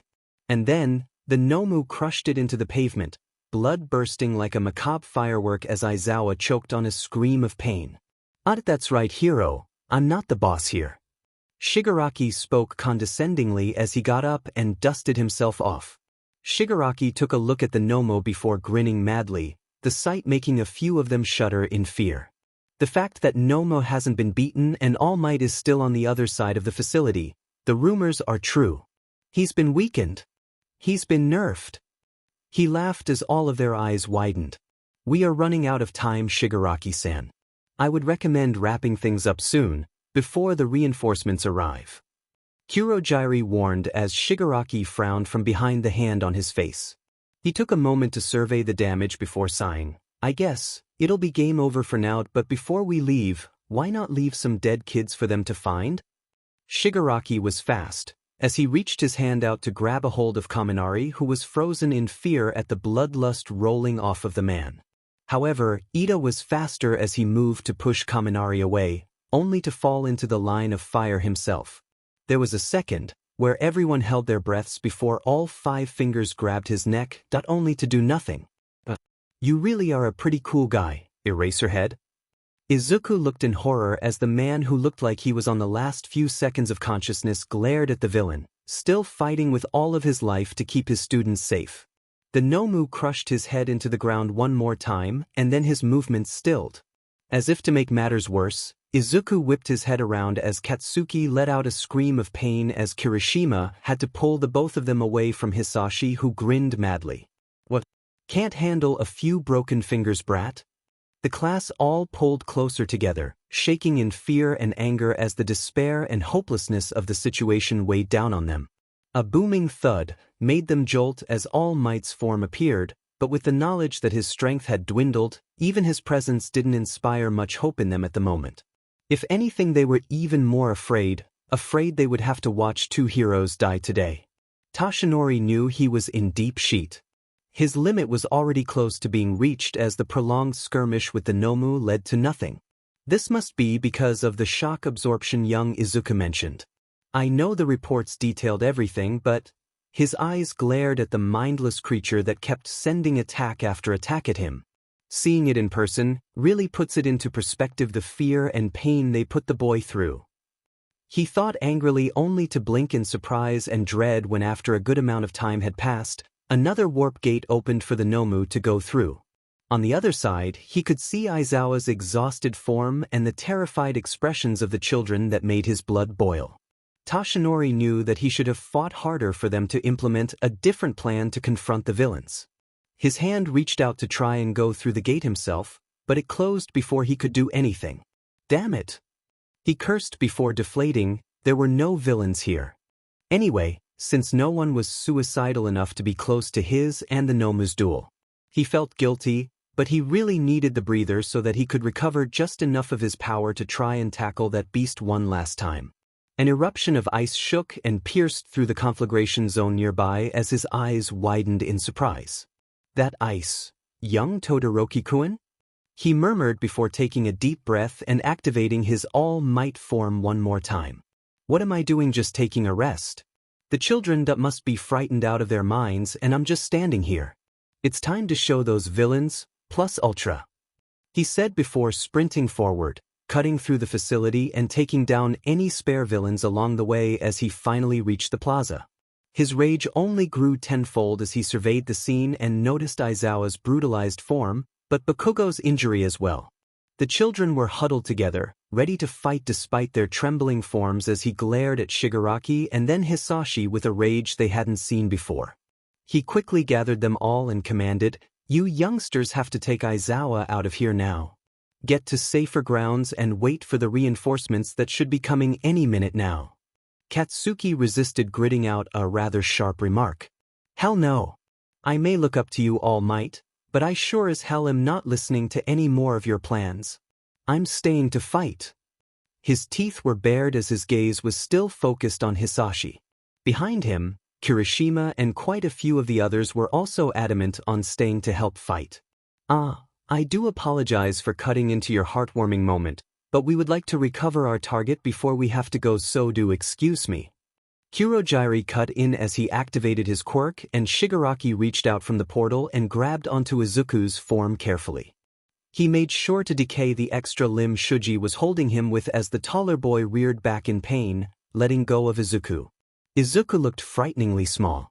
He always looked smaller than he should have been in Toshinori's eyes, but even more so now as he was being held in Shigaraki's arms. The hand-covered villain practically swamped him, much like the way Izuku's father did as Toshinori shot forward, fully intending on getting him back. Only his fists were met by the Nomus.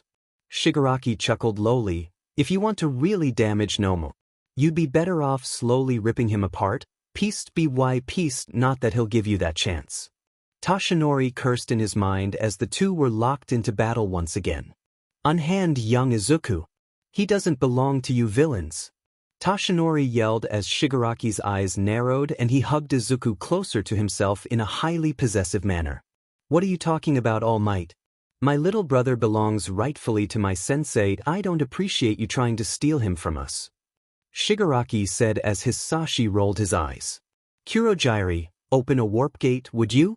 It seems like our work is done here for today," the man said while straightening out his tie that was displaced in his fight with Katsuki and Kirishima. Kurojairi nodded, only for the three villains to be taken by surprise as Kurojairi was attacked by Katsuki, Uraraka, and Shiro, who had observed and hypothesized about his physical body, leading the man to be caught in their trap. Katsuki launched a powerful explosion at the man's body which sent him flying into Uraraka, who activated her quirk and sent him careening upwards before Shiro finished their combo by securing the mist villain with his tape. At the same time, Shigaraki was hit by a powerful attack from Dark Shadow, who appeared furious as Tokoyami frowned. His cape was singed, but overall the other boy seemed fine. Todoroki had also launched his own attack at Hisashi, who could do nothing against the barrage of ice. The rest of Class 1A had finally reached the plaza, and not a second too late. "Sheet, this is why I didn't want to deal with these brats," he cursed. He activated his quirk just lightly enough to start melting the ice without the flames and light that would draw attention. Hisashi, if anything, knew how to be patient. Tsuyu had grabbed Izuku with her tongue before jumping back into safety as Yaoyorozu flinched at the violence that had occurred and Aizawa's injuries before she took a deep breath. She didn't plan on having things go so badly. All of them had underestimated just how prepared the villains had been for the attack. "Ida-san, please lead and take the group that needs to get to safer grounds first. We cannot stand still while things occur. Please, bring Aizawa-sensei out of the battle zone so that I can apply first aid to him. Izuku-kun as well." Ida looked at her in surprise before nodding. In their group, there would be himself, Koda, Aoyama, Hagakure, Tsuyu, Shuji and Mineta, all of whom were either injured or felt their quirks wouldn't be of much help in the fight. Yaoyorozu nodded, looking sharply at Kirishima. "Kirishima-kun, if you're going to stay and fight, please remember, you don't have to win by beating them. We just have to all make it out alive. If there's ever a moment you think anyone needs to leave the fight, it's your duty to make sure that happens." The redhead nodded tensely at her as Shigaraki and Kurojairi grouped back together. However, everyone froze as Toshinori couldn't hold back a groan of pain. Turning to the pro-hero, their eyes widened in disbelief and horror as the Nomu that he apparently tried to slam into the ground dug its claws into the side that only Izuku knew his injury was at. All Might! They all yelled as everyone acted at once. Todoroki sent ice at the Nomu, only for the beast to let go of All Might and sink through the warp gate Kurogiri made as the teen narrowed his eyes before stopping his attack from hitting All Might, who stumbled backward and grabbed at his side. Sheet! He cursed as he saw the Nomu had reappeared in the center of the students. Yaoyorozu, who had been trying to scrounge up whatever determination and confidence she had, could only turn around slowly as the weight of fear and despair came crashing down on her shoulders. Looking at her other classmates, she only saw the same fear as she finally looked up and saw the hideous beast that suddenly appeared in the middle of their group. She had never truly felt such an overwhelming fear before, but as the beast grinned down at them with its serrated teeth and bulging muscles, she couldn't help the way her legs gave out. Nomu. Kill them. All around him, Izuku could see his new friends and his new family shaking in fear at some bloodied and Aizawa. The Nomu in front of them was one Izuku remembers quite well. It wasn't the smartest or most adaptable of the experiments, but it was one of the first. One of the first ones that were successfully engineered thanks to his unwilling contribution. It only listened to Shigaraki and Sensei, but it favored him and they didn't understand why. After every match, the more brutal it was, the more affectionate it became afterward. Izuku had always felt bad for the Nomus, regardless of the fact they had once been humans. Even the monsters themselves weren't created evil. They were simply exploited by the evil that controlled them. But Izuku knew better than anyone else here, the Nomu wouldn't lose to any of the teens. As its humongous hands reached out to crush their skulls, Izuku was suddenly struck with the realization.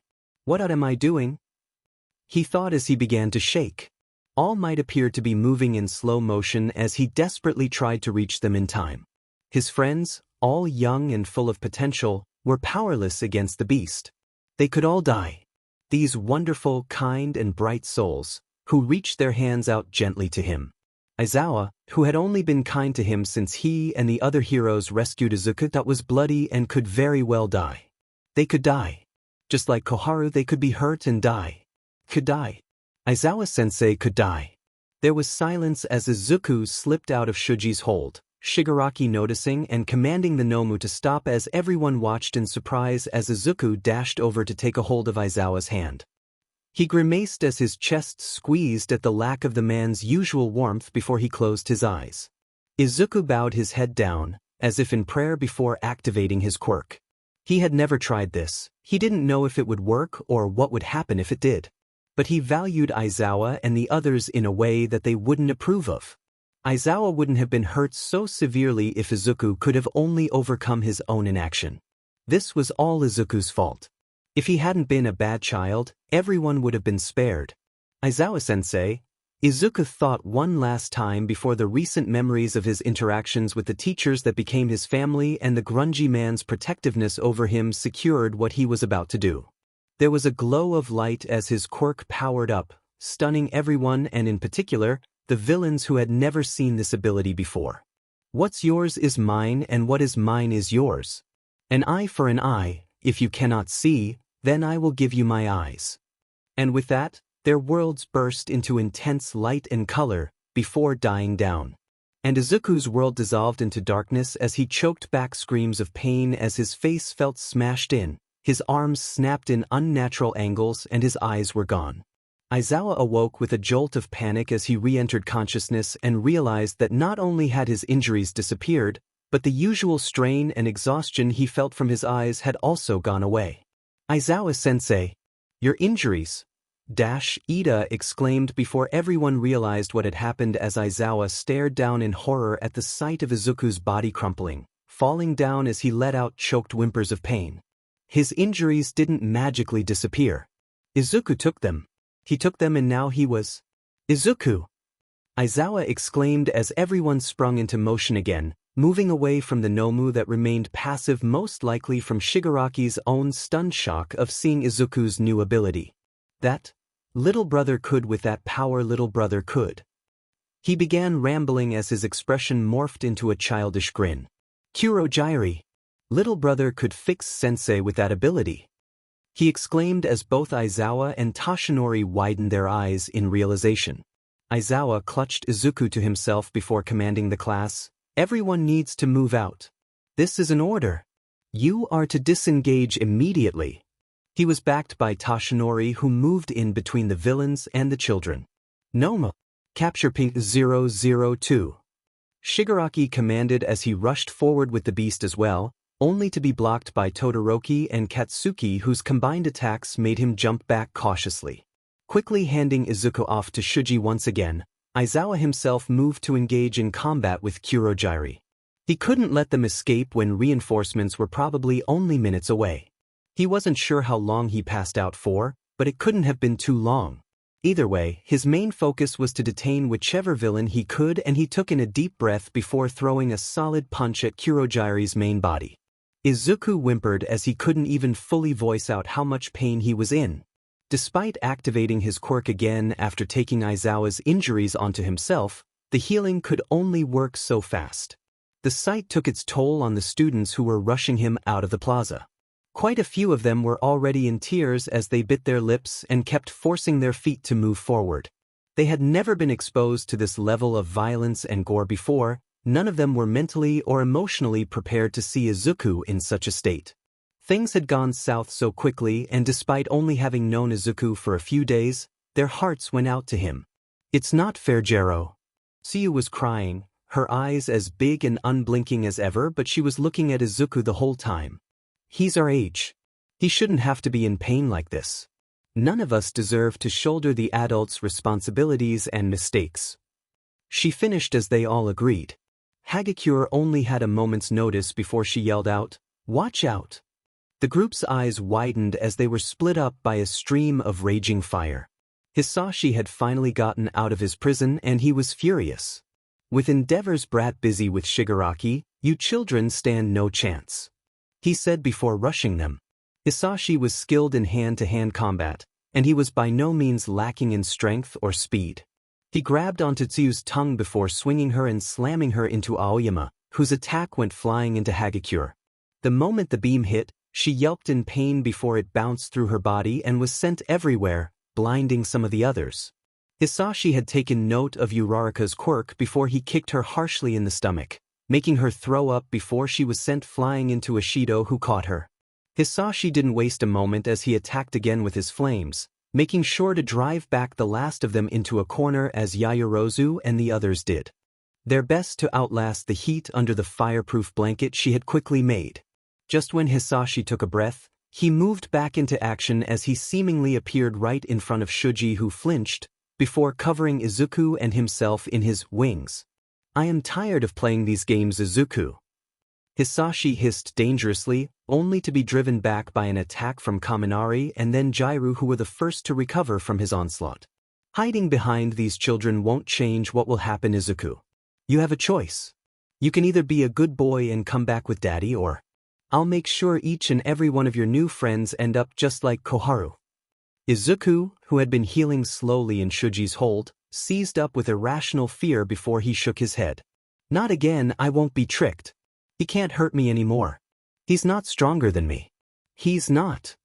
Shuji tried to hold back Izuku, who stood up from his current position, but the green-haired boy was undeterred. Despite still lacking his eyes, two bloody sockets where they once were, his gaze was locked onto where he could surmise his father was. His arms were basically fully healed as he stopped activating his quirk so that it could cool down and he could switch abilities. He would be fighting blind, but he was angry. His voice was raw and full of rage as he finally spoke up against his father. "You don't deserve to speak her name. You don't get to hurt any of my family." He wouldn't let his father and Shigaraki hurt his new family anymore. He didn't care how much they hurt him. That was something he was used to, something he knew was his punishment for taking his mother's life. But everyone else here, they were innocent. Koharu was innocent. Aizawa-sensei was innocent. His friends, All Might. They were all undeserving of the pain and suffering Hisashi and Shigaraki promised them. "Fath no, Hisashi. You don't own me. You don't own me. You can't hurt me anymore." Izuku declared with a scream as Hisashi looked at him, stunned. Izuku would rather die first before he let this cursed, worthless life of his cause anyone else more harm. The man was quiet for a moment, stunned at Izuku's outburst and defiance towards him before he snarled. "You brat! How dare!" Kirishima cut him off as the red-haired boy broke away from helping Katsuki and Todoroki fight Shigaraki, and sent a loaded uppercut to Hisashi's face. "You heard him, so back off!" Kirishima yelled as he sent another hit at the man who had yet to recover from the first hit. "Kaminari now!" He yelled again as the blonde boy sent a devastating shockwave at Hisashi who couldn't avoid it, sending him into fits as the electricity ran throughout his entire body, shocking him. Izuku was grateful for them, but he turned his attention to where the Nomu and All Might seemed to be fighting, from what he could hear. He chose, once again, to prolong his eyes' regeneration as he readied a different ability. It was a gamble, but should it work, it would pay off generously. "Nomu! Finish off All Might now! Nomu! Stop fighting All Might!" Two identical voices rang out as the Nomu stopped, confused as it looked between where it heard Shigaraki call out for it and to where Izuku did. The villain reared back in surprise before he frowned angrily and looked at Izuku in annoyance. Izuku remained neutral despite his inner relief that his choice to activate a voice mimicry ability worked. This particular Nomu, if I remember correctly, can't think or speak for itself, and that's its major weakness. Izuku thought before he and Shigaraki called out again. "Nomu! Kill this brat! Nomu! Stop fighting and go sit outside the facility!" The beast was still for a moment before it decided to follow Izuku's orders since it heard those words last. Shigaraki gritted his teeth as his expression grew crazed. He rushed over to attack Izuku. Katsuki and Todoroki both stopped him in his tracks as he had to avoid being attacked. "Nomu! Stop listening to him!" he growled before looking to Izuku. "You clever boy, I knew I liked you for a reason. But it's time to stop playing around, little brother. Nomu, you will listen to me and go stand outside of the facility." Izuku called out from where he was as Shigaraki was too busy defending against the two teens to be able to call out another command.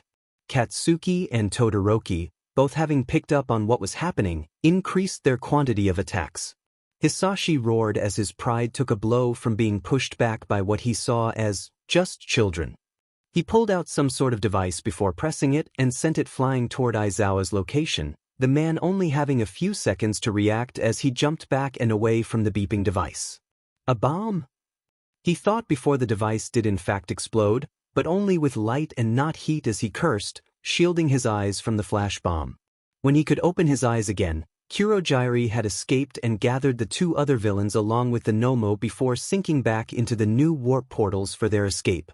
The doors to the facility were busted open as the heroes from school were led by Tensei, who sped down to meet up with his brother. "You've lost, Shigaraki Tamura," All Might said one last time, only for the man in question to start laughing maniacally. "Oh, All Might, you naive man. Did you really think Sensei wouldn't have planned for this sort of turnout?" "Ah," Shigaraki chuckled before looking to Izuku, whose right eye was reformed just enough for him to see out of. "You are mistaken if you think you know what our goals were truly about. You may have won today, but we will be back. Don't relax now, little brother."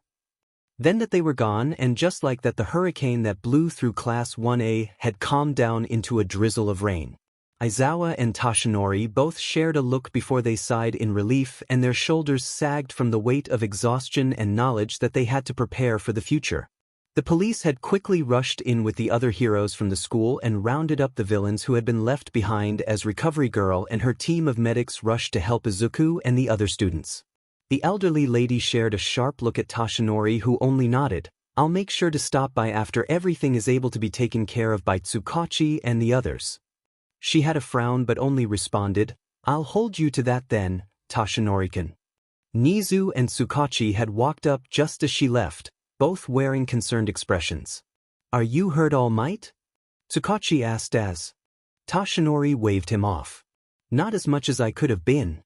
But we can talk about that later, now that we need to get the children taken care of and brought back to the safety of the school. I trust you and the police force have things covered from here, Tsukachi?"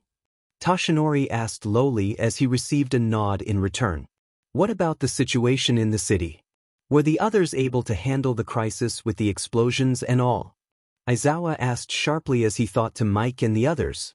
Yes, have no fear, Aizawa-kun. We received news from them a few minutes before we reached the USJ that the explosions were more bark than bite. Despite the amount of fire damage, the crew was able to handle the situation well and without any casualties. If anything, Nizu trailed off before they leaned in to hear what he had to say next. I suspect it was a fear tactic that worked a bit too well. There was little damage done by actual bombs and more fire damage than anything. Nizu finished as Toshinori gripped his fists as his mind connected the dots. Midoriya Hisashi. He said darkly as Aizawa also came to the same conclusion as him, and he ground his teeth in anger. So that's why the man came late to the party. He was out wreaking havoc on the city to make sure we would panic and split up. He's too cunning. Aizawa hissed as Nizu and Tsukachi looked at them in confusion. Aizawa sighed before explaining, there was another crucial member on their side with a quirk that allows him to use what I suspect are warp gates and teleport people. Tsukachi and Nizu both were masters of holding a neutral face, but the frustration could be felt rolling off of them in waves. There's too much for us to be caught up on now. Come. The children are waiting anxiously. Nizu said as Toshinori and Aizawa nodded before they said goodbye to Tsukachi, who nodded. Izuku was waiting for them as the two men both noticed, with much relief that both of his eyes were reformed and healed. The boy practically jumped up with joy as he ran over to them, despite Recovery Girl's startled warning. He didn't even sign or voice anything before he crashed into Aizawa, who widened his eyes in surprise as Izuku hugged his torso tightly. For a few moments, no one said anything as Izuku refused to let go of Aizawa, who then sighed. There was too much he wanted to talk about and discuss with what Izuku did today, but for now, he just lets the boy reaffirm that yes, Aizawa was still alive and okay. He lies a gentle hand on Izuku's head, ignoring the blood and sweat that matted Izuku's hair as well as the trembling he felt and the hot tears that leaked through his shirt. Toshinori looked at him before giving Aizawa a frustratingly fond grin. He must have been really worried about you, Aizawa-kun. Toshinori joked, only to immediately have Izuku's attention turned on him and then to his wound. Toshinori both jumped back as Aizawa moved to keep Izuku from moving forward to use his quirk on the wound as the green-haired boy looked at them in confusion and slight betrayal.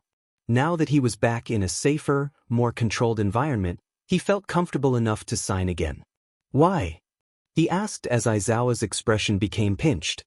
He picked Izuku up into his arms as the boy immediately wrapped his arms around the man's neck loosely.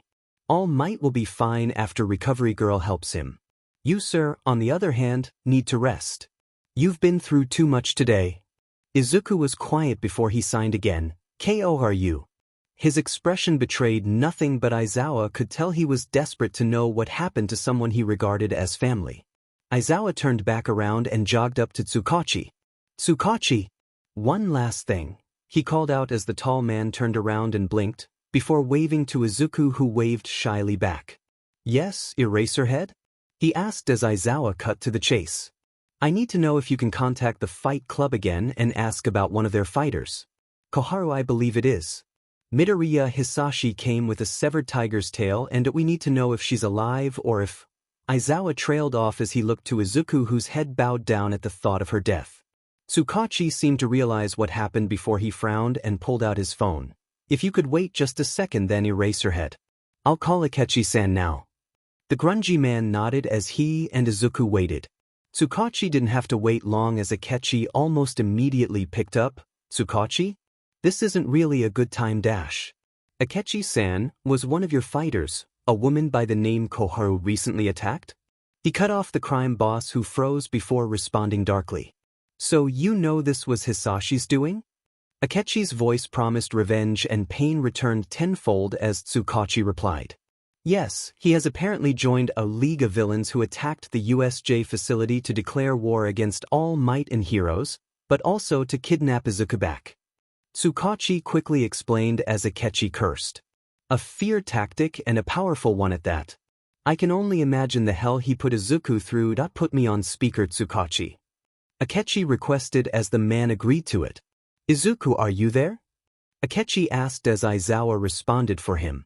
Izuku is here, however, I'm sure you've learned about his selective mutism? Aizawa explained as Akechi paused before answering. So it is true. Anyhow, Izuku. This is Uncle Akechi. I know your beastie of a father must have scared you, bringing Koharu's tale and all, but she's alive.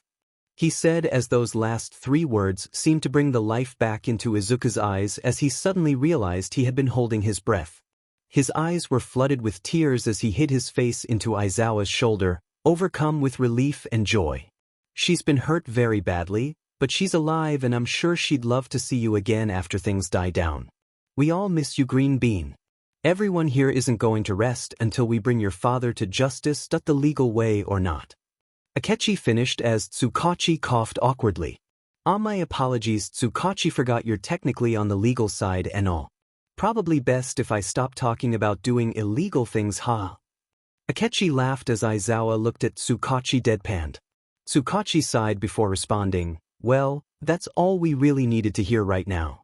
I'll make sure to stop by to collect your own accounts of what happened after dealing with the mess here. Akechi hummed before saying, take your time, Tsukachi, we aren't going anywhere. Not to mention, after such a huge stunt, those villains will be lying in wait, planning for a while. You need to make sure everyone is prepared and planning for what can happen from now on. Tsukachi furrowed his brows before sighing again, that's true. Alright, another time then, Akechi-san. And with that, the phone call ended. Aizawa looked at the other man for a moment before nodding, thanks. Izuku really needed that. Tsukachi smiled softly before waving them off. Aizawa could only hide the smile of relief as both he and Izuku were met with the sight of Tashinori waiting at the gates with the returning heroes in class. Mike looked close to tears as he charged towards the two with his usual loud self, only for Aizawa to fondly shut him up with his capture weapon. Quiet, Hisashi, you'll blow Izuku's ears out with that grating voice of yours. He joked as the blonde looked at him in mock betrayal. I would never, he retorted as he carefully moved to survey how Izuku was doing. Izuku didn't say anything as he smiled at his pseudo-uncle, but as he took in the sight of his new family and all of his friends, who were sharing such pure smiles of relief and were standing alive in front of him, he felt as if he could take on the world if it was for their sake. Fighting was all he knew. But now, he could stop fighting to simply survive. Now, it was his turn to fight to protect. It had taken them a moment to warp all the way back here. But the moment Shigaraki's feet hit the floor of the bar, he threw a small tantrum. All might, he was right there and I couldn't even kill him. Kurogiri sighed as he and Hisashi came through afterward, along with the hulking Nomu. Now, Shigaraki-san, the mission was a success. You know, Sensei didn't expect for us to already have killed the symbol of peace. If anything, that would have been too anticlimactic. Shigaraki glared at the older man before rolling his eyes. As if the man knew they had just come back, he most likely did know. The TV turned on as his voice washed over them. Tamura-kun, that I suspect the mission was a success? He spoke slowly and calmly as if there was no care in the world. Shigaraki grinned before he answered. And you'll be interested to hear about my little brother's new trick. If love truly makes you blind, then I guess there is no need. There is no need to see. I'll trade my eyes. So you can see for me. Lala lula lila. Stay with me. You will never be sad. Whatever you need. Whenever you need. I'll be by your side. And then I gave you my eyes. To see all the colors.